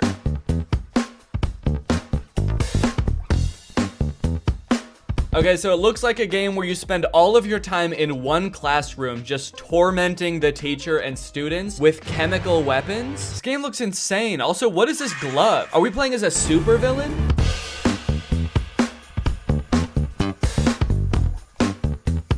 I love that these two characters cough in sync. It's kind of like they're dancing to the music of the game, too. They're like, all right, let's go.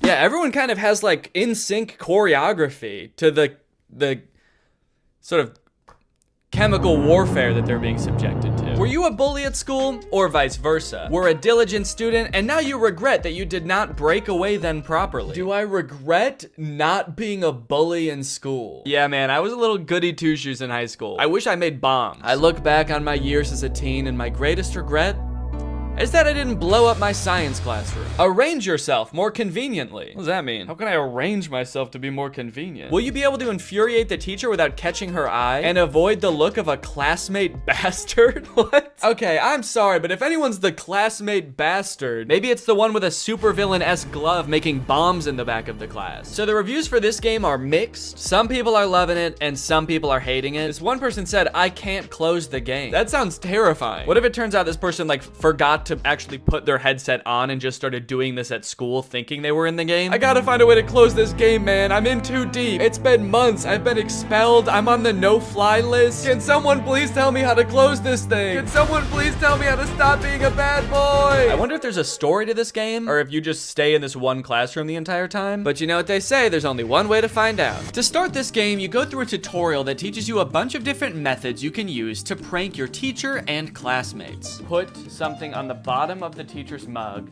throw it, and then go sit down. I don't know. Okay, so is this glue maybe? Go ahead and stick that, and I'll go right back to my desk. Oh, now we get to watch the teacher discover that her mug has been glued to her desk.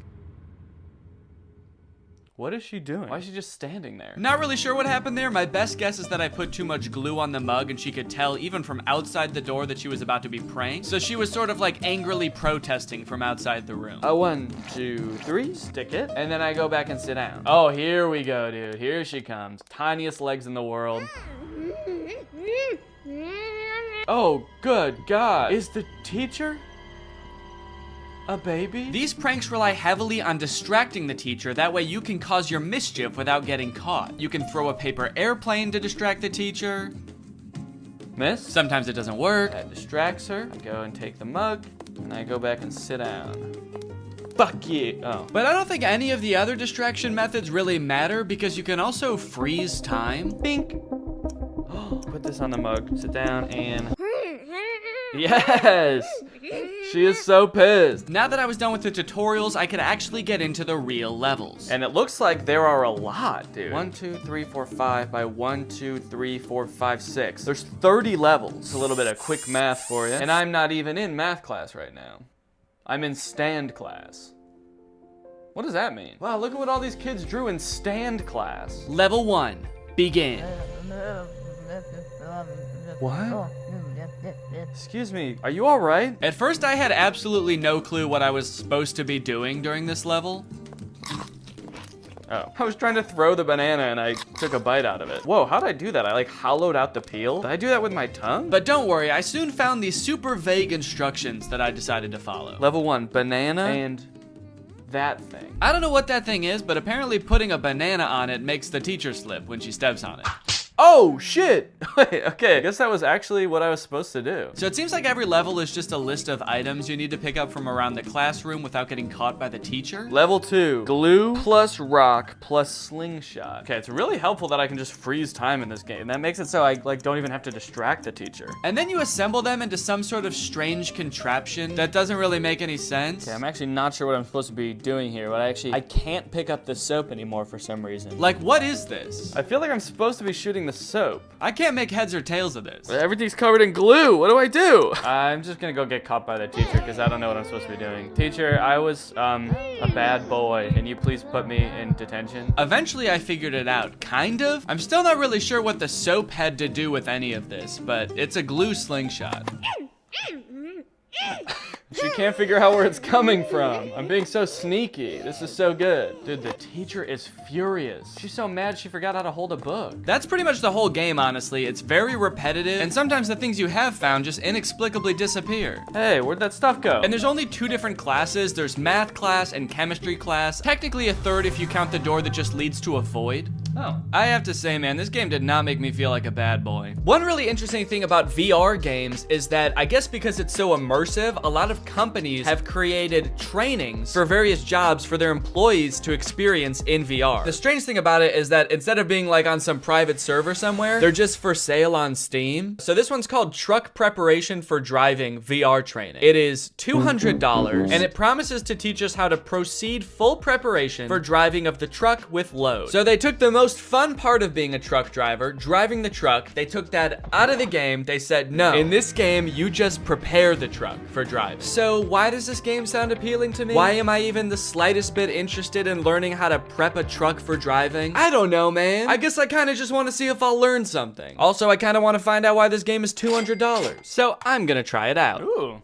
This is beautiful. Oh, right from the start, it seemed I was gonna get my money's worth from this game, as it boasted nearly 3 hours of training time. Come to the table. To move, point the controller to the green circle and pull the trigger. Okay, let's go over here. Take your driver's license out of your breast pocket. I showed my ID to a very unimpressed desk worker. How come this guy doesn't look happy to see me at all? What's he doing over here? All right, what am I supposed to do? Take a tablet with the checklist from the table and the waybill. Take the tablet from the checklist, right, okay. Read the documents. Oh my God, it's gigantic. Why was it so small on the table? Are you seeing this, dude?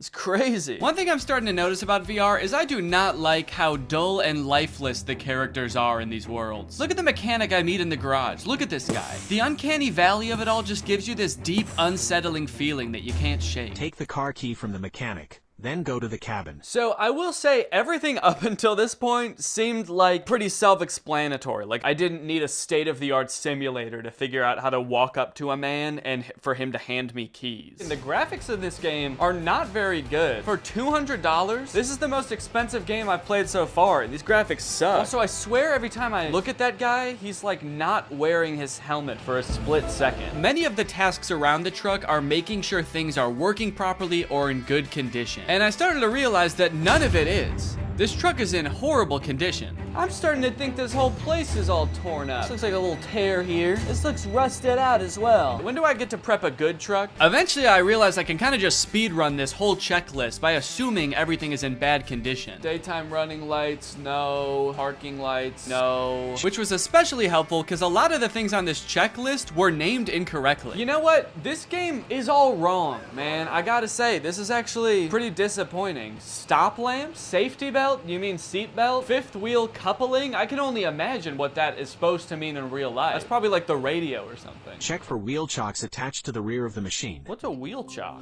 On the back of the machine. What machine? The truck? Is that the machine? Is he the machine? You got any wheel chocks back there, sir? Turn around, let me see. Let me see your wheel chocks. Suddenly, all of the UI and my ability to walk around disappeared, leaving my prospects of finding these so-called wheel chocks hopeless. I tried resetting the game to see if that would fix it, but the only thing that did was erase all of my progress. Prepare the truck for driving.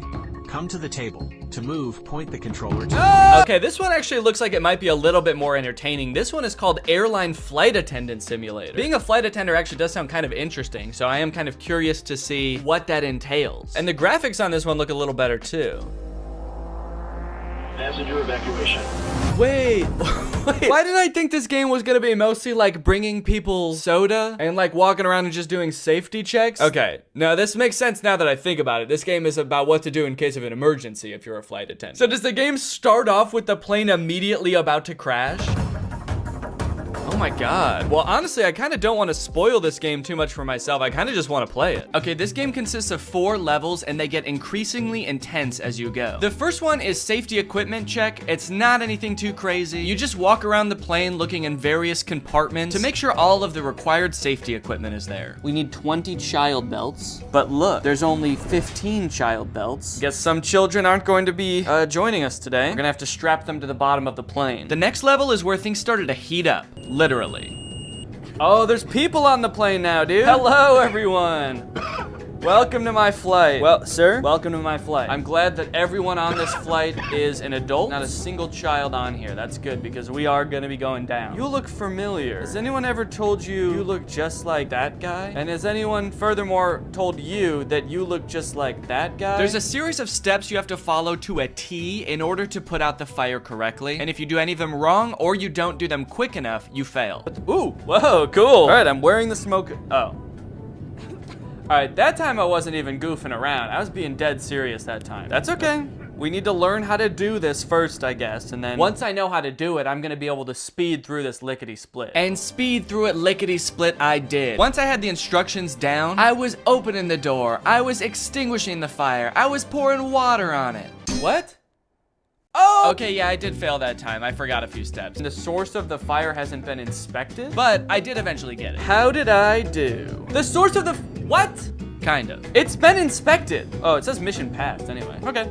Well, I'm pretty happy with that. I mean, who really needs to inspect the source of the fire at the end of the day? The passengers can do that. Okay, aircraft depressurization. This one I could not figure out, man. You're just standing around when suddenly the airplane depressurizes. You have to put on a mask. Ah! Okay. Okay, that's on. And then you have to go make sure that the pilots are okay. Hey guys, everybody stay calm. But they don't answer the phone in the cockpit. I know, not good. So the game instructs you to go in there and help them. If there's no response, get into the cockpit by entering the code 12345 red. Okay, 1, 2, 3, 4, 5. Red? Enter? What's red? 1, 2, 3, 4, 5. Enter. Mission failed. Time is over. The aircraft is not descending. What was I supposed to do? So I don't know if this is just a bug with the game or something, but that code does not work. It does not get you into the cockpit. I replayed this level over and over. I did it so many times it was like Groundhog Day to me. Watch, guys. The aircraft is gonna depressurize. We're all gonna be screwed. Check this out. Ready? 3, 2, 1. Yep. See, I knew it. Yeah, you guys are all scared and screaming, but I knew the whole time. Enter. Enter. Enter. Enter. Let me enter, please. Please let me enter. I have to save the pilots. They need my help in there. Why am I? Oh, why does it look like I'm like caressing the door handle also? Okay, this one sounds like it's gonna be the most intense one of them all. Emergency landing and evacuation. And it was intense, dude. The first few instructions are just things you're supposed to scream at the passengers as the plane goes down. Brace, brace, heads down, stay down. Brace, brace. Release your seatbelt. Stay in your seat. Life vest under your seat. Put it on. I kind of immediately forgot what the chants were the second the level started. Brace, brace. Keep your head down, stay down. I guess I was just so nervous because the plane was about to crash. But I think they got the gist. Oh, okay. That's impact. Very scary. Very scary indeed. Passenger evacuation. Okay. Here we go. Next step. Release your seatbelt. Stay in your seat. Life vest under your seat. Put it on! Oh, they are, okay. They all already have it on. Okay, so next. Now it was time to get everybody safely off the plane and into the ocean. Whoa, dude, this is crazy. Hey, guys, that's not, no, don't do that. I don't think you're supposed to do that, are you? Isn't everyone supposed to get on this thing? Where are you going? We're in the ocean. Oh, shit. Oh, no. Okay, it's attached. I was like, I was just gonna float away and then, oh, hello. Got these two clones lined up, ready to go. Okay, right here. Oh, okay, there they all go. Wow, seems like they all really know how to do this. Has this happened to you guys before? Check the entire cabin for any passengers left inside. There better not be anybody still on this. Oh my God, dude, get up, get up. Inflate the life vest, get up, go. What am I supposed to say? Excuse me. I gotta admit, it was pretty fulfilling to help all of these scared passengers off of the plane in a calm manner, and oh fuck, I have to get in the cockpit again. I hope the pilots are alive. Literally everybody else lived, so it would be kind of a bummer if they didn't make it. 1, 2, 3, 4, 5, enter. Oh, it worked this time. All right. Hey guys, I don't know if you noticed, but the plane did crash, so just wanted to let you know. There you go. Oh, okay. All right. You're good? And you as well? Are you good? Oh, okay. Perfect. No, don't get your hands off the steering wheel. We're not in the air anymore. We crashed. Get your hands off the steering, please. Now that I had rescued everybody else on the plane, it was time to rescue myself. A jump, a jump. Mission failed. This last one I kind of have a complicated reason for picking, but I think it's interesting. This game is, I think, one of the most popular VR games you can play right now. It's called Gorilla Tag. I'd never heard of it before researching this video, but it seems very popular. Here we find a most curious creature, moving on 2 paws, able to traverse great distances. So it seems like a multiplayer VR experience where you play as a gorilla who inexplicably does not have legs. I don't know if they all just escaped from some kind of laboratory where they were being experimented on or something, but none of the gorillas have legs. And also, instead of like using the joystick to walk around, you like swing your arms like an actual gorilla walking around, which seems super annoying, honestly. But this game has very positive reviews. 93% of the reviews for this game are positive, but I read through some of them and it gave me a little bit of pause. Positive review. This is the reason I do not want to have kids. Positive review. Kids call you racist stuff, but you will get used to it. Positive review. Dislocated my finger in real life? I think what I'm getting at here is that the game itself is well designed and fun to play, but because it's a multiplayer game, the other people on the app, being mostly children, make the game a terrible experience. At least I think that's the case, but I want to check it out for myself. Is this actually a good game, or do the clientele ruin it? You start out in a cave learning to walk as a gorilla for the first time. This walking mechanic is very annoying and would only continue to get more annoying as the game went on. Also, I'm not sure why the game is third person in this recording. When I was playing, I was in first person as the gorilla. So this is what a gorilla's hands look like. But as you emerge from the cave, you are greeted by hundreds of children. Oh. Whoa, suddenly I can hear people. Hey, hi, I'm new here. I don't know how this game works. Can anybody help me? Yeah, I will. Jump down. These children were immediately so eager to teach me how to play. They also turned me into lava. I'm still not sure what that means. Wait, what did you do to me? They swarmed me like a pack of feral wolves and immediately started asking me questions and showing me how to do things. This is kind of overwhelming. Do you already know how to run? Do you already know how to run? So you gotta run like diagonal to the ground like this. They wanted to show me how to run, how to throw balloons. They wanted to feed me hot dogs. Thank you. So hospitable, thank you. So overall, most of them were pretty nice. There was this one gorilla who kept asking me to change his color code in a very intimidating way. You take off my color code? What? You take off my color code? I don't know. I don't know what that means. This guy was weird. He also made me do a bunch of tests to make sure I was really new and I wasn't just faking it. Press this right here. Ooh, hats. Press right here. Put on. Press right here. Put on.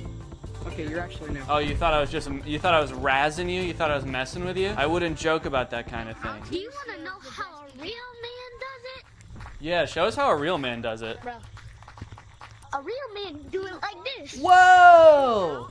That's a real man. While I was being taught how a real man runs up a wall, I was told that the $1,000 Meta headset I bought to play all of these games was actually the worst possible one I could have used. For some reason, I feel like it's like my hand is just not sticking in the wall.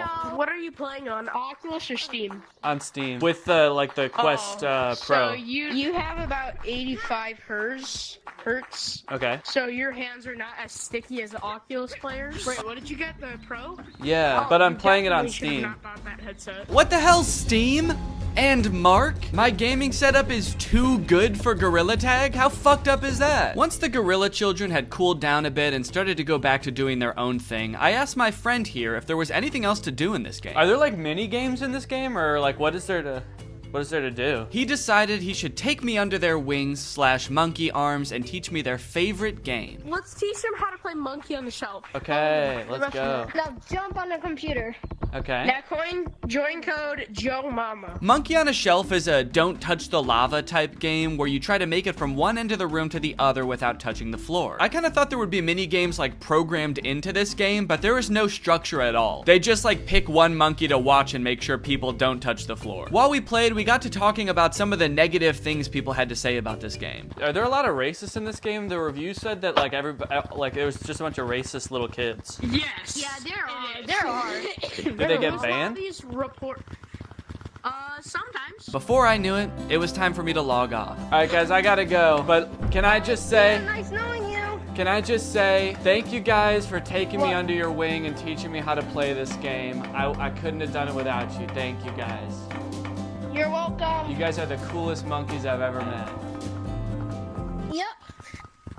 All right, bye. Well, Greg, there you have it. The world of VR is a magical and mysterious place that I am proud to have explored here with you today. If you have any other games you want me to check out, let me know. If you're not subscribed yet, make sure you subscribe and turn on my notifications to join Greg. Otherwise, go ahead and check out another video right here, and I'll see you guys in the next one. Bye-bye.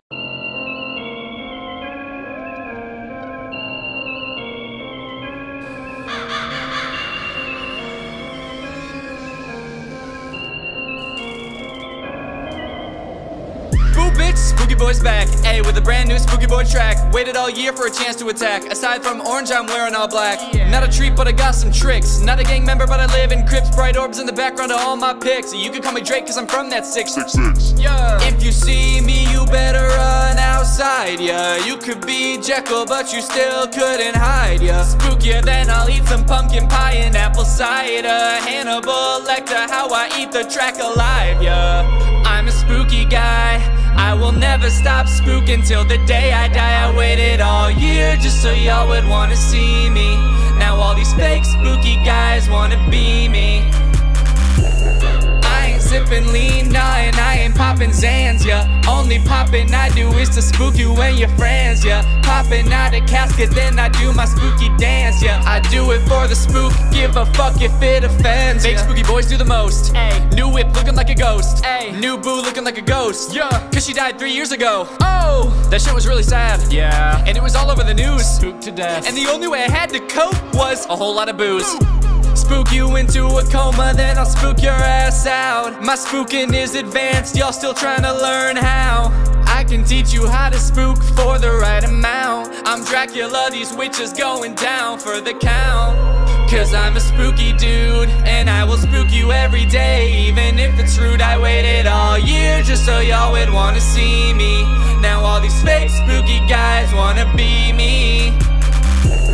I ain't sipping lean, nah, and I ain't popping Zans, yeah. Only popping I do is to spook you and your friends, yeah. Popping out a casket, then I do my spooky dance, yeah. I do it for the spook, give a fuck if it offends, yeah.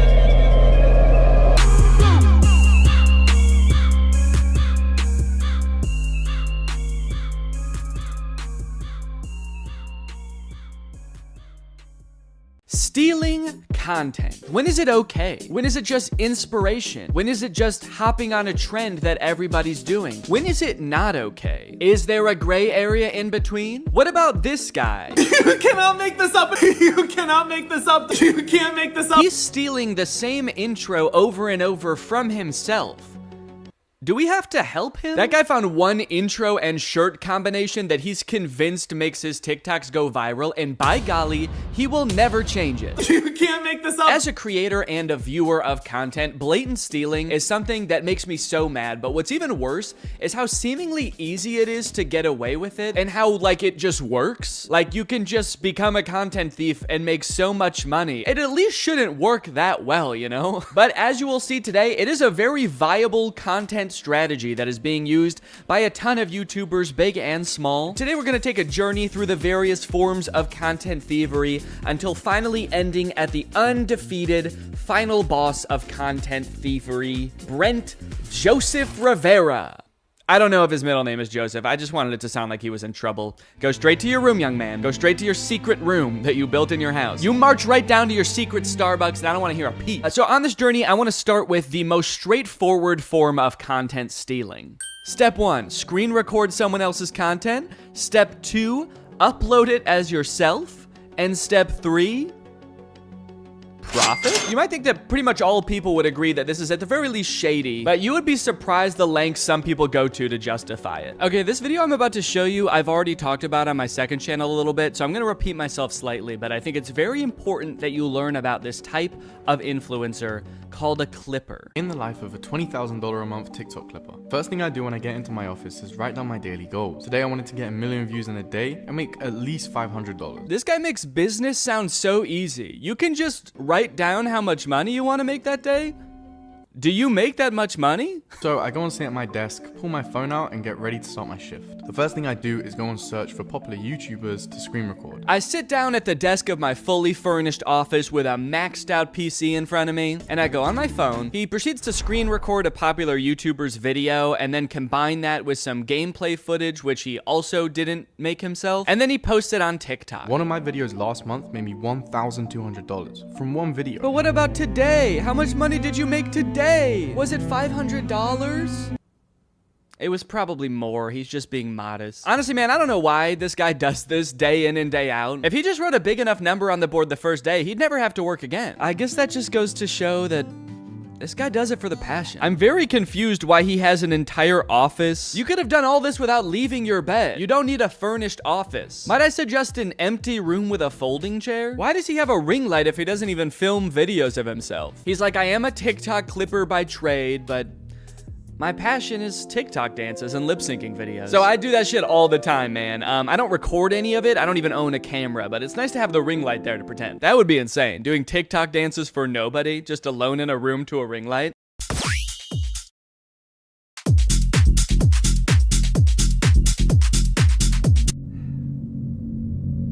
Anyway, gotta get back to clipping. Now, before we go and call this guy lazy or uncreative, I do think it's important to note this guy actually does make original content. He makes TikToks and he does use a little bit of AI, but at least he's not stealing from another creator. So maybe we should check that out before we judge. POV, you're a TikTok clipper making $20,000 a month using just his phone. First thing I did today was go and take a look at the view because I've decided to wake up in Malaysia just because I can. After going into the bathroom, completing my daily routine, I put my shoes down and I get ready to head out the door. I wanted to go check out some of Malaysia and kind of see what it has to offer, so I had a look around the hotel just to see what I could find. The views around here are insane, and they even had a pool on the roof, but the heights made me start feeling a little bit sick, so I decided to go back to my room and get ready to start my shift. Okay, this whole video is like a minute long, and this whole section is all before he shows the content that he's making. A lot of these kind of digital nomad types pick jobs where they don't have to do too much work and they earn passive income so that they can travel the world, experience life. It sounds pretty fun. But I feel like from this video, this guy like hasn't figured out how to do that yet. He's like, okay guys, here's my life as a content clipper. I get up, I go to the bathroom, then I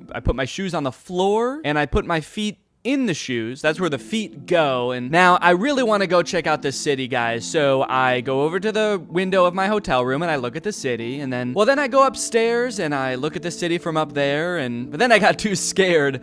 So I went back downstairs and I looked at the city from my window again. Create a ChatGPT story. First prompt I put in is I tell it to generate me an Asian baby. After it does that, I ask it to make it eat rice. Wait. Then after 3 simple and easy clicks, I press generate video and the whole video is made for me with voice actors. Yours should look something like this. Show me an Asian baby. Make it eat rice. Mine should look like that? Should? So the clipper in these videos, Musa is his name, has made a bunch of posts arguing that everything he does is ethical because he participates in what is called ethical clipping. If any YouTubers would like to debate me on the topic of ethical clipping, DM me. I genuinely believe it is a win-win in every regard and completely ethical from all angles. In a perfect world, I understand why he's saying it's a win-win because he's making money and theoretically the creator that he's reposting is getting exposure. If he's taking the clips off YouTube and putting them on TikTok, then a new audience, the TikTok audience, is now being exposed to that creator. From personal experience though, I don't really think that that's usually the case. I think usually if a clip of a creator goes viral on TikTok, the people that are liking and commenting on that video are the same audience as their YouTube audience. They're just seeing the content again. So while he thinks of himself as sort of advertising for that creator, it's more like he's selling counterfeit merch. The community notes on Twitter was quick to point out that this is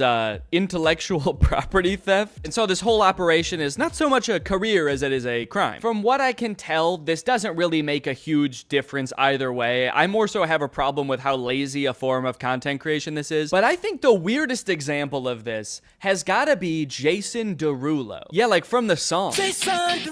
About a year ago, I learned from a Jax Films video that Jason Derulo is a rampant content thief. This is not a joke. All he does on his YouTube channel is like make a face at other people's TikToks while blasting his own music over it. But here's where it gets kooky. As I was editing this video, I noticed something strange. So I took some of his videos and played them side by side and confirmed that yes, Jason Derulo 100% reuses his own footage across multiple videos. Not only is he doing the laziest form of reaction content, which in and of itself is the laziest form of content, he's not even filming a unique reaction to every video. I don't like this at all, man. I don't like that he's edited into the corner, like he's not reacting to the video you're watching. This looks like I'm scrolling on TikTok while FaceTiming Jason Derulo. And he's smiling into the camera like, man, I can't see what you're watching, but I'm just happy that you're happy. And also my song is playing. I like that. In a way, this is kind of the visual equivalent to him singing his own name at the beginning of every song. It's like, okay, I like this video, and to be fair, since he got called out for this, he has stopped doing this. He no longer appears in the videos. He still does continually post other people's TikToks with his own music playing, but it seems like he is at least now getting permission to do it. So now it's just sort of a marketing tactic that, I'll be honest, is kind of smart. If he's worked out some kind of agreement with these creators where he's paying them, or he's got permission to post and he can just slap his own music on these TikToks that are guaranteed to go viral,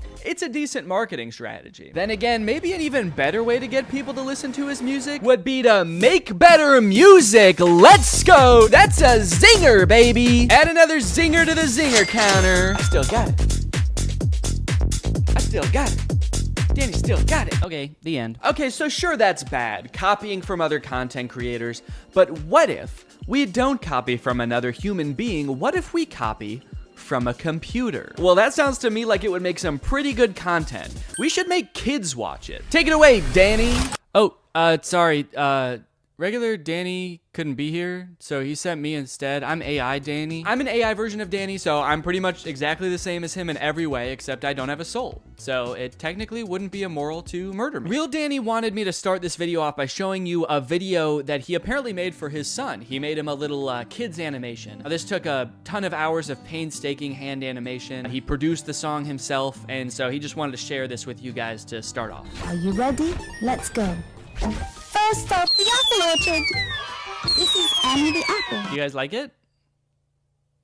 All right, I tricked you guys. Regular Danny didn't really make that video. It was actually written and created totally by AI. Isn't that hard to believe? What you just watched was the end product of a tutorial that there's a bunch of on YouTube right now. Create faceless kids animation YouTube educational videos in minutes with Canva and AI. How I make faceless kids songs using AI in under 20 minutes. I love how all the titles emphasize faceless. For a kids animation song, that feels like it goes without saying. Like in this tutorial, she's making a song about animated dogs, little corgis up on the couch. Are there methods of doing this where I might accidentally show up in the video? 3 little dogs sitting on the couch.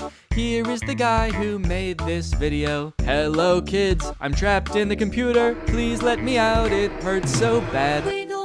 Wiggle, waggle, here I come. In this method, she uses AI for pretty much everything except the animating of the dogs. But literally everything, even from coming up with the original idea for the song, she does with AI. Give me 10 song ideas for kids songs. It gives us the idea. It says a song that teaches kids about colors using the metaphor of a rainbow. The metaphor of a rainbow? I don't think you have to use a metaphor for that one. I don't know if you know this, but rainbows actually have colors. Like a lot of them. So now the next thing you need to do is generate the song. So in order to do this, you need to grab your instruments and the choir, get your mic ready. Hold on, don't click up. I'm just kidding. You don't need to do that. We'll copy this spot, which is the idea of the song, and then you'd paste it in. And then the other thing you need to do is describe the vibe and the genre of the song. So in order to do this, you'll come back to ChatGPT. So this process is really awesome for me personally because as you guys know, I'm really passionate about creating kids songs, but I just don't want to have to learn how to come up with the ideas or write the songs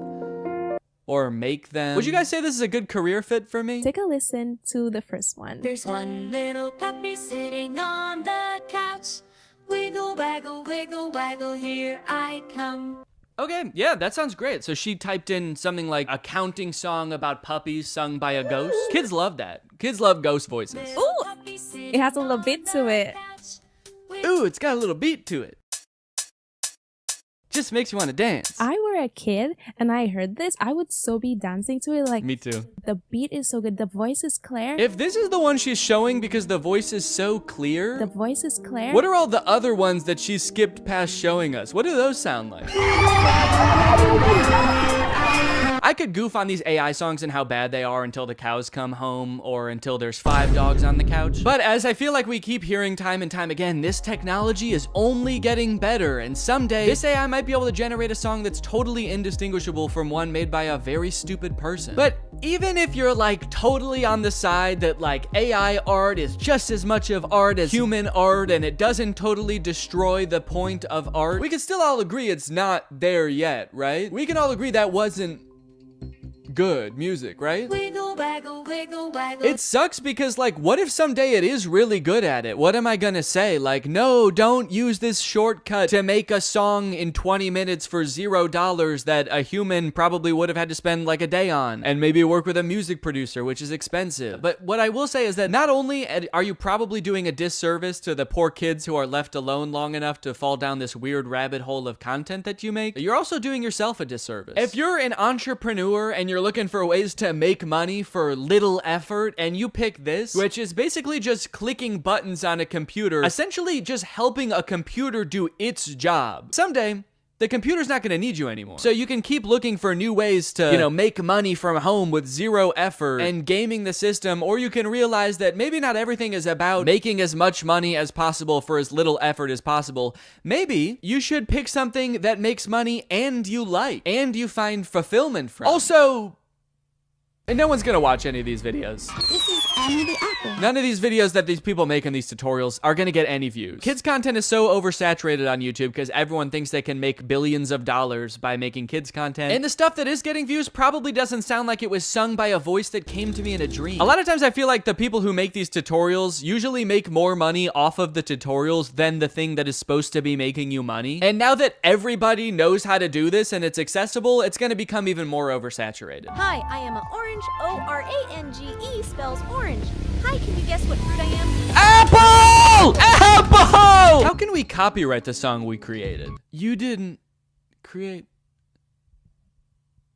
What? You'll notice in this video a lot of the lazy content that I'm talking about, in fact, pretty much all of it, is geared primarily towards kids. That's a bit of a disturbing trend I've noticed. Why is it that the laziest people try to make content for kids? Is it because they know kids are a little bit dumb and will watch anything and are easily tricked? Yeah, it probably is. I'm not gonna give you time to think about it. It is. It's just slop. It's so lazy, and I hope the people who are doing this realize that soon. Realize that people don't want to watch these videos, because I can't imagine any of it is doing well. And I also hope that you realize that today's sponsor, Rocket Money, has helped save its customers up to $740 a year when they use all the features, with over $500 million in canceled subscriptions. Have you ever forgot that you were paying a subscription fee for a service that you don't use anymore? That's happened to me more times than I care to admit. I'm always signing up for subscription services for like new editing software or different tools and plugins, and I don't know why I'm like addicted to it. I'm just kind of addicted to the thrill of paying $30 a month to do something that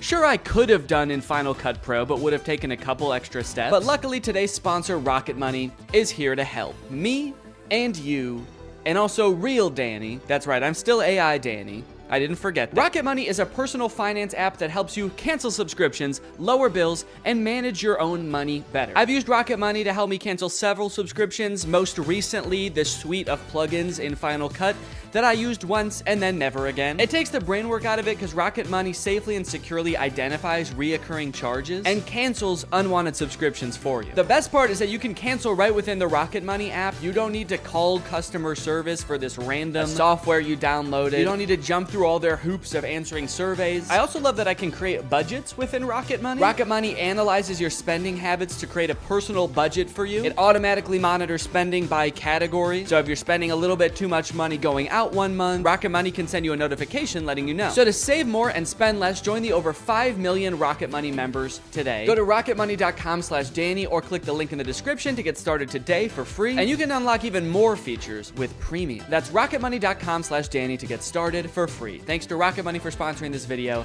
and thank you to you guys for checking out Rocket Money. One underrated part of becoming a content creator is developing your own unique style. The vast majority of creators when they start out are just kind of a worse amalgamation of all of their inspirations. For me, it was probably The Lonely Island and Jake and Amir with some Bo Burnham mixed in there. But over time, you start to make certain creative choices that distinguish you. Types of music that you choose for your video, the way you tell jokes, the name of your fan base, maybe even your thumbnails have a distinct look to them. I love it when creators take another step in developing their own personal style.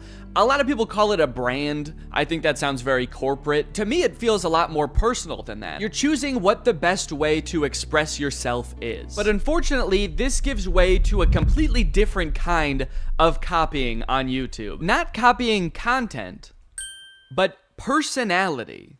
What's up, goobers? The YouTuber stealing other YouTubers' personality situation is crazy. It's crazier than a gopher going up my butthole and coming out of my mouth. To start off this discussion and kind of illustrate what I'm talking about, I'm gonna give kind of a niche example, but this is a song called Deep Space Samurai.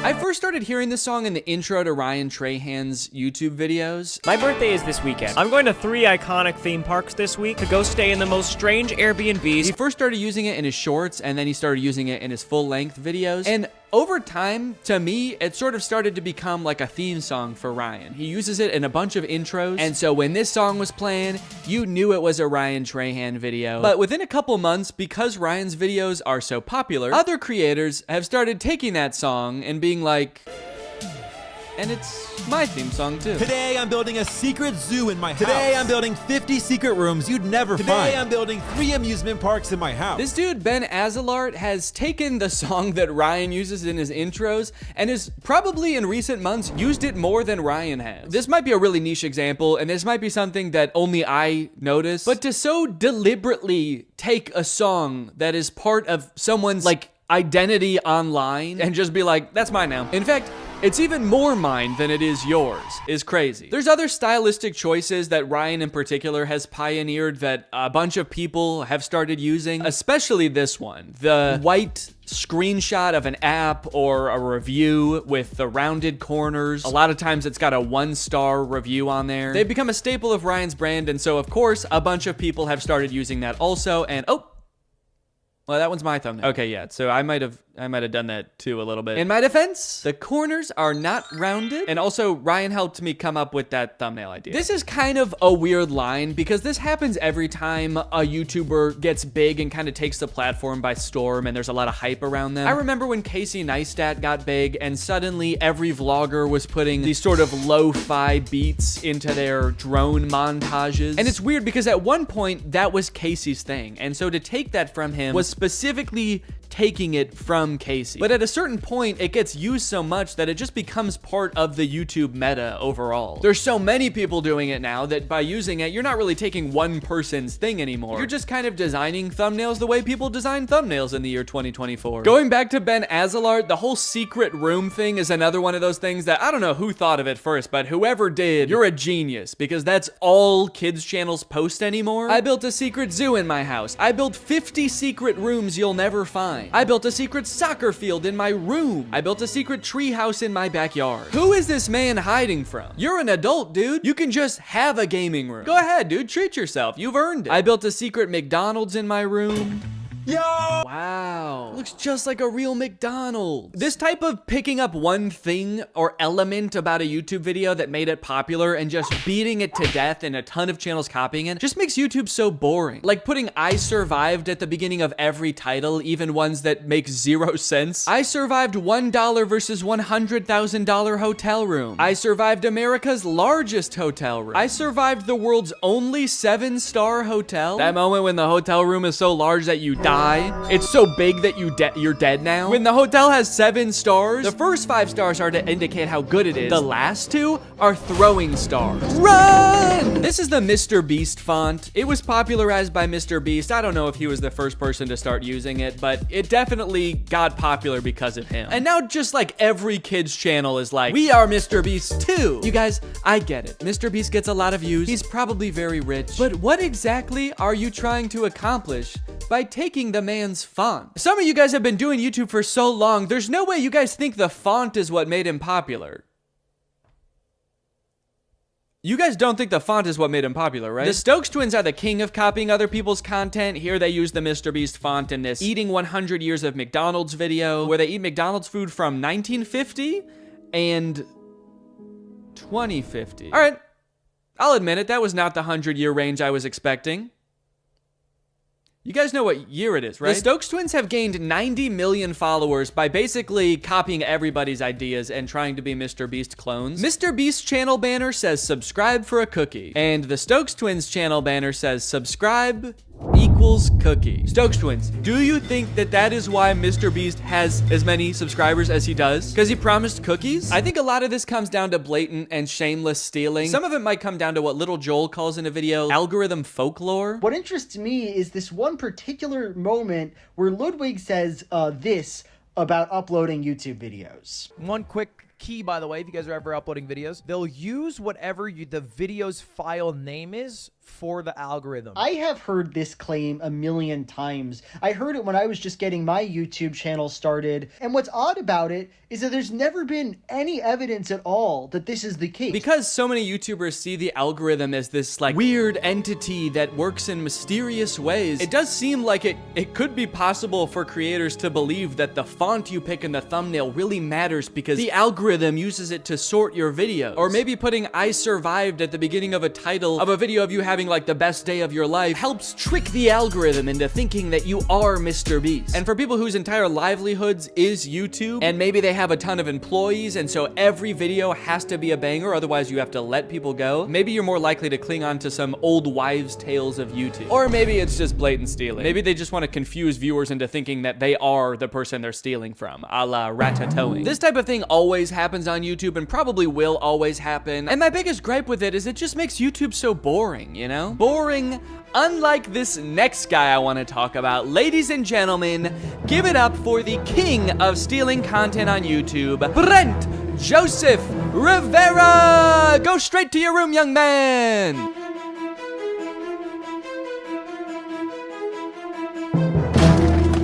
What's that on that meat, ho? Come on! I'm dead.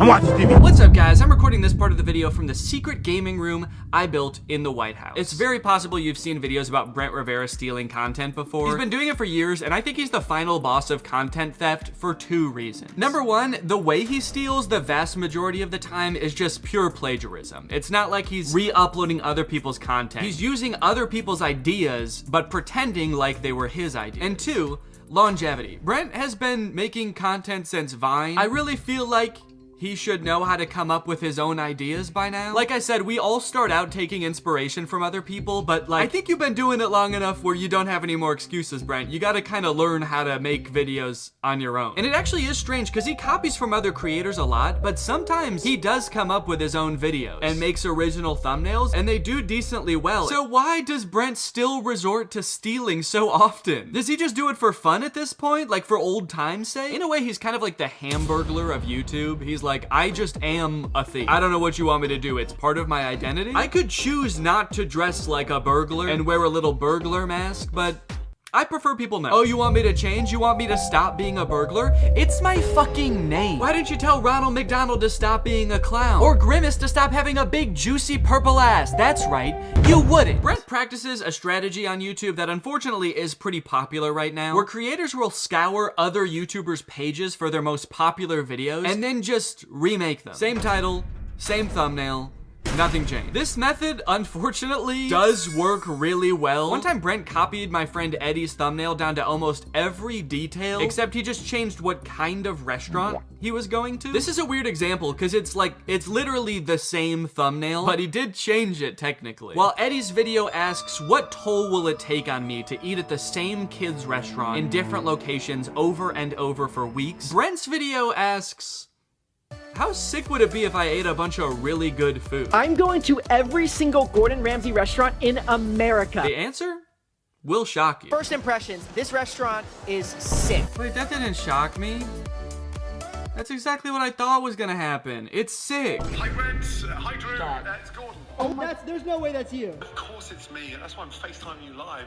Listen. Why did he say it like that? Now I feel like he's not FaceTiming them live. Now, to be fair to Brent, he actually did credit Eddie in the description for using a similar thumbnail to him, but then he deleted that credit and changed the thumbnail to be copying this YouTuber instead. Brent, what's going on, man? Are you okay? He's like on a mission to copy as many YouTubers as possible. He can't even copy one YouTuber per her video anymore. Now, while his thumbnail stealing is pretty bad, to give him credit, the actual videos themselves are usually pretty different. They're mostly just scripted sketches like this video, I exposed the world's most evil teacher. This thumbnail is copied from a Rebecca Zamolo video, and in her video, Rebecca is testing one-star teachers to make sure they never teach preschool to her daughter. Today we're exposing the worst rated teachers. Zadie's gonna be going to preschool soon, and we cannot let her get taught by any of these horrible teachers. Still don't really know how that works exactly, but Brent's video is about a principal of a middle school who tells Brent that if he can spend the entire day with the world's strictest teacher, then he can become principal for a day. Last week, the principal of the world's strictest school proposed a bet that if I spent a full day with the world's strictest teacher, he would let me be principal for an entire day at Iron Will Academy. I don't know why the principal is making this offer to Brent, a man in his 20s with none of the relevant training. Perhaps more concerning though, I don't know why Brent is so eager and determined to become principal of a random middle school. I don't know about you guys, but I'm scared to find out. Good morning, gentlemen. This is the last person I want to see on my weekend. The last person you want to see on your weekend is the principal of a middle school you don't go to? Guys, you're all adults. He has no power over you in this circumstance. Just tell him to fuck off. Do it. Tell the principal to fuck off. In this kid's video, tell him to fuck off. So they end up spending the day with this strict teacher, and sure, she's like mean to them, but honestly, I would be too. I wouldn't want these 3 strange boys becoming principal either. Ow! What? Oh my gosh! Why are you slapping me in the face with a hot dog? Because it's funny. What? Even the kids hate Brent and his friends in this video. They cheer when they get punished. One of the kids tries to beat the shit out of them. They're like, yeah, our teacher might have been bad, but at least she is a teacher. You guys are just 3 weirdos. I think we have to kill you. What do you do with Miss Harshman's water bottle? Oh, I filled it up with toilet water. Bro, that's actually a really funny idea.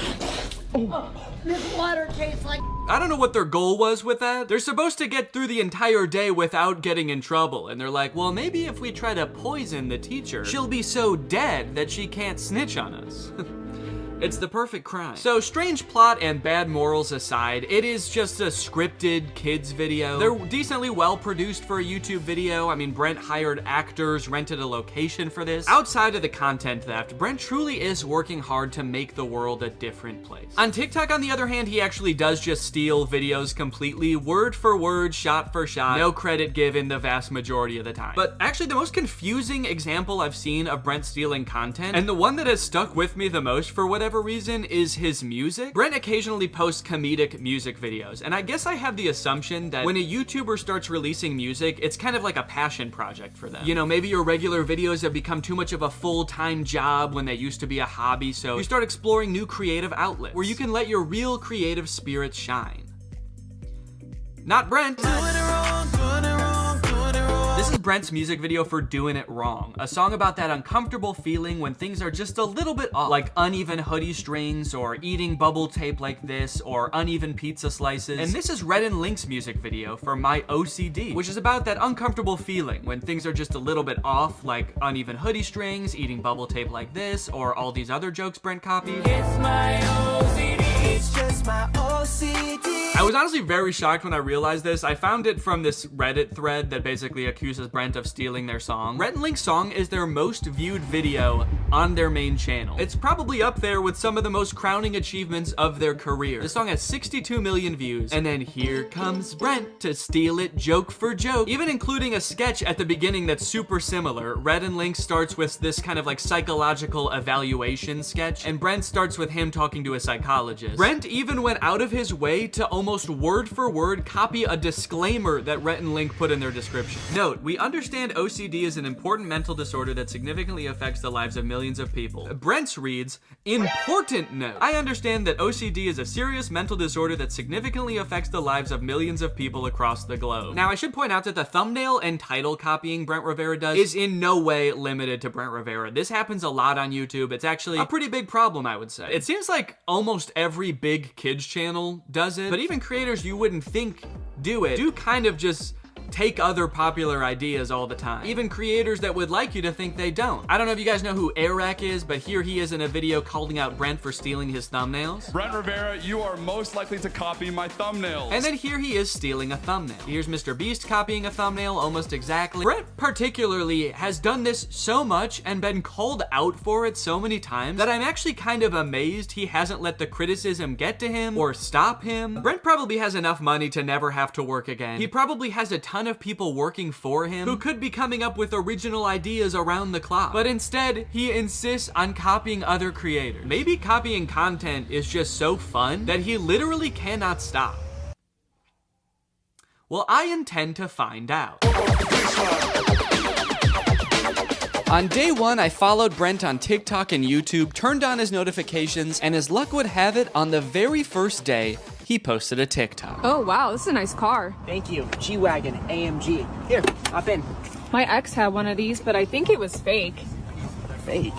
So fake? What do you mean by fake? Well, his is really high up. It was kind of easier to get into this one. Did it by chance say 4x4 anywhere? No, but there was a math problem here, 4 times 4 squared, but he doesn't like math. So basically the premise of the video is that his girlfriend's ex had a nicer G-Wagon than him, but it's so nice that she thought it was a fake G-Wagon because it had all these weird branding details. Brent swooping in once again with one of the most classic, relatable scenarios known to man. It's no wonder this thing has 40,000 likes. I have not only seen this type of video before, I think I've actually seen Brent make this video before. My ex had a fake Ferrari. Okay, if you search when her ex had a fake car, there's like a million videos with this same premise. Her ex having a fake Lambo, her ex having a fake BMW. So it's interesting because there is this fine line between copying a video and participating in a trend. This video has been remade so many different times by so many different people, it's actually hard for me to even find the original.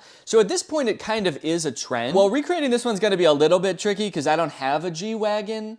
And also, I can't rent cars from Turo anymore because I got banned after my Cybertruck review. That's real. I'm not allowed to rent cars on Turo anymore because I think I made fun of the Cybertruck too bad. So I'm gonna have to come up with a bit of a workaround for this. So I recruited Eddie, who happened to be in town, to be the voice behind the camera, and away we went. You ready to film a TikTok, Eddie? I love it. I love making TikToks. I love posting to social media. I love making Instagram Reels. I wanted to be as true to Brent's original TikTok as possible, but due to circumstances, we did have to make some compromises. Like, Eddie couldn't really pretend to be my girlfriend, so he was just my friend, whose other friend has a nicer car, and instead of a G-Wagon, I used Laura's Audi. But overall, I think we pretty much crushed it. We even added in a sort of twist ending, and bada bing, bada boom. Yo, what's up, brother? You ready to go? Wait, English or Spanish? No, I'm just kidding. Just put the fries in the bag, bro. A level 10 yacht. Yo, I'm gonna rizz her up. No, don't. Are you Libby Dunn or just from Ohio? Chad, am I cooked? Never mind, sorry. What's up, brother? Oh, dude, look, a level 10 baddie. You think I have a chance? That's why I'm the Rizzler. That's why I'm wanted for murder. Skibbity toilet Riz, Grimace Shake.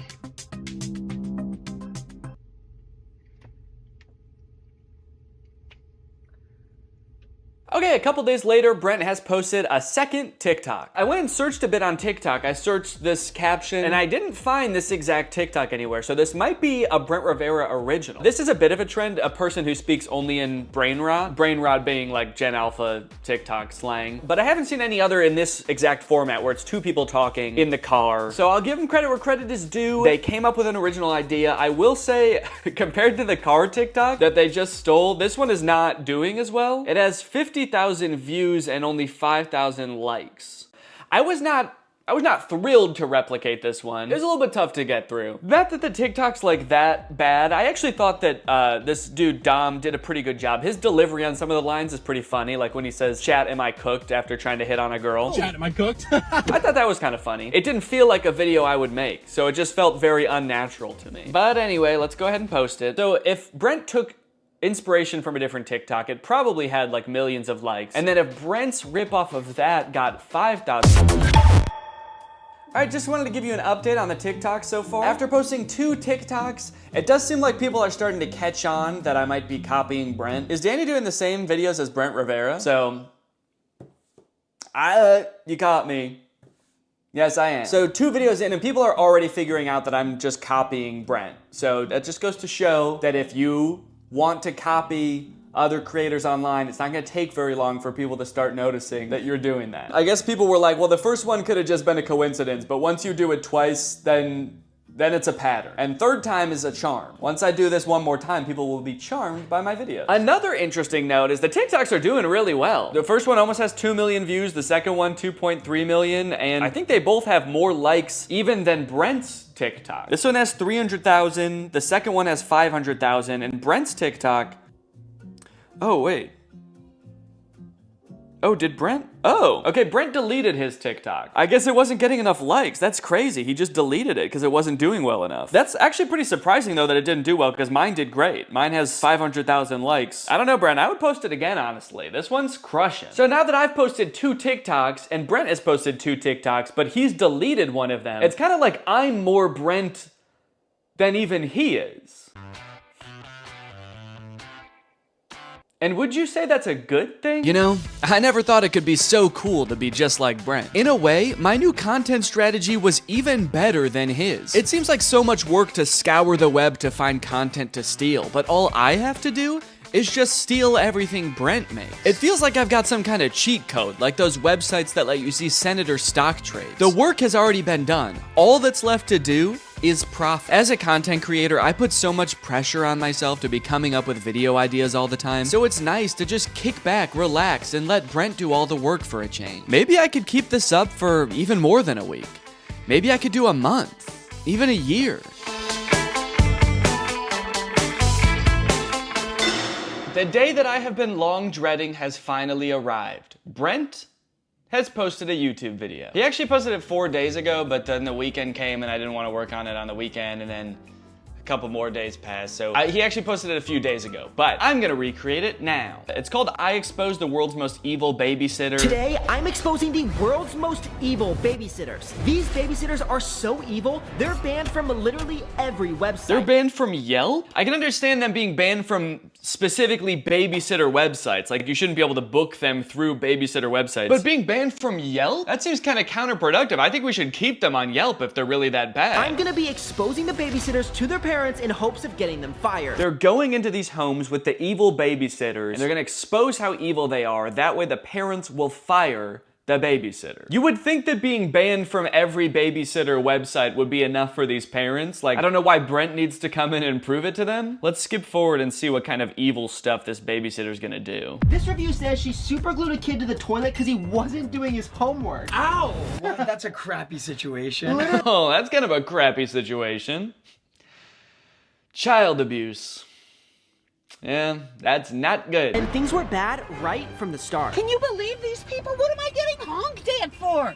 A-hole! I like that this evil babysitter is just an elderly woman that doesn't drive well. She's evil! You know, just watching her, she knows damn well how to drive. She's just doing this on purpose. And then a lot of the video seems like Brent and his friends pulling pranks on these babysitters. So they may be evil, but you know, Brent is kind of fighting fire with fire. 2 wrongs doesn't make a right, Brent.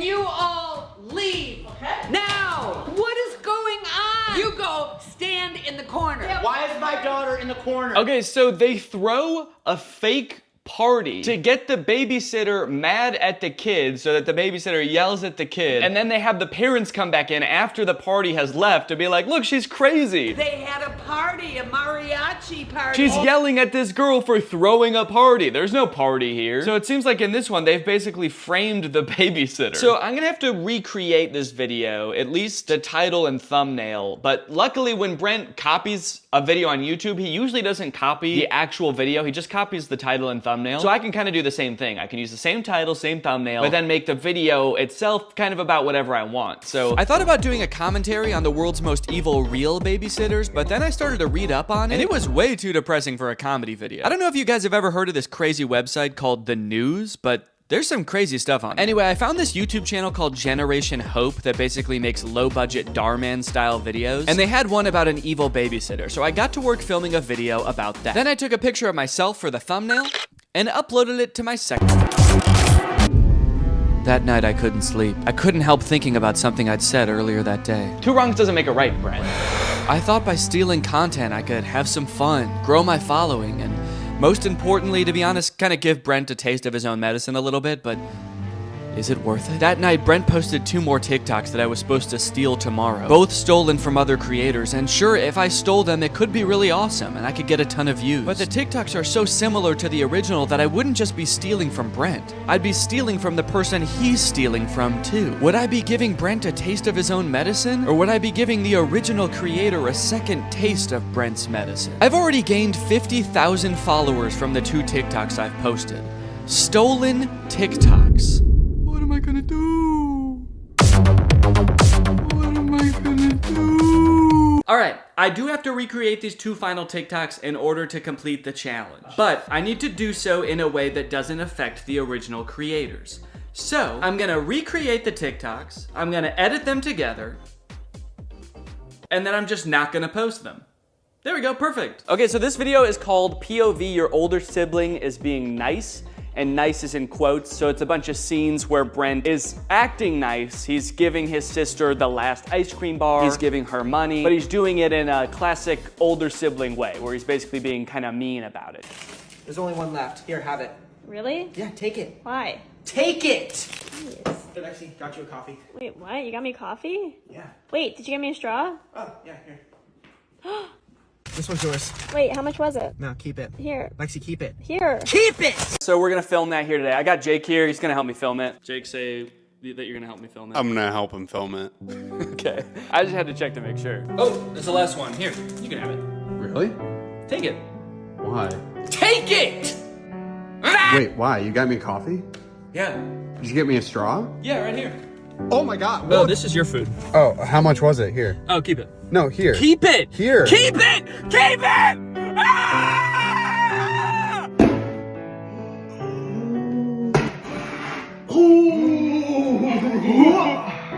You missed?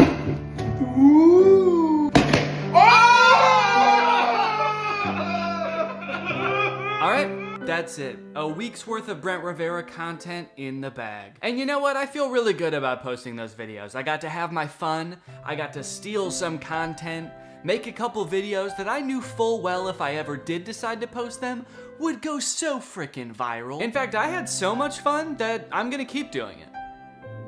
Forever. Every time Brent posts anything online from now until forever, I am going to recreate it, word for word, shot for shot, and then I'm just gonna hold on to it. So Brent, next time you steal some content, just remember, bro, I'm gonna be in my own house, by myself, stealing it too. So if you're ever feeling alone, just remember that. Brent, if you're watching this and you somehow made it this far into the video, I could understand seeing all these people criticize you and having the mentality that these people are just haters, these people are just jealous. But look, man, I don't hate you. I understand you're just making videos on the internet. It probably doesn't seem like the biggest deal in the world to copy other people. Do I think you're an irredeemable person or even like the most evil person on YouTube? No, of course not. Do I think that you frequently make shady decisions to further your career? Yeah. We're both successful creators and we've both been doing this for long enough that we should be driving forces of creativity on this platform, or at the very least not using other smaller creators as rungs on a ladder to advance your own career. Maybe you don't particularly care about getting respect from other creators and literally the only thing that you're prioritizing is your bottom line. Or maybe you feel like you're making a difference in the lives of the kids who watch your videos, and so in your mind that justifies being able to do whatever to get to that position. From watching your videos, I do get the sense that you have a good time making them. I feel like if I was you, my favorite part of the job would be like getting on camera with your friends and goofing around. You probably like the parts of your job where you're coming up with funny ideas of what to do in your sketches. And I honestly would have no problem with your content if you just focused on doing that. I can tell you from experience, and I know a lot of other YouTubers feel the same way, that the more you try to exploit the algorithm or trick the system into gaining followers, like this game of copying other popular ideas, the more soul-sucking and draining this job becomes. So if you're in it because you like goofing around or you like making an impact on kids' lives, focus on that. That's awesome. I saw that TikTok someone made about you recently that you responded to, saying that your job is like their nightmare job, making content that's relatable to middle schoolers or high schoolers. And you responded with a bunch of TikToks basically saying that, you know, you make an impact on a lot of kids' lives. It did seem like a little bit like you were using the sick kids in those videos to like kind of really drive that point home. It felt a little bit weird to me. But I do disagree with the original TikTok in that I don't think that making content for young people has to be inherently this, you know, shady pursuit. As long as it's actually for kids, which I also think that you've kind of missed the mark on sometimes, and you're not blatantly plagiarizing other people, I don't think there's any problem with that. And I would have so much respect for you if you just like owned that. Having the mentality that it's okay to steal content from other people because you're making such an impact on other people's lives feels to me more like you're patting yourself on the back rather than really trying to make an effort to be like a good creative force in these kids' lives. So look, dude, I think that there's room for you for an awesome path forward. Are you going to be the guy who stole content from other people and tricked the algorithm and used other creators as pawns all the way to the top? Or are you going to be the guy that pursued what he loves? Anyways, guys, that's pretty much it. Thank you for watching. After making this video and watching all of that stolen content, I feel like I want to go like a whole week without watching any content. So thanks for watching. Bye-bye.